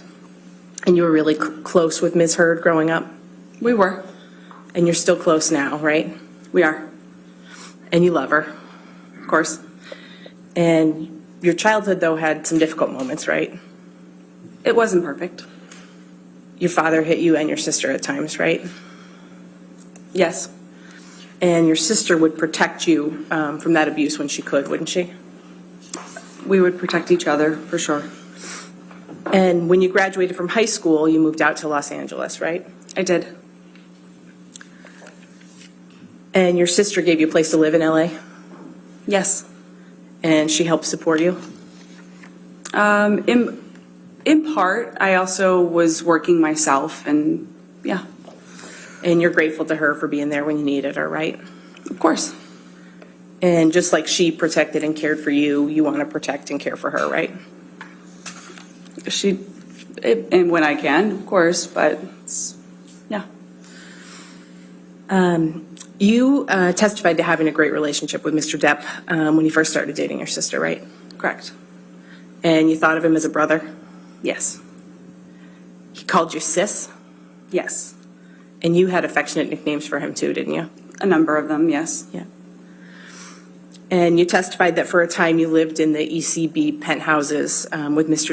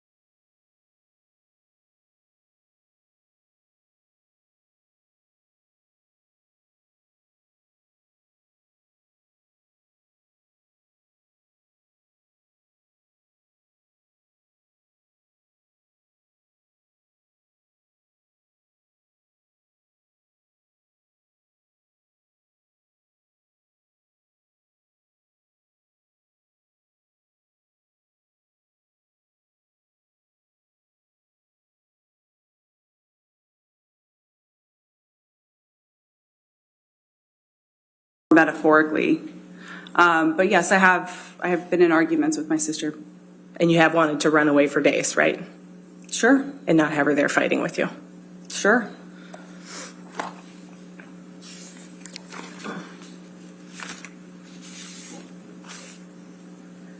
You talked a little bit about the incident in March 2013, right? Which one? That was the one before you went to the Keith Richards Yes. documentary set? And you were present with Mr. Depp at Orange that day? I was. Didn't you do cocaine with Mr. Depp that afternoon? Yes. And you said Mr. Depp's already intoxicated? He was by the time I got there. And he was fighting with your sister? He wasn't doing much of anything. He was sat at the table. He was telling me about the fight that they had. So he was kind of he'd ignoring. been fighting with your sister that day when you arrived? That was my understanding. And you said she had a puffy face? Yes. And despite all of that, you decided it was a good idea to do cocaine with Mr. Depp at that juncture? I hadn't yet connected the dots. I hadn't yet understood what that meant or what that would do. That was a yes? Yes, you took cocaine with Mr. Depp after I did. all that? Yes, I already said that.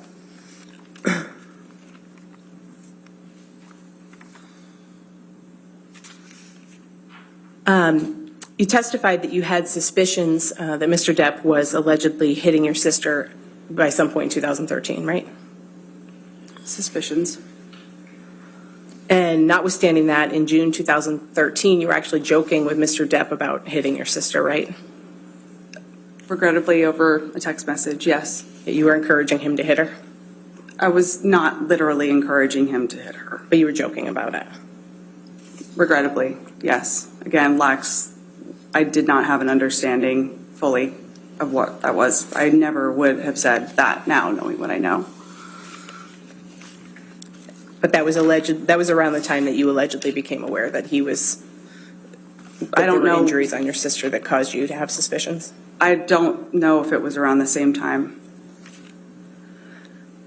Turning to the staircase incident in March 2015, you testified that Mr. Depp allegedly hit you during that incident, right? Yes. But you weren't sure if that contact was even meant for you, right? I honestly don't. I don't know what he was aiming for. My back was to him. And you weren't injured during that incident, right? No, I wasn't. And you didn't seek medical attention? No. And you said Debbie Lloyd was there during all of that, correct? She was. And Mr. Depp's security, Travis McGivern, was there too? Yes, he was. And you saw your sister hit Mr. Depp on the stairs that day, right? After he struck me, yes. You said she landed one, right? And then the next day you found some damage in the adjoining penthouse. Correct. And we saw some pictures of what you saw that day, right? Yes. You thought it was important to document that damage, right? Not to document. It was Kevin's job to kind of clean up the houses, take care of the houses. I took pictures just so he could be aware of what he would need to bring. I didn't know if he had tools here or whatever. I was just preparing him for what he was going to have to fix. But you didn't take any pictures of your sister that day, right? No, I didn't. Now, after March 2015, you continued to have a close relationship with Mr. Depp, right? Yes. And you still loved him? Of course. And you were there for him if he needed you, right? Of course. And in fact, just a couple of weeks after that staircase incident, you were still acting as the marriage counselor, weren't you? At some point, sure. And that fall, after the staircase incident, October 2015, you claim you had seen Mr. Depp hitting your sister. And then in October 2015, you were actually still trying to reconcile him and your sister when they were fighting, right? Yes, I was asked to support. I was just trying to help what I thought they both wanted. I was just trying to support, or trying my best to support them the way that I thought I could. You still loved Mr. Depp at that point, right? I did. And you didn't think that he and your sister were past the point of no return, right? What I thought was irrelevant at that point. Those two were in love and they were working very hard. They wanted to be together, it seemed like, so I just helped as best as I could. I don't know how else to describe it. Your sister still wanted to be with Mr. Depp, right? She loved him. And you didn't think they were past the point of no return? I don't know what you mean by that exactly. Okay. Let's take a look at Plaintiff's Exhibit 1283. It's not yet in evidence, we'll just show that to the witness.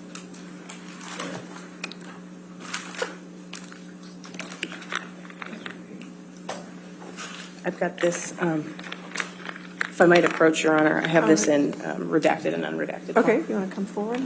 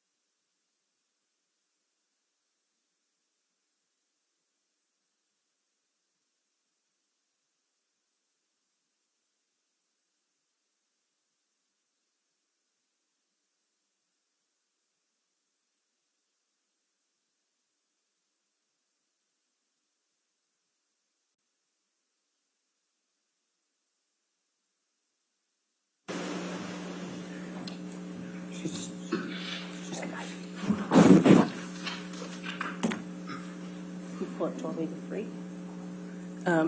And Ms. Enriquez, if I could just direct your attention, if we can go to the third page, please. Do I have control of this or no? No, you do not. Sorry, Oh, okay. we'll put it up for you. And we can go back to the first page if you'd like, or we can take a look at the unredacted version if we need to. But do you recognize these as text messages that you sent to Mr. Depp on October 2nd, 2015?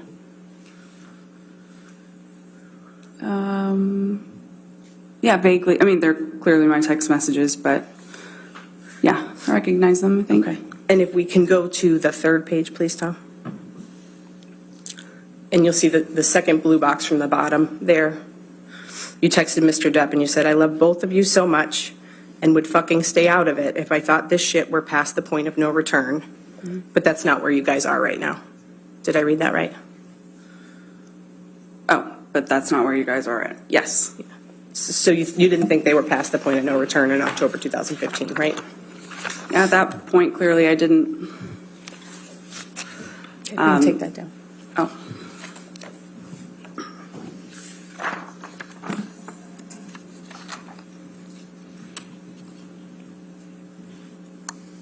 You wanted Ms. Heard to stay with Mr. Depp even after you allegedly saw him hit her, right? That's really oversimplifying something that's far from simple. Again, Amber was very much in love. So was Johnny. She's telling me that she wants something.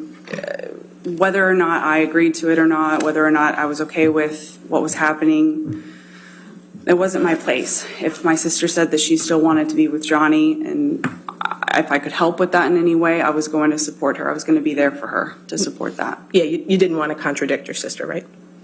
Pardon? You didn't want to contradict your sister.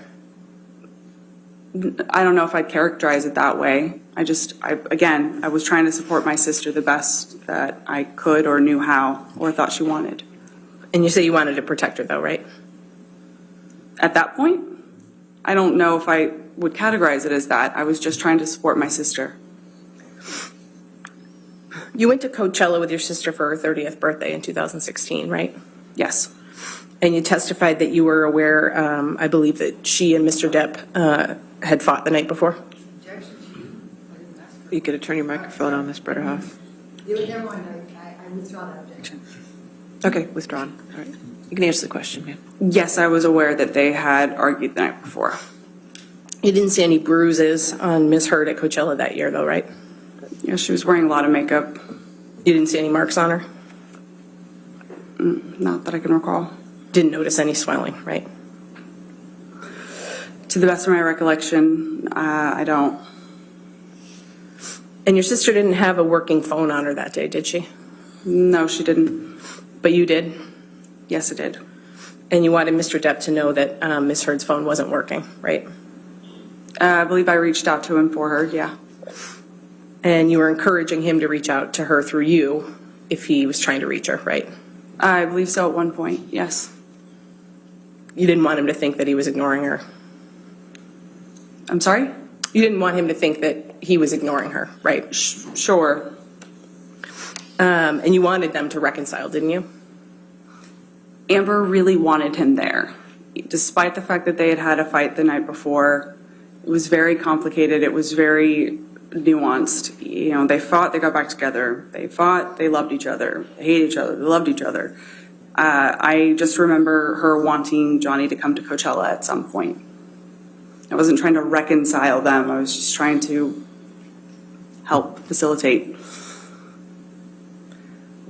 And you did that even though you were concerned about marks that you say you'd seen on her since at least 2013 and during the course of their relationship, right? Again, that's really oversimplifying something. We all saw this. We all thought that we would see Johnny on the other end of this. Because again, when he was sober, things were wonderful. When he wasn't sober, they were terrible, sure, but we all thought that he was just going to get better. We all wanted to just see the other side of that. So yes, sure, if you look at it simply, but it's not simple at all. I don't know how else to answer it. And this was after you allegedly saw him hit her, right? Yes. And you knew that they had just had another fight, right? Yes.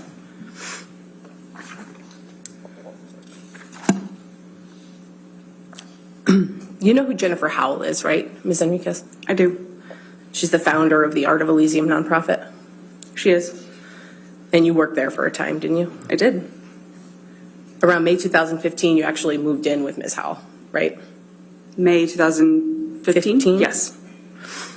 And you moved out of the penthouses because at that point you and your sister were fighting, right?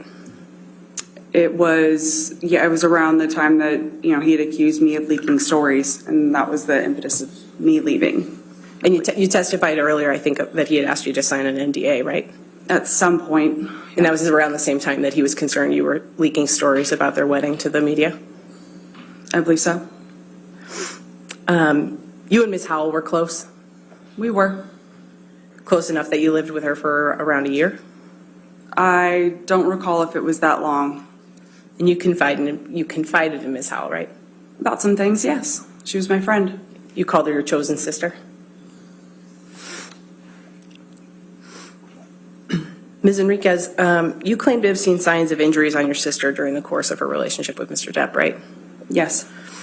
But you never witnessed any incidents that resulted in visible injuries to your sister, right? Other than the staircase incident? I witnessed that incident. What are you asking me exactly? You never witnessed any incidents that resulted in signs of injury that you were concerned about over the course of their relationship? Other than the staircase incident, I did witness that. No, at no other time when you... No, that was the only time that I saw him. And you didn't see what caused any of the injuries you claim to have seen during the course of their relationship, right? Other than the staircase incident. Yeah, staircase incident is the only one that I saw. But you have seen your sister land a blow on Mr. Depp, right? That was the time, yes, after he hit me. No further questions, Your Honor. All right, redirect? I have no redirect. All right, is this witness subject to recall? No, she may be excused. Is subject to recall? No? Okay, all right, ma'am, you are free to go, or you can stay in the courtroom. It's up to you, okay? Thank you. All right. Our next witness, Your Honor, is another deposition designation. Okay. It's going to be, How long is it? this particular one is about 45 minutes. Okay. All right, why don't we go ahead and, it's early, but why don't we go ahead and take our afternoon recess, though? That way we can get everything ready for you. So we'll just take our 15-minute break now, and then we'll come back and have that deposition, okay? So we'll see you in 15 minutes. Don't do any outside research and don't talk to anybody.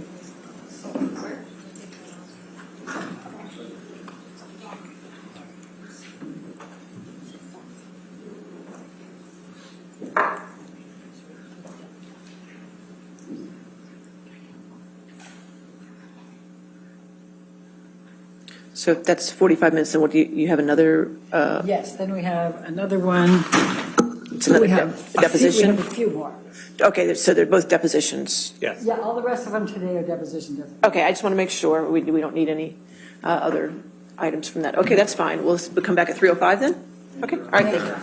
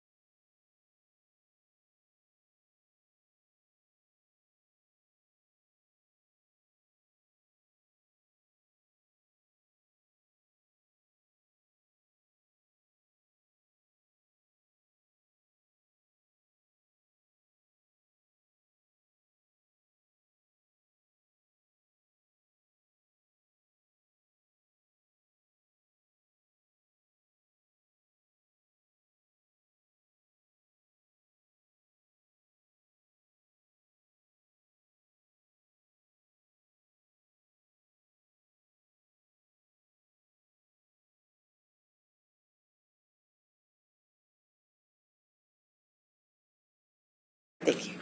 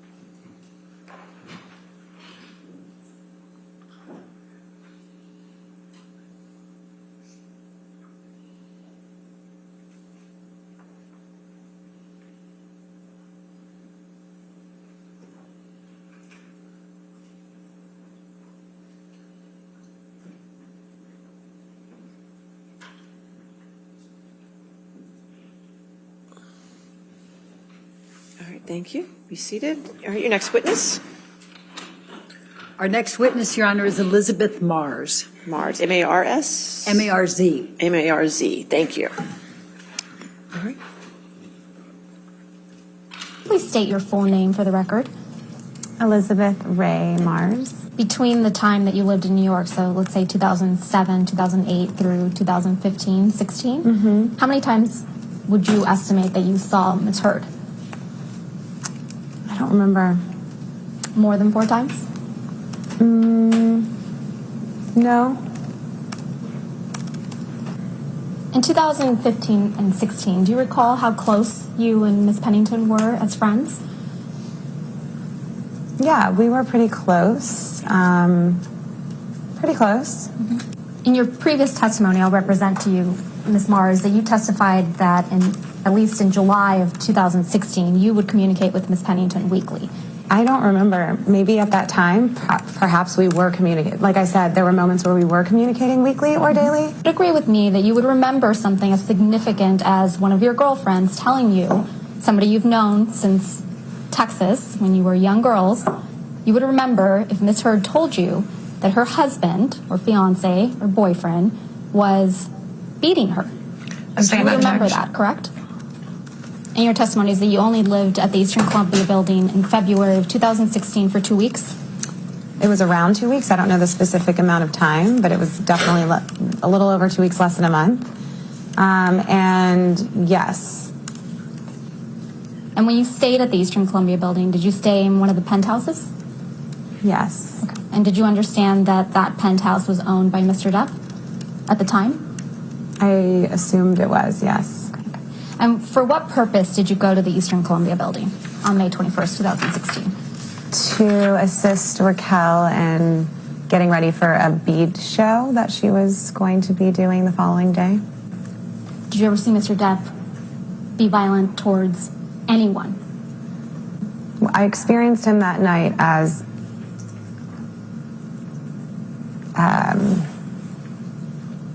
I was scared of him. So that's all I can say. From the moment that the one interaction I had with him that night, it was frightening to me. His behavior was frightening to me. No, she wouldn't wear makeup? I mean, I don't think of her as someone who wears a lot of makeup. No. Yeah, you've known her a long time. Right. She's never been somebody that wears a lot of makeup, correct? Exactly. Unless she's going to something that she needs to put makeup on for. Right. But other than that, she's usually bare-faced and beautiful. Yeah. So it's your recollection, your best recollection, that Miss Pennington was with you in Penthouse 5 and never left with Miss Heard before Mr. Depp arrived. Is that correct? Correct. So you hear some type of commotion. You don't know where it's coming from, correct? It sounds like, yeah, it sounds like it's coming from, we hear commotion and then it feels like it's getting closer and closer and closer. Did it sound like voices or did it sound like destruction? It sounded like voices and destruction. That the door was abruptly opened, correct? Abruptly opened. Okay, so you hear the commotion. It feels like it's getting closer and closer. What happened next? Then, soon after the door slammed open and Johnny came bursting through the door. Who opened the door? Johnny. Okay. Was Johnny alone? There was the two men behind him, following him. So Johnny opens the door. He's got his two, what we'll assume are his bodyguards, with him. What happens next?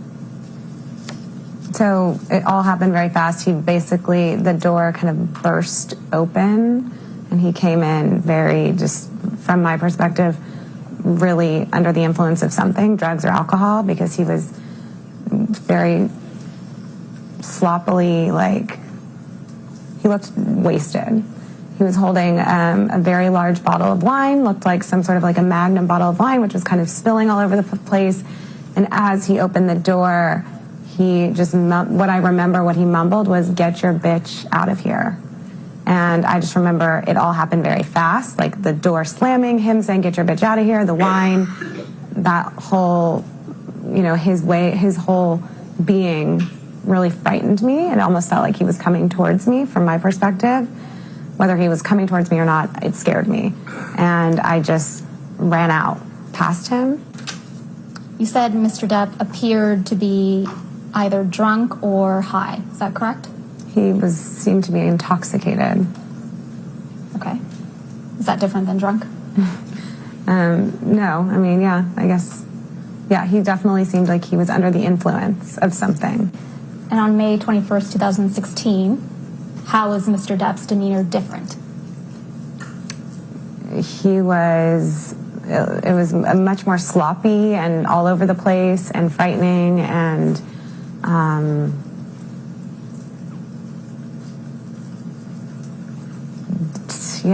combative. Felt very angry. He felt angry. And And when you say combative, what was combative specifically about his demeanor? Just the way he burst through the room, just very forcefully, and rushed in very quickly to the point that it made me want to get past him and run out very quickly. It wasn't an invite. It was very, it was intense. Okay. So Mr. Depp comes through the door to Penthouse 5, and you hear him say something to the effect of, "Get your bitch out of here," correct? Mm-hmm. And then you ran out immediately thereafter? Yes. Okay. Did you see Mr. Depp spill any wine in Penthouse 5 before you ran out? Yes. How much wine did you see him spill? I don't remember. A lot? The entire bottle? Not the entire bottle. What I remember was it was flailing, and there was definitely wine that was coming out. Would you say that being sloppy is different than being combative? Yeah, I would say sloppy and combative are two different things. And it's your testimony that Mr. Depp was on May 21st, 2016, both combative and sloppy, correct? Yeah, I would describe it that there was a little bit of both. Yes, but combative and sloppy. Was he more sloppy than he was combative? It felt more combative than sloppy. And just to clarify, the only thing that was combative was the words he was speaking? No, it was completely the way he entered into the room, rushed in, his energy, the way it felt like he was coming after me, like he almost felt like, from where I was standing, it felt like he was charging towards me, and I was scared, and it felt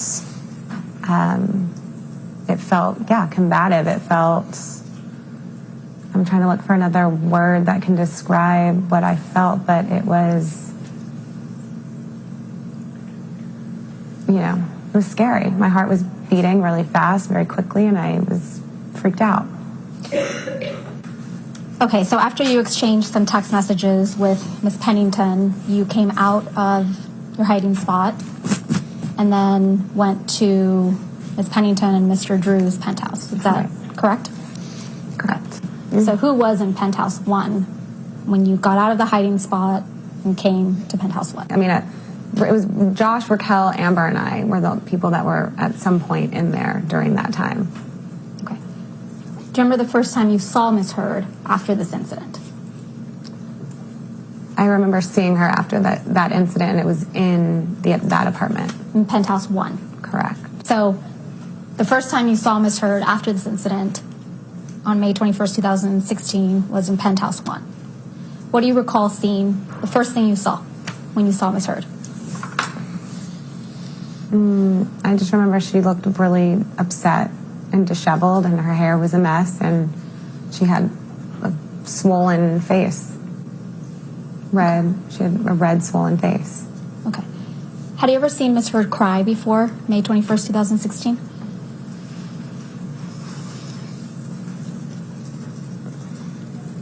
I don't think so.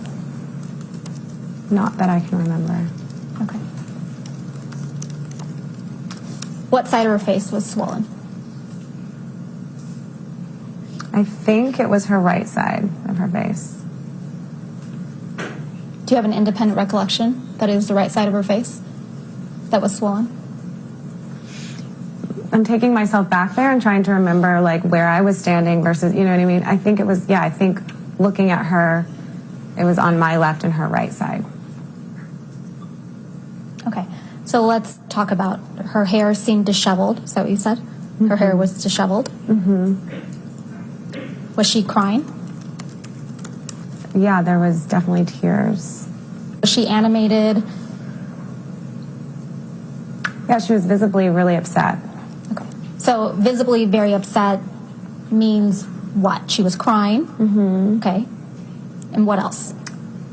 Tears, sadness, felt like confusion, felt like those were the main things. Would you describe, what did Mr. Drew say, if anything?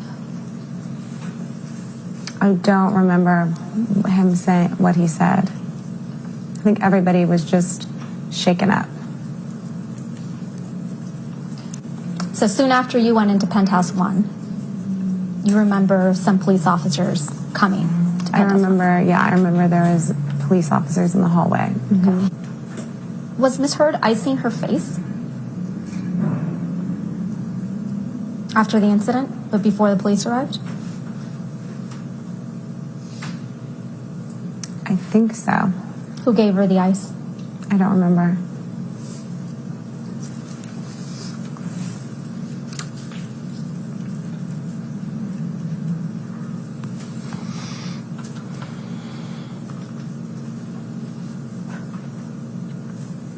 So you were in Penthouse 1 when the police came.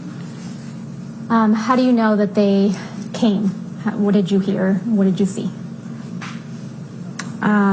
Because they said the police are here. So I Who said that? I don't remember. Again, this is a very long time ago, so specific details are going to be really hard for me to remember. Okay. I just knowing that the police were there in the hallway, 2 of them. And in February, when you lived at the penthouse for a few weeks, you didn't hear or see any abuse by Mr. Depp towards Ms. Heard, correct? Correct. And did you go to Amber and Johnny's penthouse thereafter, or where did you go next? So I just remember at some point ending up, yes, at some point we were in their penthouse afterwards, in Johnny and Amber's. At some point we went over there. And did you go over there, you think, after the police came? It was after the first 2 police officers came. Okay. Do you remember glass on the floor? At this point in time, I don't remember what I saw. I don't remember if it was cleaned up by the time I got there or if there was glass on the floor when I walked in. Do you recall seeing wine spilled? I recall seeing wine spilled in the hallway, like a lot of wine spilled in the hallway. When do you recall seeing the wine spilled in the hallway? At some point in the night, maybe after, before. I recall, I don't remember specifically, but I remember seeing wine spilled in the hallway. I remember that being one of the things that I saw that was part of the destruction of whatever happened. Okay, so the police come, and you stayed in Penthouse 1. Correct. Okay. It was after the police officers left that you went to Penthouse 3, correct, where Amber and Johnny lived? Correct. Recall seeing wine spilled in the hallway? I remember seeing wine spilled in the hallway, yeah. Okay. And you saw the wine after the police officers came, correct? I think so. Did Miss Pennington take any photographs of the scene? I remember Raquel taking photographs of Amber's face. Okay. And now going to your description of Miss Heard's face, you said it was the right side of her face. You said it was what, swollen and red? Mm-hmm. What else? Correct. Yeah, it was swollen and red. Was any part of her face more swollen than others? It was around her eye. Had bruising developed already? No, it was red and swollen. Okay. So you did not see any bruising on Miss Heard's face the evening of May 21st, 2016, correct? I saw a red, swollen, puffy face. Okay. And just on the right side, correct? Correct. Okay. But wasn't it your testimony, Ms. Mars, that you were inside penthouse 1 when the first police officers came to the scene? Correct. Okay. And how much time do you estimate they spent in the penthouses? I don't remember.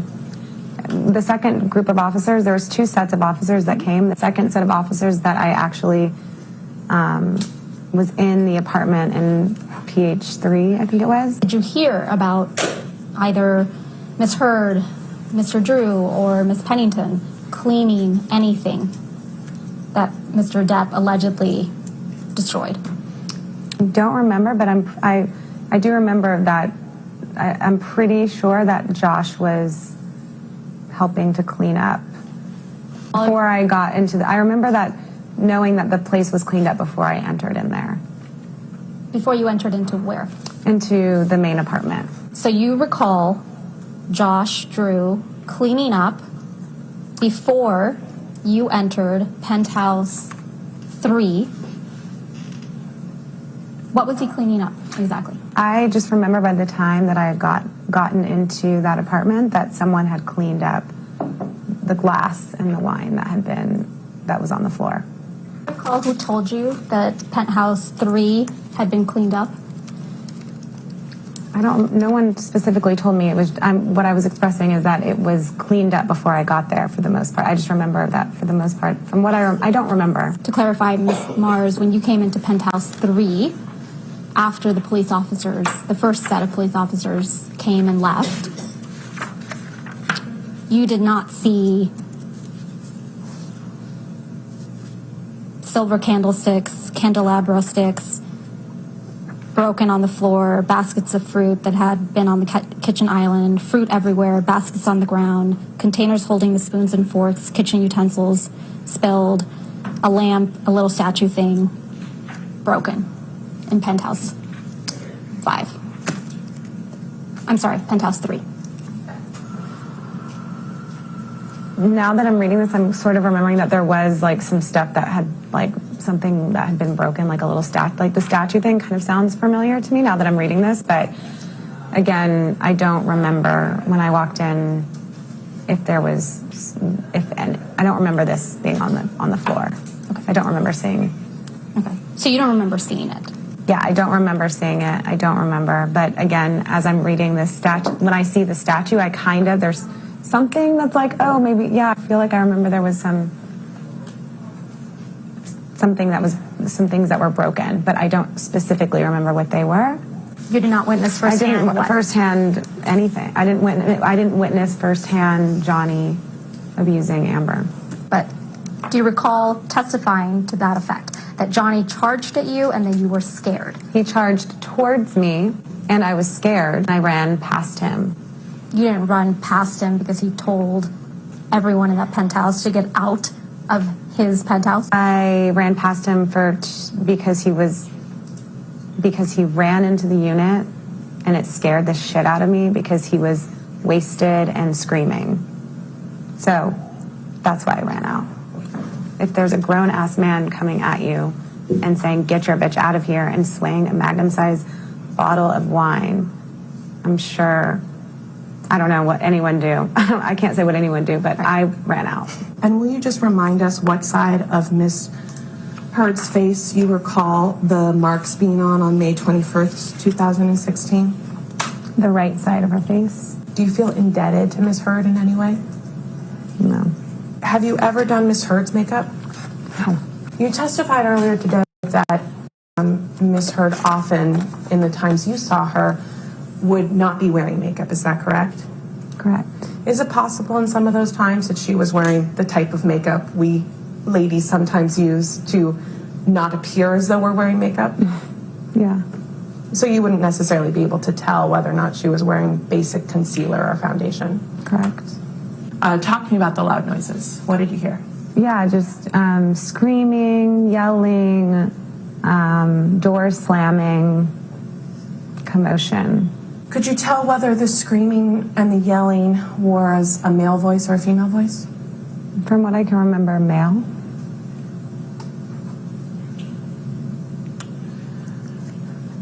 And could you tell where the screaming and the yelling was coming from? It felt like it was started farther down the hallway, and then it was coming like closer.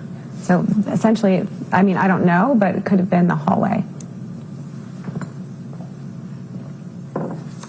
And so after you start hearing the screaming and the yelling and the door slamming and the commotion, you testify that Mr. Drew got up and went to the door? Mm-hmm, yeah. What did Mr. Drew do?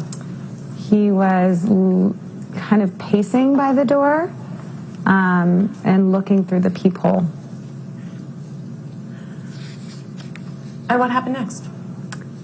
And then the door burst open, and Johnny came charging in and screamed, again holding the magnum-sized bottle of wine, flailing it around, looked intoxicated, kind of stumbling, and screamed, "Get your bitch out of here," as he ran in my direction. And I was scared. It was very frightening and just scary and unexpected. And so I just darted out past him and ran up towards the pool gym area and hid there. Prior to the night of May 21, 2016, had a man ever charged at you holding a magnum bottle of wine, screaming profanities? Objection. And what was your reaction to this event when it happened on May 21, 2016? Fear.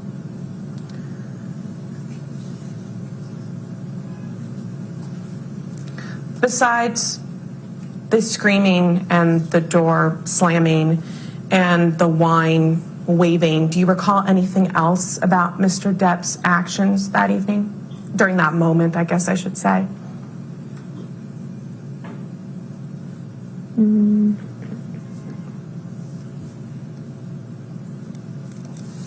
Just erratic. I would describe it as erratic behavior.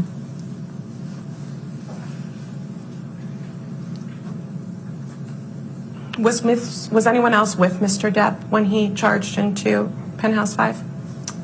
Behind him were two men. What about Ms. Heard? No. What about Ms. Pennington? No. So you testified that after Mr. Depp burst into the apartment and started charging towards you, that you darted out and hid in, I believe it's a communal exercise area, is that correct?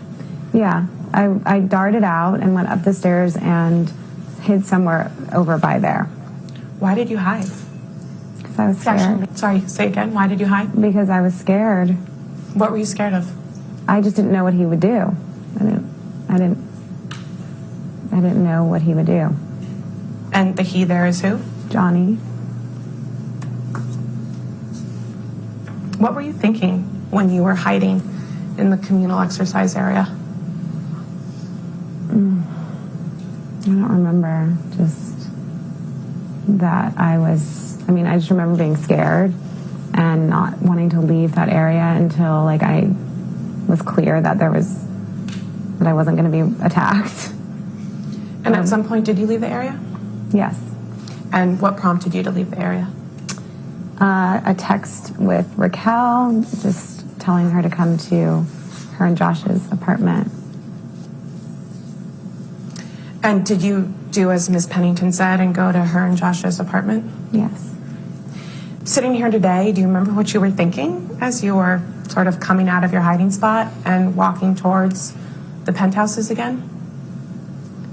I think the whole thing was just bizarre, like really frightening and bizarre to me. I don't specifically remember what I was thinking other than like, holy shit, what the fuck just happened, you know? And is he gone? Maybe I was thinking that. I don't remember specifically. And when you say, is he gone, who's the he you're referring to there? Johnny.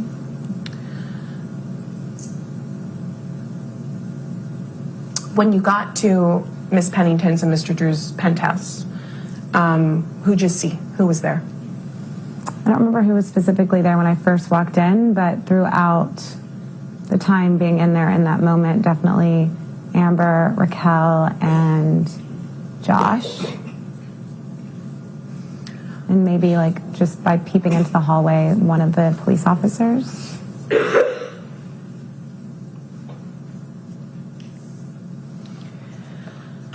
When you saw Miss Heard after you came back down from your hiding spot and you're in Mr. Drew's and Miss Pennington's apartment, how did she look?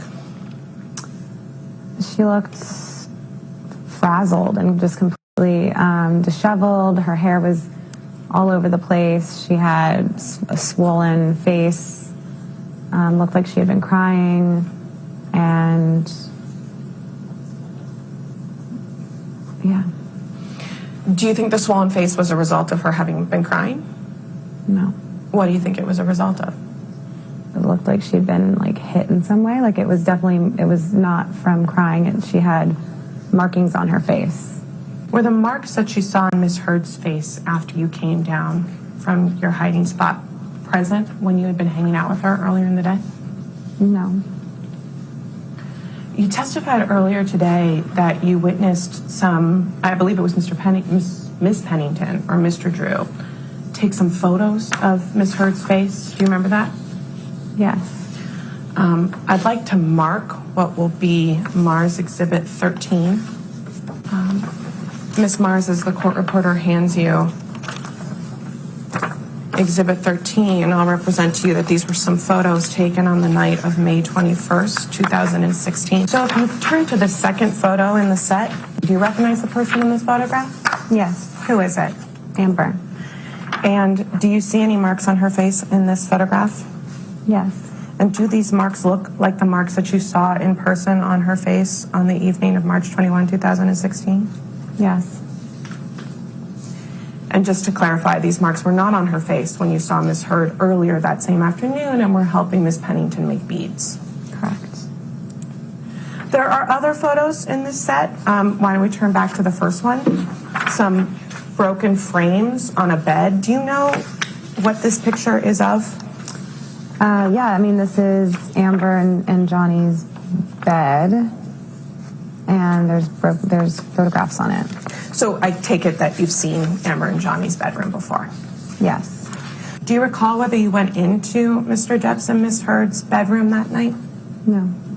No, you don't recall, or no, you didn't? No, I don't recall.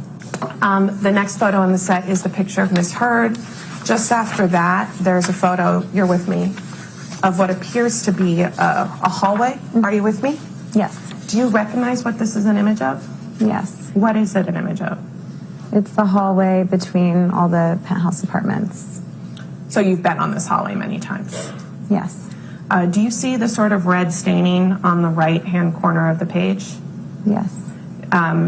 Do you recall seeing that red staining the night of May 21, 2016? Yes. And what was it? It was wine. So you saw that staining on the night of May 21, 2016? Yes. Do you recall whether it was there when you arrived in the afternoon? I don't remember seeing it, no. So when was the first time you remember seeing it? I think when I came out of my hiding spot and came downstairs back into Raquel and Josh's apartment. But you didn't see the wine get spilled? Not this, no. You saw other wine get spilled? I saw, yeah, as he was, and when he came in the apartment, when he was flailing the wine. And the he there is? Johnny. Then the last photo in this set appears to be of some picture frames hanging on a wall. Do you see that? Yes, I think it's in Amber and Johnny's apartment, I think. But again, I don't remember if it's in her studio. I don't know. Do you recall seeing this photo in one of the penthouses before? Yes. And when you saw it, was it broken? No. And what, if anything, do you remember about Miss Pennington's state? Also, distraught, upset. You'd been friends with Miss Pennington for many years at that point, correct? Correct. Had you ever seen her similarly distraught? Not similarly, but seen her sad. But have you ever seen her have the same reaction that she had that evening? No. So you also testified that you saw Mr. Drew in his and Miss Pennington's penthouse. What, if anything, do you remember about Mr. Drew's state?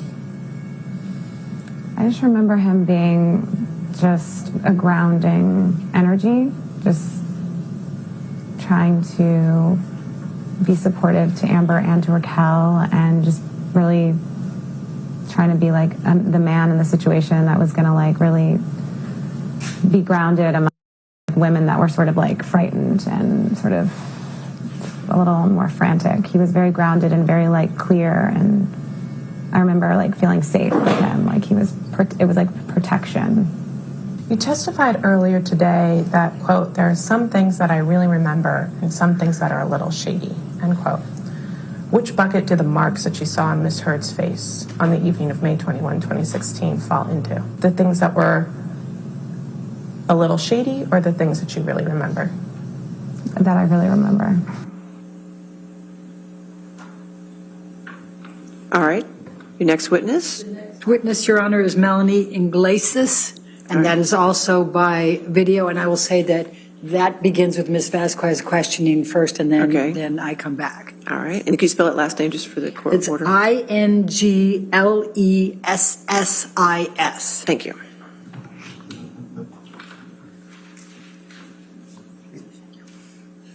Please state your name and address for the record. My name is Melanie Iglesias. And Ms. Iglesias, whoops, it's me first. I'm a makeup artist. And you, in fact, are a professional makeup artist, correct? Correct. When did you first meet Amber Heard? April 2015. And what was the occasion? Tribeca Film Festival in New York. And were you providing makeup services for her on that occasion? Correct. Okay. And did you become friends with Amber Heard after that? I did. Ms. Iglesias, I'm going to show you what has been marked as exhibit number 7. Do you recognize what's depicted in this photograph? Yes. I recall seeing this on the kitchen of the penthouse. When you enter, they have a bar kitchenette to the left, and that was there. Yes. But when you came to the penthouse after Amber had texted you, whether it was that night or the next day, you saw this in the kitchen. Is that correct? Painted? Lack of foundation. And so you do recall being there that evening? I do recall being there. You know, my only concern with all of this is that was it the day before or during another incident. But it says if my text said I was there the night before, then I was there the night before. Ms. Iglesias, I'm going to ask you to look at what has been marked as deposition exhibit number 9. Do you recognize what is depicted in this photo? Well, it's a bed. It looks like, it's a very tight picture of the bed, but it's a bed. And do you recall seeing this the night of December 15 with the broken part of the bed? Upstairs, yes. Okay. And when you say upstairs, what do you mean? Well, the bedroom was upstairs. And the downstairs had the kitchen with the writing. Do you remember where the other property that you saw was? Was that downstairs or upstairs? The property that was damaged. Was that upstairs or downstairs? Downstairs. And just so I'm clear, you recall damage to the bed, is that correct? And asked and answered. On December 16, 2015, did you return to Amber Heard's penthouse? Yes. And why did you come to Amber Heard's penthouse on December 16?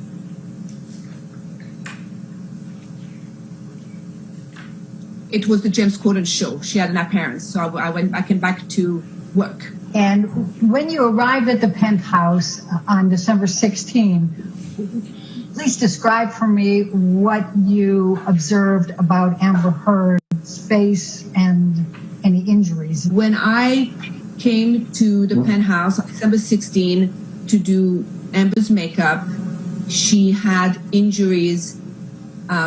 She had two light, like, I don't know how, I don't know, I mean, I'm not a medical expert, I don't know how I would describe them, but it could have looked like somebody had headbutted her lightly, so she had a discoloration here, under both eyes, and on the bridge of the nose, and she had what I would call a split lip or something on the lip, like a gash or a split lip. Ms. Iglesias, I'm going to ask you to look at what has been marked as exhibit number 11. Do you recognize this photo as being Amber Heard's head? Yes. Okay. And could you please describe for me what this photo is showing? It's showing a chunk of missing hair. And what, if anything, did you observe on December 16 about Amber Heard missing a chunk of hair? I remember this because she showed it to us, and I looked at it. Okay. And can you describe what is depicted right along her scalp there? I don't know. Do you recall that there was some bruising along the scalp and some pus, for lack of a better word? I don't recall. Ms. Iglesias, I'm going to ask you to take a look at what has been marked as exhibit number 14. Do you recognize the person in this photo? Yes. And who is that? This is Amber Heard. Okay.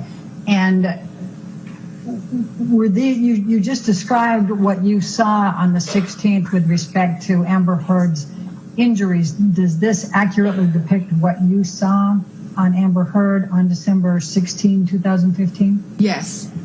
Ms. Iglesias, I'm going to ask you to take a look at what has been marked as Exhibit 16. Again, do you recognize the person in this photo? Yes. And who is that? Amber Heard. Okay.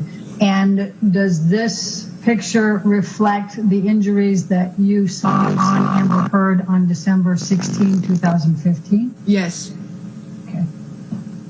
And then I'm going to ask you to take a look at one more of those, and that is Exhibit 17. And I'm going to ask again, Ms. Iglesias, do you recognize the person in this picture? And maybe to try to move it along, is it Amber Heard? Yes. Okay. And does this reflect what you saw as well on December 16, 2015? I mean, that's three pictures with very different light, but yes. Now, do you also recall there being an injury to Amber Heard's lip? Correct. And Ms. Iglesias, I'm going to ask you to take a look at exhibit number 19. And do you recognize the person in this photograph as Amber Heard? Yes. And does this picture accurately reflect what you saw on Amber Heard on December 16, 2015? Yes. Ms. Iglesias, could you please describe what you did by way of makeup to prepare Amber Heard for the James Corden show on December 16, 2015? Yes. We covered, I just did makeup, but just a little heavier where it needed. So we covered, the discoloration or the bruises with a little slightly heavier concealer. One that has a little more of a peach undertone, which I would normally don't use on Amber, but peach do cancel blue. So I did that under the eyes, and although Amber always, has a red lip, is one of her signature look, I remember clearly talking that we had no other option that night but then to use a red blood, like a really red lipstick to, make sure we could cover up the injuries on the lip. And were you able to cover all of the injuries with the makeup that you applied and as you just described? Yes. Ms. Iglesias, if you could look at what has been marked as exhibit number 22, do you recognize Amber Heard in that picture? Yes. Okay. And is this the picture of her? Is this a picture of her that evening, December 16, 2015, on the James Corden show? Yes. What, if anything, did you observe on the difference in Amber Heard's demeanor before the show and then on the show? That she had the ability to, turn it on, that she, the ability to do her job and perform how she was supposed to perform on the show. And prior to Amber going on the show and while you were working with her on her makeup, how would you describe Amber's mood and demeanor? Angry, sad, a little erratic, I think through waves of emotions, Do you recall someone named Ms. McMillan having any role in helping to prepare Amber Heard for that James Corden show that night, December 16? Yes. What do you recall? Samantha was a stylist. Samantha was there the day of the James Corden show, as she was always there to get her ready before an appearance or a show. And did Samantha work on Amber before or after you were applying the makeup? I don't know if she worked on Amber, but when I entered the Penthouse 5, Samantha was there with Amber. So Samantha was there before I entered the penthouse. And do you recall whether Samantha was hugging Amber when you came in? I recall opening the penthouse. So there's two penthouses. There's the penthouse where she gets ready. So Amber at the penthouse where Samantha gets her ready, where all Amber's clothes is. If I recall properly, that's the penthouse that I enter first, just to say hi before I would go set up in the other penthouse.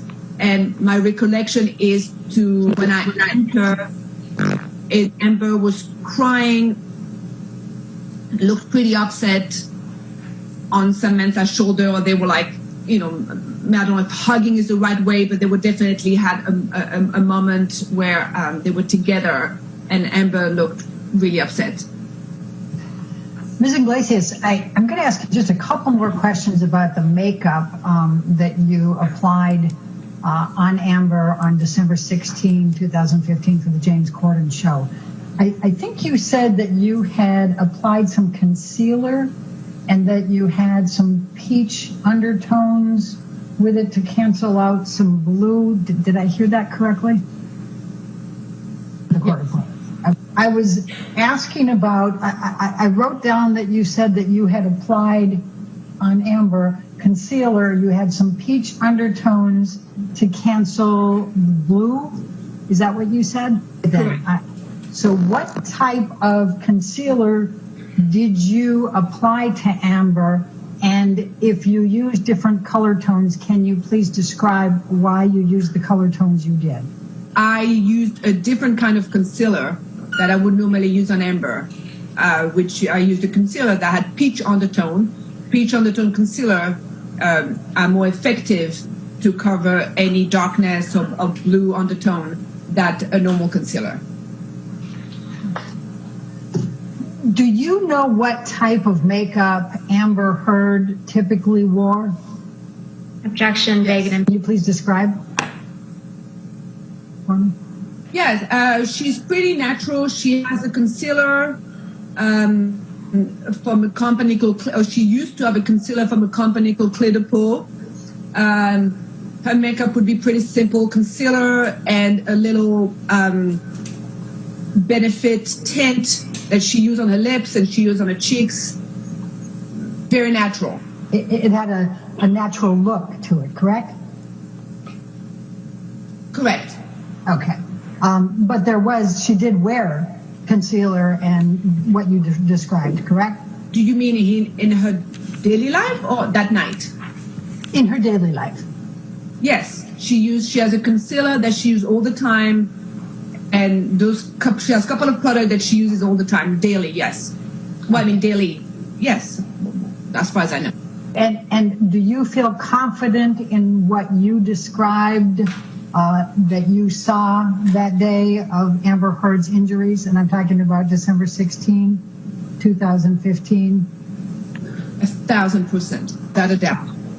Because I just don't remember, it's 5 years ago, I don't remember the exact date. And could you describe Amber Heard's demeanor in those days before and after the filing for divorce and for the domestic violence restraining order? An area of different emotion, definitely from sadness to not wanting to divorce to anger to being really upset to being really sad. So it was just a roller coaster of emotion that I think we were all there those couple of days to help navigate and go through it. I take it from your response today, you still feel very emotional about this. It's very difficult for you, isn't it? It's not difficult for me, no, but it just reminded me at the time how I felt, yes. When did you first tell Ms. Heard that you were no longer interested in having her as a client and being friends with her? That phone call, about a month ago. How was it said? Well, I just told Amber that, I wish her well and I just have no interest in continuing a relationship, whatever it's work-wise or friendship-wise. But specific reason other than the birth of your child and the postpartum issues that you described, both as client and Ms. Iglesias, what was your impression of Mr. Depp when you first met him? Lovely. You thought he was lovely? Yeah.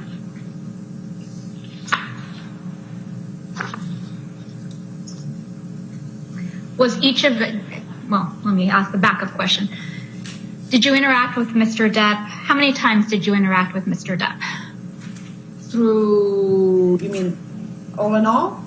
Oh, yes. The entirety of your interactions. How many were there? Approximately. 5, maybe less than 10. Maybe, yeah.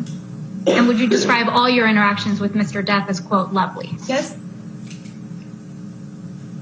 Did you ever see Mr. Depp act in a violent manner? No. Did you ever see Mr. Depp yell at Ms. Heard? No. Did you ever see him kick Ms. Heard? No. Did you ever see Mr. Depp throw an object at Ms. Heard? No. Did you ever see Mr. Depp slap Ms. Heard? No. Punch her? No. Did you ever see Mr. Depp kick Ms. Heard? No.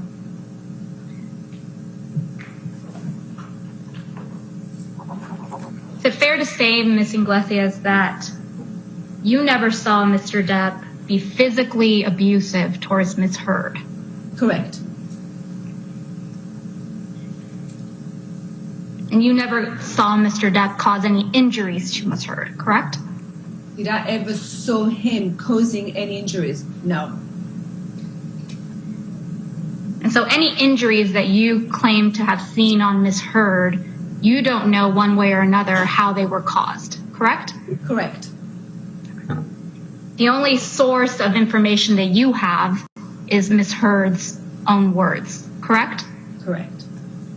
Did you hear Mr. Depp and Ms. Heard having a fight on the phone? I was there. I was present in the room. But just to confirm, could you hear Mr. Depp's voice? No. So fair to say that the only voice you heard was Ms. Heard's, correct? Correct. And so you don't know what Mr. Depp said to Ms. Heard on that phone call, correct? Correct. Do you recall any other occasions where you witnessed a fight between Mr. Depp and Ms. Heard, or heard about an incident or a fight between Mr. Depp and Ms. Heard, other than the three that we've now discussed? I would say every time. I would say that during my friendship with Amber, before she filed for divorce, which, I mean, timeline, I don't know, a year, maybe a year and a half, it was always some conflict, some fight, some physical fights, some verbal fights, some kind of problem, it always was a problematic. It was very consuming for me. It was all consuming about that relationship. It was a very consuming friendship, and hence that's why I decided not to continue it. But you yourself, Ms. Iglesias, didn't witness any of these altercations, fights, arguments, correct, between Mr. Depp? I think you testified that you interacted with Mr. Depp less than 10 times. When you did interact with Mr. Depp, was Ms. Heard present each of those times? All of those times. Did you find him particularly loving towards Ms. Heard? No, not particularly, no. And during these interactions with Mr. Depp and Ms. Heard, at that time, you were aware that Mr. Depp allegedly was abusing Ms. Heard, correct?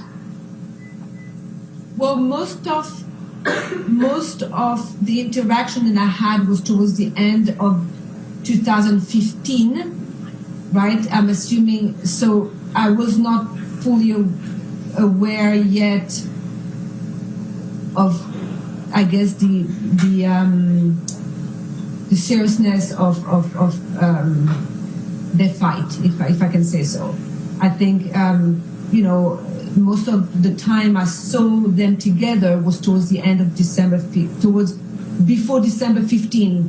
So Thanksgiving, that time, and Amber's, I think, birthday, I'm getting into the date. So the few times that I saw Mr. Depp was before I understood the seriousness of the fight. Understanding, again, came from Ms. Heard only, correct? Well, Ms. Heard and some of her friends, yes. Who were some of her friends? Rocky, Rachel Pennington, Ayo, Twillett, I'm not sure how you pronounce it, Josh, Drew, the people that were leaving, her sister, Whitney. Those were the core group. You said you spent Thanksgiving with Mr. Depp and Ms. Heard. Was that in Thanksgiving, November 2015? Yes, correct, because they were divorced by May 2016, so yes. How would you describe that evening? Awkward. Why? Because Marilyn Manson was there. Did you know Marilyn Manson? No, but this was an awkward Thanksgiving sitting there. It was quite intimate. So it was just awkward. He's just an awkward being, and it's just awkward to be around. So it was an awkward evening. Do you recall Mr. Depp and Ms. Heard having any type of disagreement or fight that evening? Disagreement, maybe. Like a disagreement. What do you mean by that? Well, I mean, there was, it was such a small, intimate surrounding that you pick up on things. And so I could tell that it was awkward. It was just awkward. I think Mr. Depp and Mr. Manson disappeared for a while, then everybody was at the table, so they was wondering where they were. It was just awkward. And you're pretty sure they had a fight because Ms. Heard told you after the fact that they had a fight, correct? Because you did not witness Mr. Depp or Ms. Heard having any type of fight the evening of Thanksgiving, correct? Correct. Ms. Iglesias, Do you have an independent recollection of going to the penthouse in downtown Los Angeles on December 15th, 2015? I have an independent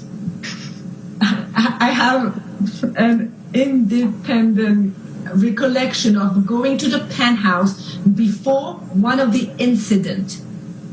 And at the time, I couldn't recall if it was the day before the James Corden or the day before the phone incident. So and that is what I made sure I needed to remember, that it was the day before December 16th. Yes. Does that make sense? So I knew I had come a day before, a day before one of the two biggest fights that, and I wasn't sure if it was that day or that day, but it was December 15th. And sitting here today, you're still not sure if you went to the penthouse on December 15th, 2015, or if it was the day before the May incident in 2016. And when you went to the penthouse on December 15th, I believe you testified before that you didn't see any injuries on Amber Heard that evening, correct? Sorry, I don't recall seeing any injuries on Amber that night. Do you recall if Ms. Pennington was at the penthouse that evening? Yes. Do you recall if anybody else was at the penthouse that evening?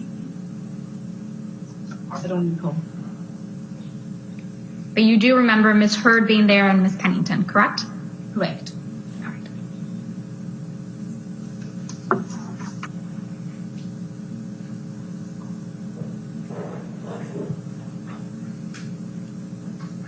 Did you take any photographs of Ms. Heard the evening of December 15, 2016? No. Do you recall being present when any photographs of Ms. Heard were taken on December 15, 2015? I don't recall. Do you remember being present when photographs of Ms. Heard's injuries were taken on December 16th, 2015? No. And did you take any pictures of Ms. Heard and her injuries on December 16th, 2015? No. So I don't want to take up the time of showing you all the photographs Ms. Bredehoff showed you earlier today, but there were a number of exhibits. I think I marked them as exhibits 14 through 20 that you were shown earlier this morning. Just to confirm, you didn't take any of those photographs, correct? Not on my phone, not with my phone, and I do not recall taking Amber's or Rocky's phone to take those pictures. No, definitely not with my phone. I do not recall taking physically myself those pictures. No, I don't recall. Would it be normal for Ms. Heard to have makeup on her face before you arrived to do her makeup ahead of an appearance? It would be normal for Amber to have concealer on, a little of that tint there, yes, because it is quite normal for Amber to wash her face. She always liked to wash her face before the makeup with the product that she likes, do a toner, so it wouldn't be abnormal for her to have a little makeup before and then wash her face and start clean. But you don't remember one way or another whether Ms. Heard had a fresh face with toner and moisturizer on before when you arrived on December 16th, 2015, correct? No, I do not. I don't recall. Would she usually wash her face and go through that process in front of you? Yes, I mean, in front of me in her bathroom, but, we were close, so it wouldn't be abnormal for me to be chit-chatting with her while she cleaned her face. And, I don't think specifically in front of me or not in front of me, but, yeah, I mean, she would wash her face in the bathroom, which is adjacent to where we get her ready. And I want to be really specific. So, based on your best recollection, what injuries did you see on Ms. Heard on December 16th, 2015? Amber had a slight discoloration on both eyes and on the top of a bridge of the nose, and hold on, and I do believe the right eye had a little more of a gash right there. It wasn't that strong, it wasn't that swollen, but it was definitely some blue and yellow discoloration there, mainly on the inner corner and a little more here. And then she had on the right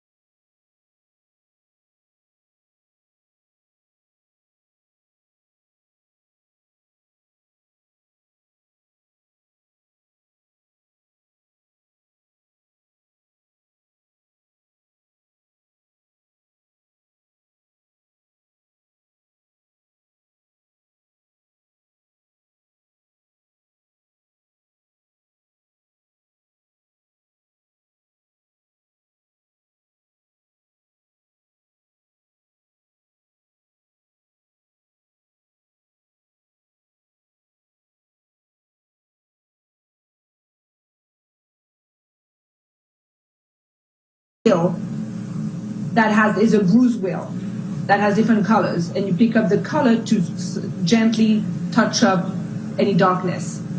Did you make a different choice for her overall look other than the concealer as a result of the injuries that you saw on her face on December 16th? Not a different choice, but I remember we specifically, I know you read it before, we had a red lip that was not uncommon for her. We know she has a signature red lip, so it's not suddenly it was, oh my gosh, she has a red lip. But I remember that day I specifically structured my makeup. There's a couple of things we do with Amber. We do a smoky eye and a nude lip or a red lip. And I remember specifically thinking of my makeup about we needed to highlight there to try to not draw attention there. And the red lip was our only option to cover that red cut that was there. So that I remember very specifically thinking that we had to have a red lip, sharp brows, and construct the makeup to take away from here. So basically, it's not going to mean nothing to you guys, but just basically a lot of highlight up here to kind of not focus on this. I remember talking about it very clearly. And forgive my ignorance, but what did you do to cover up the cut on the lip other than apply a red lip? A red lip. A red lip. It is swollen. I can see it in the video on the James Corden show. So her lips was swollen. It was big on that side. You can see it. There's nothing I can do about that. But we did a really dark red lip to match that red gash or cut, whatever that was there. Do you recall Ms. Heard being hindered as a result of the injury on her lip? And when I say hindered, I mean, did she have trouble opening her mouth widely, or, did she complain about it hurting or splitting open and bleeding? Do you recall any of that? I don't recall.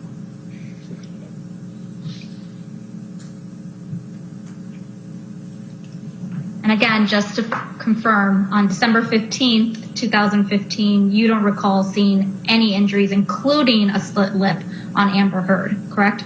Correct. Do you recall having any specific conversation with the hairstylist that was doing Ms. Heard's hair on December 16th, 2015, as it related to the abuse that Ms. Heard was describing for you? Yeah, yes. We talked a bit about it, yes. And what do you recall about that conversation? I think everybody was a little like, whoa, shit, okay. I think everybody was a little surprised. Everybody was a little like not knowing how to move forward with it. But we talked, as I said, when Amber was in the chair and Adia was behind her and I was in front of her, I recall the three of us having this conversation, and I recall Adia showing me the hole there. But just to confirm, you don't know how that chunk of hair was missing from Ms. Heard's head. You don't know what caused that chunk of hair to be missing, correct? I don't know it, correct. You don't have any personal knowledge, I should say, as to how that chunk of hair came to be missing from her head. Well, I did not witness it, correct. Alex, may I please have you bring up Dep 9? Ms. Iglesias, you've testified previously that you see, watching the video clip, right, you see Ms. Heard's, you see the swollen lip and you see bruising. Yeah. I see. I've known that face. I know that face so well. I've done it so many times. I can tell where the bruises are, and I can tell where the swollen lip is, correct.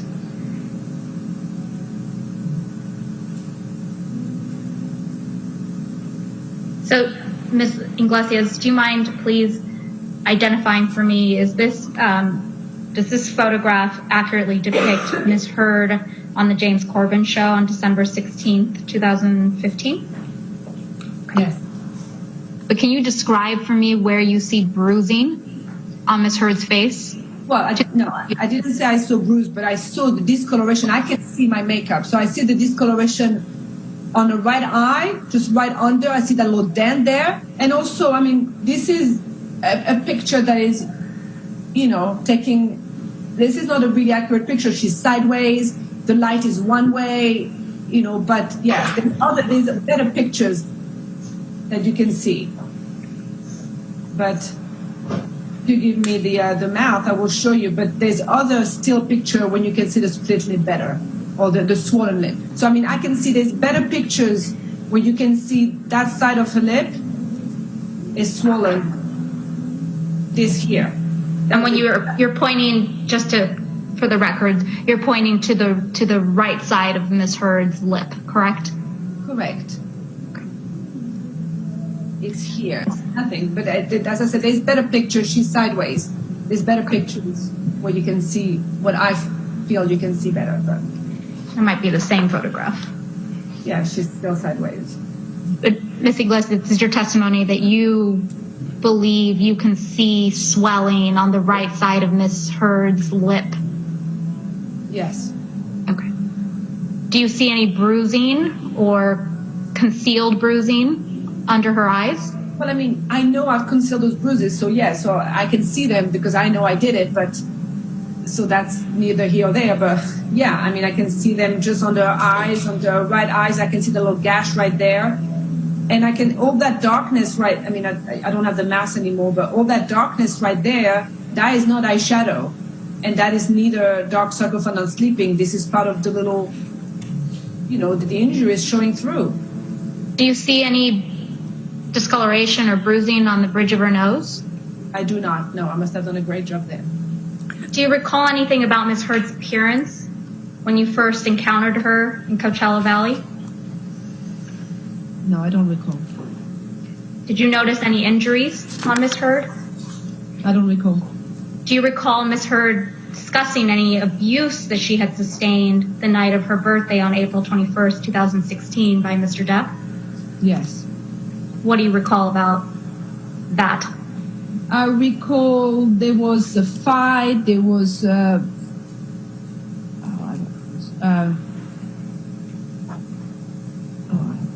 I don't remember. I don't exactly recall the fight. I know there was a fight and there was some problem. That's why they were late coming back to Coachella's.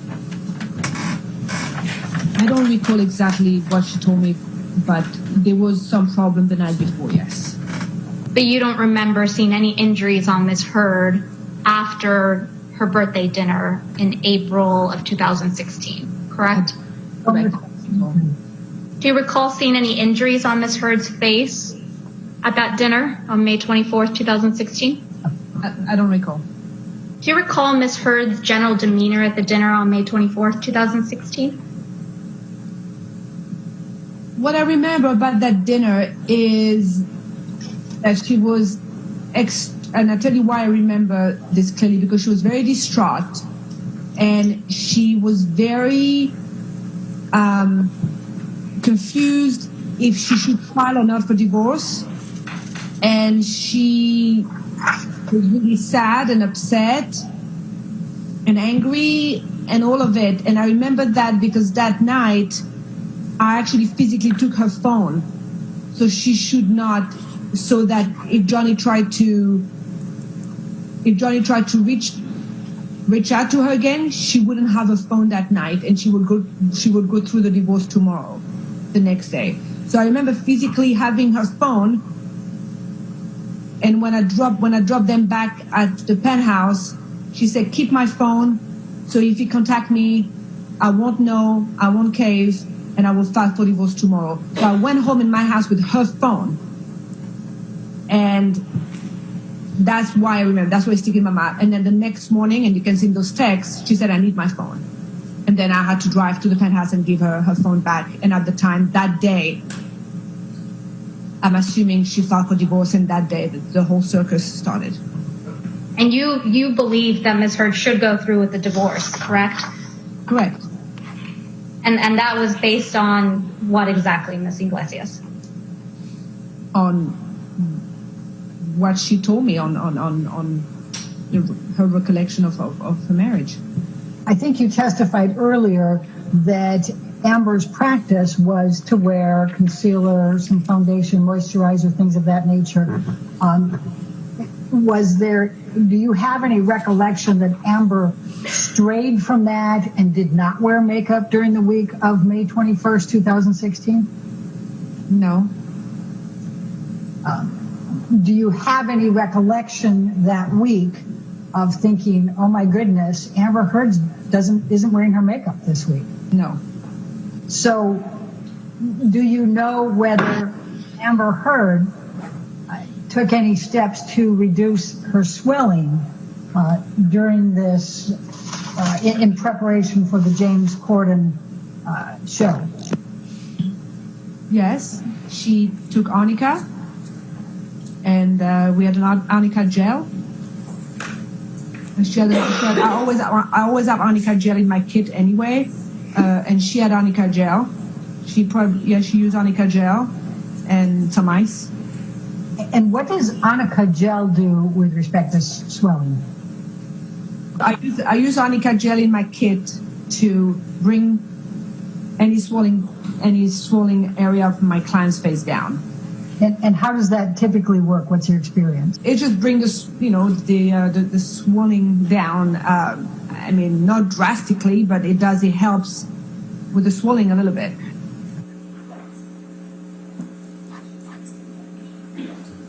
All right. Yes, Your Honor, we have another video. Okay, if you could approach for a moment, let me just... Certainly.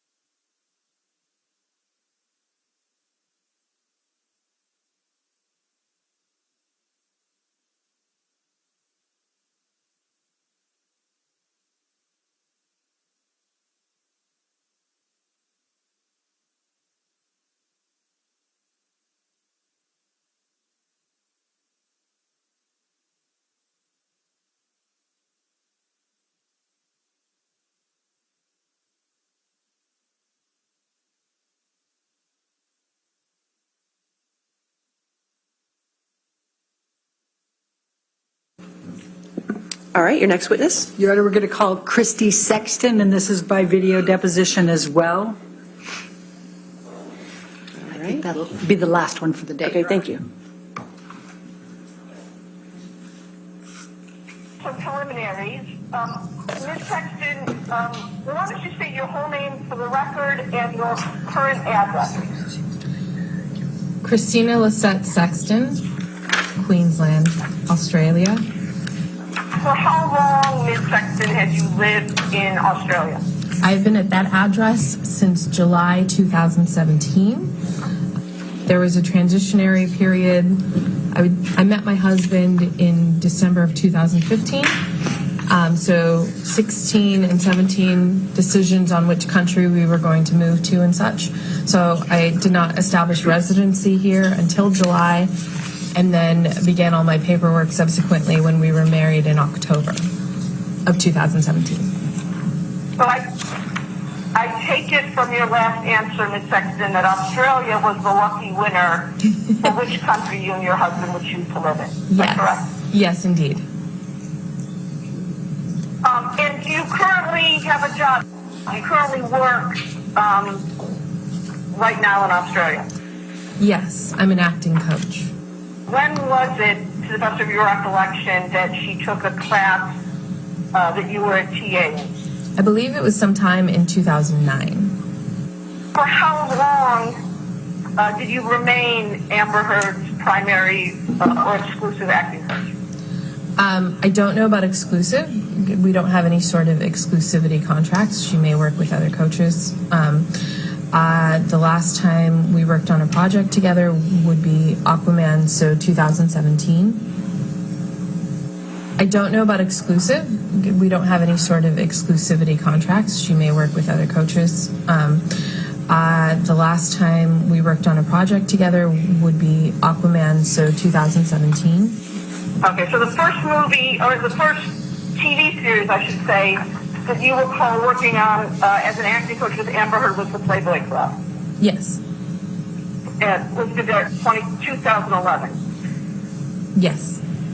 I take it from what you just described that although the frequency varied, it's fair to say, is it not, that you saw Ms. Heard many, many, many times during the period between 2010 and 2017? Oh, yes. Would it be fair to say that you saw Ms. Heard during this 7-year period more than 100 times? Easily, yes. And when you say easily, do you think it's also fair to say that you saw her more than 200 times? Absolutely, yeah. I'm going to go up another 100. Same answer for 300 times? Yeah. As I said, when I would see her, it would be multiple times a week in preparation for a project. When's the last time that you had a session with Amber Heard as her primary acting coach? Mid-2017. During that early period when she lived on Orange Avenue, how would you describe, Amber Heard as an actor? She was really focused on moving to the next level of her career and really stretching herself as an actor, which is why she started coaching so much at that time and initially even went to classes. So she was really driven to do a lot of work and kind of mine out everything that we could from the text and go over things a lot. So she was very driven as an actor to, I would say, get to the next phase of her career. We're looking at Section 1. Refresh your recollection as to when that took place. That's the IMDb page. Yes, it was either 2011 or 2012. If it's saying that it came out in 2011, then the premiere would have been in 2011. So yeah. When was the next time you recall seeing Johnny or Mr. Depp? I would say sometime in the middle of the following year. So sometime in the middle of 2012, you think? Yeah. And where was that? At her house on Orange. I remember seeing him quite a bit. In the early period. Again, I'm focused on the early period. Did you have occasion to run into Mr. Depp at your coaching sessions with Amber later when she moved into Sweetser Avenue and then at the penthouse in downtown Los Angeles? Yes, I did see him often at both Sweetser and the downtown house. And over that period of time, did you observe changes in Mr. Depp's behavior? Yeah, Johnny became, I would say, much darker as time went on.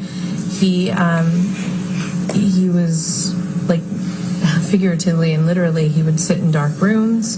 The art overall changed. Like, everything got much darker in the houses with, like, heavy, it was always a little, I don't know what the art form would be, dark, but it just, like, literally lighting would go down and big curtains would be everywhere, and he became much less talkative as time went on.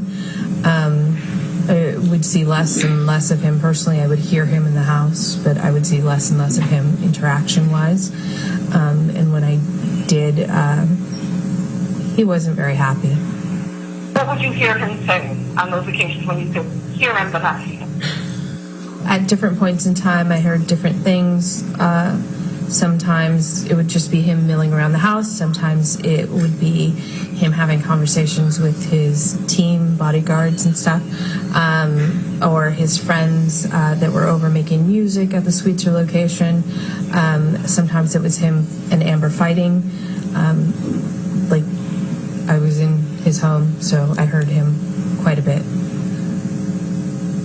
You said a couple of answers ago that from time to time you would hear Mr. Depp and Ms. Heard fighting. Can you, again, keeping in mind that it's a long time ago, can you describe what you heard? I would say I would just hear a lot of him yelling. His voice would carry through kind of the halls of the house. And then, like, I remember one time in specific that I could hear Amber was trying to get out of the room, and then the door shut again, and then I could just hear muffled yelling on his part. At the beginning of their relationship, once Ms. Heard has revealed to you that they were in fact in a relationship, did she talk to you about Mr. Depp's struggles with drugs and alcohol? In the early parts of their relationship, she had said that he was sober. She was trying to support him in his sobriety. And then subsequently throughout the relationship, we would talk about his breaks in sobriety. Based on your work as Ms. Heard's acting coach, primary acting coach, was it your understanding that Mr. Depp had opinions about what role Ms. Heard should take? There were a couple of occasions where I actually heard Johnny say, why would you want to do that kind of role? My woman isn't going to play that kind of role. Stuff like that I heard a few times from him over the course of time. Other than saying that hearing Mr. Depp say he didn't want his woman playing a whore, did you ever hear him use any other language like that about the kind of roles that Ms. Heard was being offered? To focus you in, Ms. Sexton, I'm talking about the period when Amber and Johnny were together in a relationship until you stopped being her acting coach in 2017. And I'm focusing in on what you recall hearing from Mr. Depp about what roles he thought Ms. Heard should play. As I said, he would be sitting. Initially, when she lived in the Orange location, sometimes he would be nearby. It was a fairly small house, and he would be nearby and kind of earshot. So there were times that he was kind of just disparaging. That's a shitty role. Why would you do that? That kind of thing. But he wasn't super negative then. Later on, as it went on, he was very vocal about the negative terms. Like I said, he called it a whore part or a trash part, or a piece of shit, all sorts of things like that. Generally pretty negative if it was something he didn't want her to do. Did the number of roles that Ms. Heard auditioned for change during the time that she was involved with Mr. Depp? Yes, it did. It was decreasing as it went, and there would be stretches of time where she wasn't auditioning at all or working on anything at all. During the time that Mr. Depp and Ms. Heard were together, did you observe changes in their relationship over time? Yeah, early on they were incredibly lovey-dovey and passionate and always together in a positive way. They were very playful and friendly. And then I would see less and less of them together, and I would hear a lot of muffled arguments through the walls. And when I did see him, sometimes the balance would shift. It went from being like a normal couple to very tension-filled, especially those last few months that they were together. And yeah.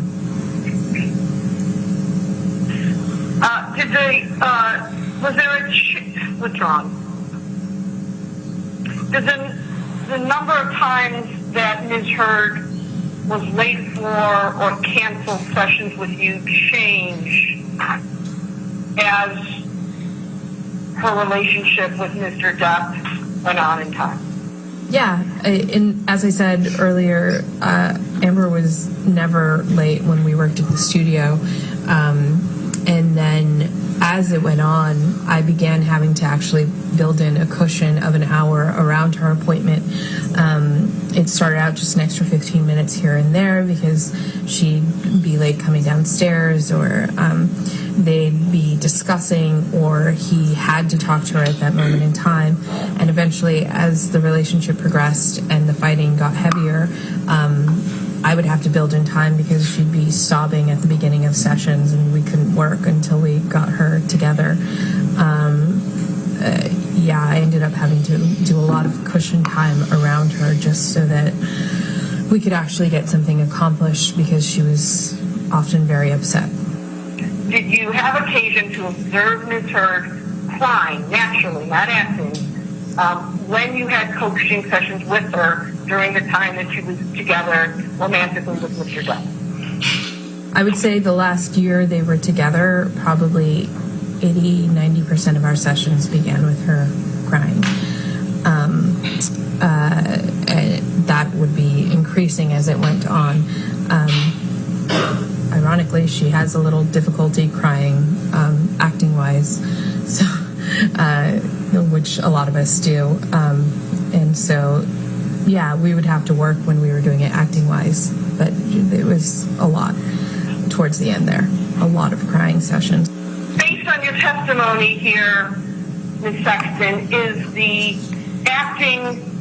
crying that she did in a role different than the crying you observed so often in the last year of her relationship with Mr. Depp?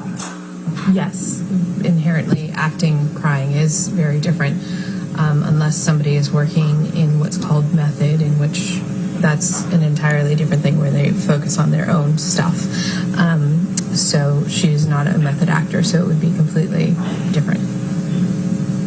Speaking for your own self, Ms. Sexton, how did you react when you saw Amber at these sessions crying the way you described it?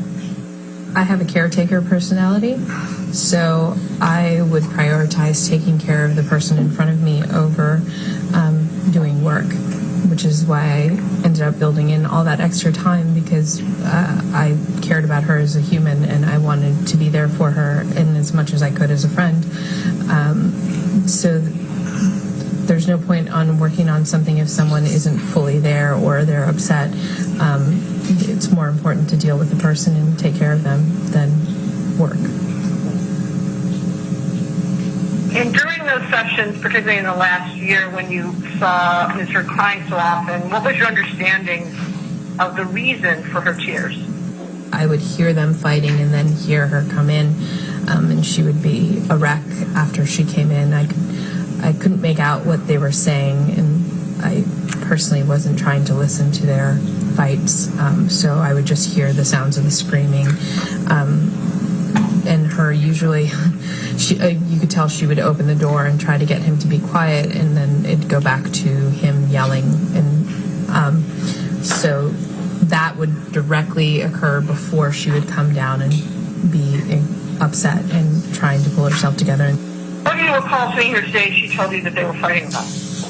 I was witness to some of those. He didn't want her going out without any sort of security or any team.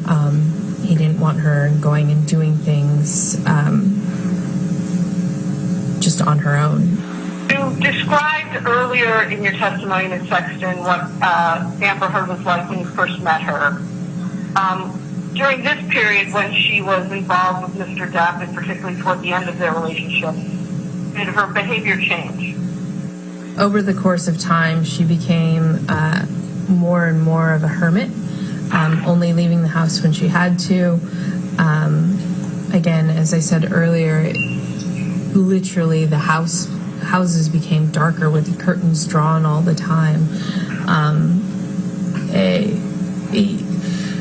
I remember one time in particular when she was living at the Eastern Columbia that we went downstairs to get a slice of pizza. I think there were 4 of us, and Amber gave a homeless kid down there some money, and we helped him get to the bus stop, and we came back up, and Johnny yelled at her about going out, and that she knew better than to be going out at night and that kind of thing. And when we tried to kind of be like, it's fine, we got pizza downstairs at the building across the street, then he just started screaming and getting really angry. So I made my way out. What about her weight? Did you notice any changes during that period in her weight? Just to be clear, Ms. X, I'm asking about the time that she was involved with Mr. Depp. So Amber is one of those people that loses weight when she's stressed out. So she would drop weight and look skeletal at certain points in time. I remember right before their wedding, she had lost a significant amount of weight to the point that I was asking her if she was eating regularly. So she's always been fit, but she would drop down and get a little gaunt if she was super stressed out. And in that last year that she was involved with Mr. Depp, do you know changes in her weight? Yeah, she lost a significant amount of weight, and I noticed it specifically because I had been in Australia doing a film, and then when I came back, so I'd been in Australia since December, I came back in February, and she looked, she was skin and bones. Like she was much thinner than she normally was at that point. So I know during that time period that she had lost a lot of weight and she was very gaunt. Now, I'm going to shortly move on to specific incidents, but for now, Ms. Beckman, I want to speak generally about things you observed and saw. And the first question I have in that regard is, during the time that you were Amber Heard's acting coach and she was involved with Mr. Depp, did you observe injuries on Ms. Heard? When she came back from Australia, there were a lot of like little red marks on her arms that looked like freshly healing things.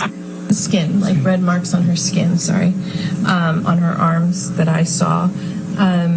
And then subsequently I would see like bruises that look like arms being grabbed or wrists.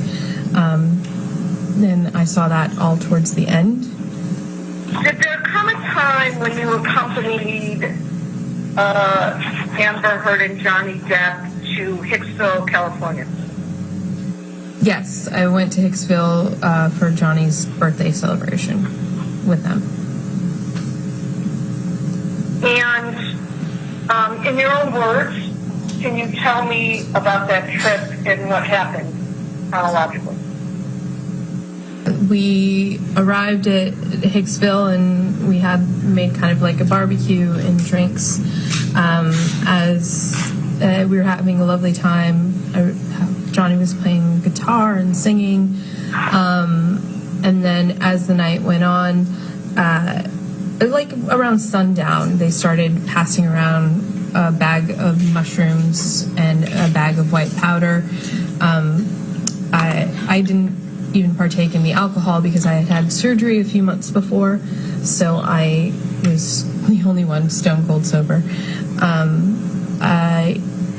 Then I went to bed early, and while my friend and I were in our trailer and we heard the fighting happening, Johnny screaming and a commotion, we didn't come out of our trailer, and then the quieting down and everyone being like, oh, it's okay. The bodyguards, I heard them running over there. And then the next morning when we got up, the group was talking about what had happened that night. And then I kind of left that conversation and went to the trailer to check on Amber. And I saw the completely torn apart trailer Johnny was apologizing for what he had done, and he was instructing his bodyguards to just pay it off. Let's just take care of it. And I stayed with Amber. She was really shaken up. The next day, can you describe for me what the trailer where Amber and Johnny were staying looked like? The inside was in shambles. I remember seeing a light hanging off the wall. There was broken stuff everywhere. Dishes, it looked like, or not dishes, like the wood was broken. Things were hanging off the wall. It was in shambles on the inside. And that next day, I think you said that you had occasion to see Mr. Depp. Is that correct? Yeah. How did he look that next day when you saw the trailer? He looked very worried. He was apologizing. He was saying he would take care of it. He was like, don't worry about it, babe. We're going to get this taken care of. And Amber was really like closed off and quiet, and he just kept kind of apologizing to her over and over again, and then telling his bodyguards to just take care of it, just get it done, whatever it is, just pay for it. And then he went off to go have that conversation with them. What was Mr. Depp saying that next day when he was apologizing? I just remember him saying, I'm so sorry, babe, I'll take care of it. I know this is bad, but I can take care of it. I'm sorry I did this, that kind of thing. I think you said, testified this earlier, but I want to make sure the record is clear. Did you recall Mr. Depp using the word monster that day? I heard him on different times making apologies that he said, I'm sorry I turned into a monster. I just remember a profuse amount of apologies. I don't know if that time in particular had that verbiage. Anything else about Hicksville that you remember that you haven't told me about? I mean, the only thing I stated that I did see him eat the mushrooms. I saw him holding the white bag. I don't know what he did with that, the bag of white powder. Everyone except for me was drinking, and different people were partaking in different drugs at that time. So I didn't keep track of that. I don't know anything else that I can recall. Okay. I want to go forward to another incident,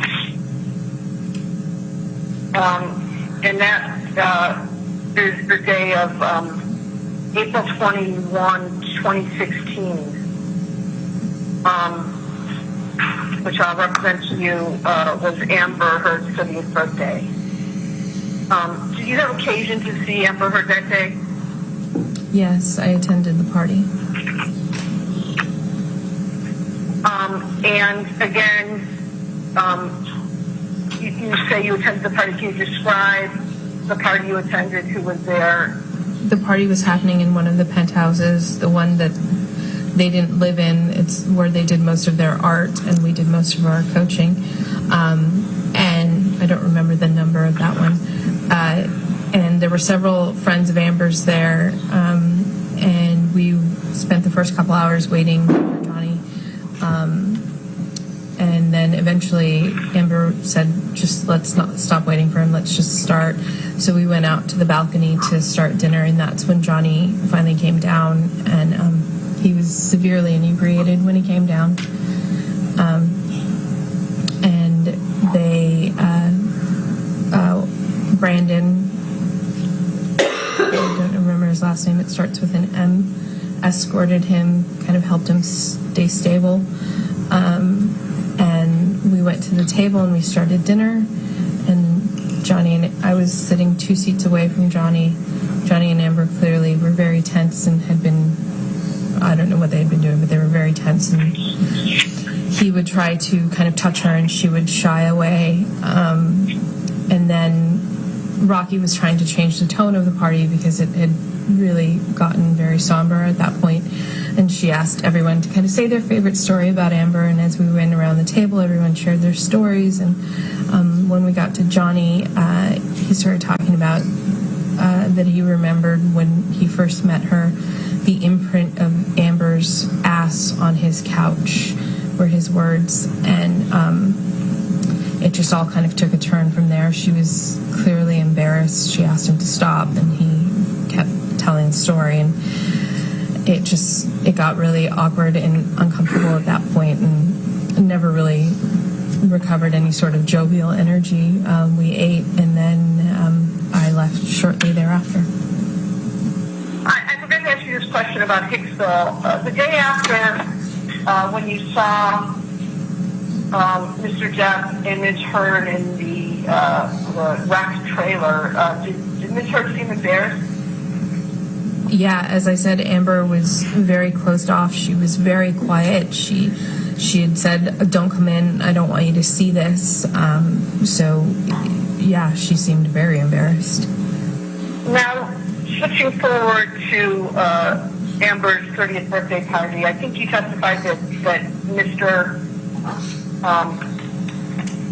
Depp seemed inebriated when he arrived. What's your basis for saying that?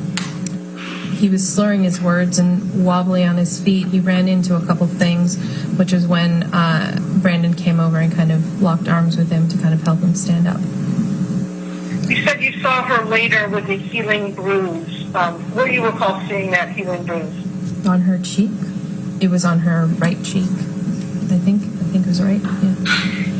Do you know how long after the incident that you just discussed with the cell phone you saw Ms. Heard and her face? It was a few days later, but I couldn't tell you exactly when. I mean, everyone heals at a different way, right? I could still see kind of the yellow and stuff in there, so. When was the last time you spoke to Amber? You said August of this year? Mm-hmm. When was the last time you spoke to her specifically? Do you remember? We went over it was sometime in August. I can narrow it down to August, to have wine, have a glass of wine and catch up, because like I said, I think it had been 2 years since we had physically seen each other. Both times when you met with Ms. Heard in August of this year, did you meet with her at her house? Yes. Did Ms. Heard mention any of the allegations that Mr. Depp is making against her in relation to this case when you met with her? Only to talk to the attorneys about it.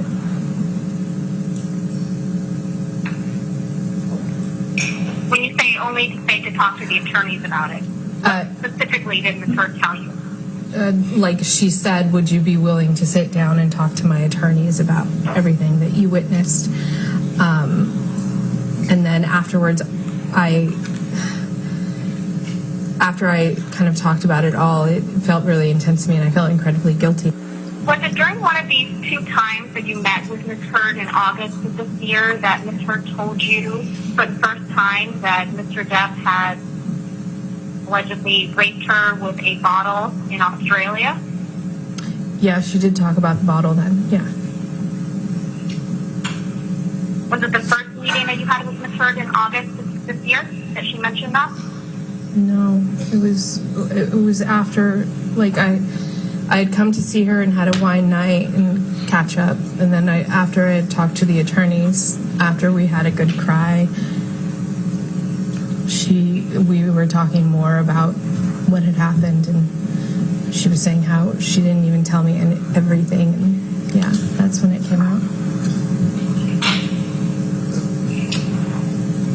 And just to confirm, Ms. Sexton, Ms. Heard told you about the bottle incident in Australia where she claims Mr. Depp penetrated her with it before your deposition, your first deposition in this case in August of 2019? Yes. It was after I had talked to the attorneys. After you had spoken to the attorneys informally, correct, at her house? Yeah. But it was before you were formally deposed in this case on I believe it was August 30th, 2019? Yes. And just to confirm and make the record really clear, this was the first time Ms. Heard had told you that Mr. Depp had allegedly penetrated her with a bottle in Australia, correct? Yeah, she had told me about the assault with the bottle, being hit with the bottle and the broken glass and everything. And then she had told me about all that many times before. And then this time she started crying and sobbing and started telling me about the assault, the penetrative assault. And when Ms. Heard told you about this alleged rape that occurred, did she know that you were going to be deposed by her attorney? No, because they were all in the other room. And they didn't even tell me that they were like, we may have you for a deposition. And that's when I had said to them, if you're going to do that, I would appreciate it if you did it before I left the States. And they said, we may or may not need you. And it was a couple days later that they then sent me the contact and said, we are going to subpoena you. Since you've known Ms. Heard, can you tell me how many times you spent maybe a significant amount of time with Mr. Depp? I would say probably around like 10 or 20 times. And of those 10 or 20 times that you saw Mr. Depp and spent maybe more significant time than him just passing through a room, how many times would you say he was or appeared to be sober? Not many. If he was coming down to have a conversation, he was pouring a glass of whiskey or rolling a joint or having wine. It always seemed to me that he's not a social animal, if you will, and he would have a drink or a smoke in order to go talk to people, is what it felt like. So most of the time I saw him, it was that. You would agree with me, though, Ms. Sexton, that someone getting a drink is different than someone appearing drunk, correct? For example, if it was his first drink of the day. So my question is a little bit more specific. Of the 10 or 20 times that you saw Mr. Depp, how many times did he appear inebriated? Not, holding a glass of whiskey or smoking a joint, but how many times did he appear inebriated to you? I would say at least half, if not more. How would you describe Mr. Depp's personality when he was or appeared sober versus when he appeared inebriated? He was very quiet when he was sober, and before he would start drinking, he was very quiet. Almost a whisper, mumble most of the time. And then he would get very loud when he was inebriated, and he would go to like boisterous first and telling like cool stories and stuff, that kind of happy drunk, and then it would move into the loud, angry drunk. When you say loud and angry drunk, did you witness Mr. Depp be angry when he was drunk? A couple of times, yeah. When was the first time you witnessed Mr. Depp appear to be angry and inebriated? I couldn't tell you the first time per se. I have images in my head. I remember him like yelling and screaming, and the bodyguard coming over and being like, "Hey, boss, let's take this to another room." Can you tell me as much as you can remember of that incident? I remember being in the kitchen of that house, and he came down and he was yelling about something. Amber and I were having a conversation, and we were going to, I think we were going to work on something that day. It was later in the evening where it was really dark in there. Like I said, sometimes they drew all the curtains. In my memory, it's very dark. And he was yelling, and that older guy came and like scooped his arm around him and was like, "All right, boss, let's take this to another place." Because he was inebriated. I could tell from the way he was talking, and he was just kind of yelling. And I don't recall what was happening. It all kind of happened very quickly. I don't recall what he was yelling about, or if it was even at anybody. He was just kind of down there and drunk, and he scooped him up. You anticipated my 10 questions, which were who was he yelling at and what was he yelling about. So you don't recall, is that correct? No, I don't. And you said the other instance that you remember of Mr. Depp appearing inebriated and stating where he was at one of his penthouses in downtown LA. Is that correct? Mm-hmm. What were the circumstances that you remember about that incident? I remember one time he was mad that people were in the house because I had just gotten there. I don't even remember. There might have been like 2 people there or something. I don't remember. But yeah, he was storming up those stairs to his office bedroom area. And then Amber and I went to the other penthouse to work. And in either incident, both at Sweetser and at the penthouse, when you saw Mr. Depp and he appeared inebriated and was angry and yelling, did you see him hit Ms. Heard at any point? No, I did not see him hit her. Did you see him kick Ms. Heard? I did not see him kick her. Did you see him throw something at Ms. Heard? I saw him coming at her, and that's when the bodyguard stepped in, like coming towards her. But I did not, like, so throwing himself at, like, but I was not witness to him throwing objects at her. When you say he was coming at her, are you describing the incident at Sweetser or at the penthouse? Sweetser, he came in through that hallway, and we were sitting at, it was kind of like an island there, like right in front of the fridge, and I was in front of the fridge, and he came in from there, was like coming at her, and then the bodyguard, like came in and scooped him up. This is the incident. You don't remember what Mr. Depp was yelling about or Yeah. what? Yes. But it appeared to you that Mr. Depp was coming at Ms. Heard. Yeah. Correct? She was shaking and upset.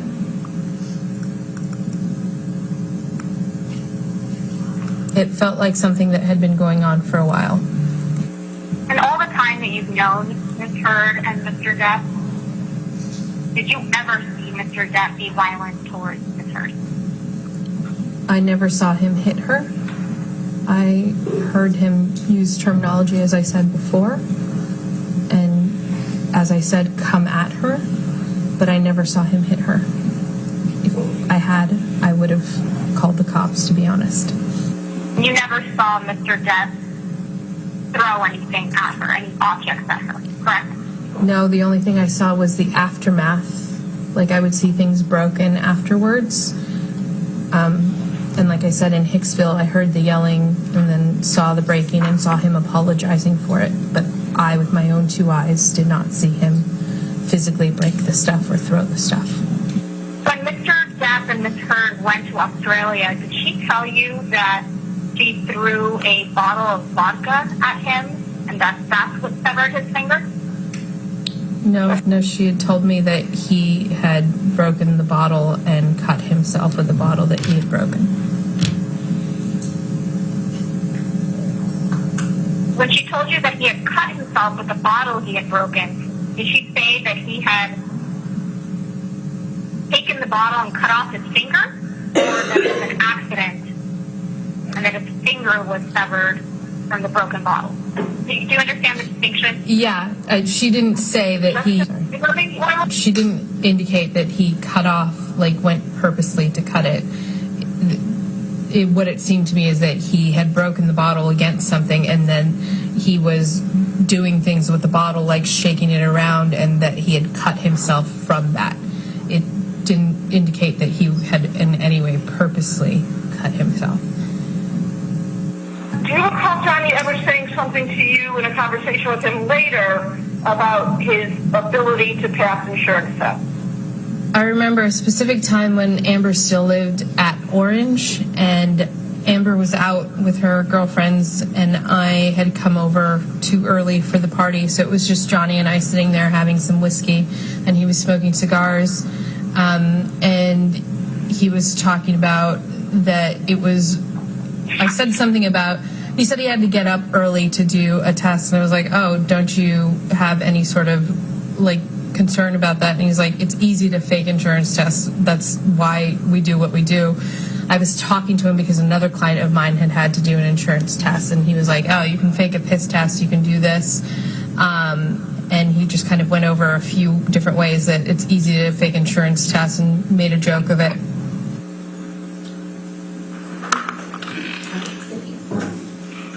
All right, ladies and gentlemen, we've come to the end of the day today, so have a good evening, and we'll see you tomorrow at 9 a.m. Again, do not discuss the case with anybody and don't do any outside research, okay? Have a good evening.